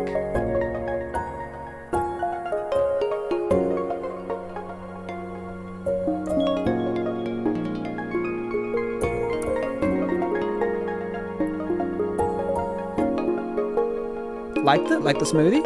Hello, Scarebuck Drop Bear TV. How's it going? How's it going? We're about to raid somebody. Who should we raid? Anybody have anyone that we should raid? Kung Bean? Oh, let's go Kung Bean, yeah. Raid Kung Bean. Let's go. Posted, excellent. Hope you enjoyed that cutie little tune. And we're gonna go out to our usual tune by let's raid and let's do some raiding stuff. Well, I got to say, yeah, you got to say hi. Dreaming by Danielle Howe. We're going to raid out with our usual energetic selves. Let's get ready. Let's get hype. Thank you everyone for being here. Raid messages. Let's raid. Let's give the love. Why are these raid messages not working? Like, I'm sure we had raid messages, right? Oh well, I have to type out the raid message. We are happy to see you. This is the raid message. And if you don't have, you can replace that with something you like. Like this emoji. Anyway, let's go. Let's raid.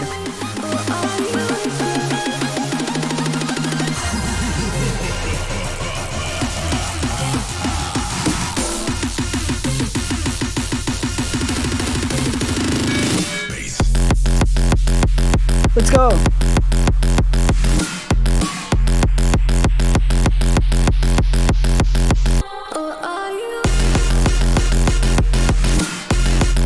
Bye everybody, have a good time in Kung Bean stream.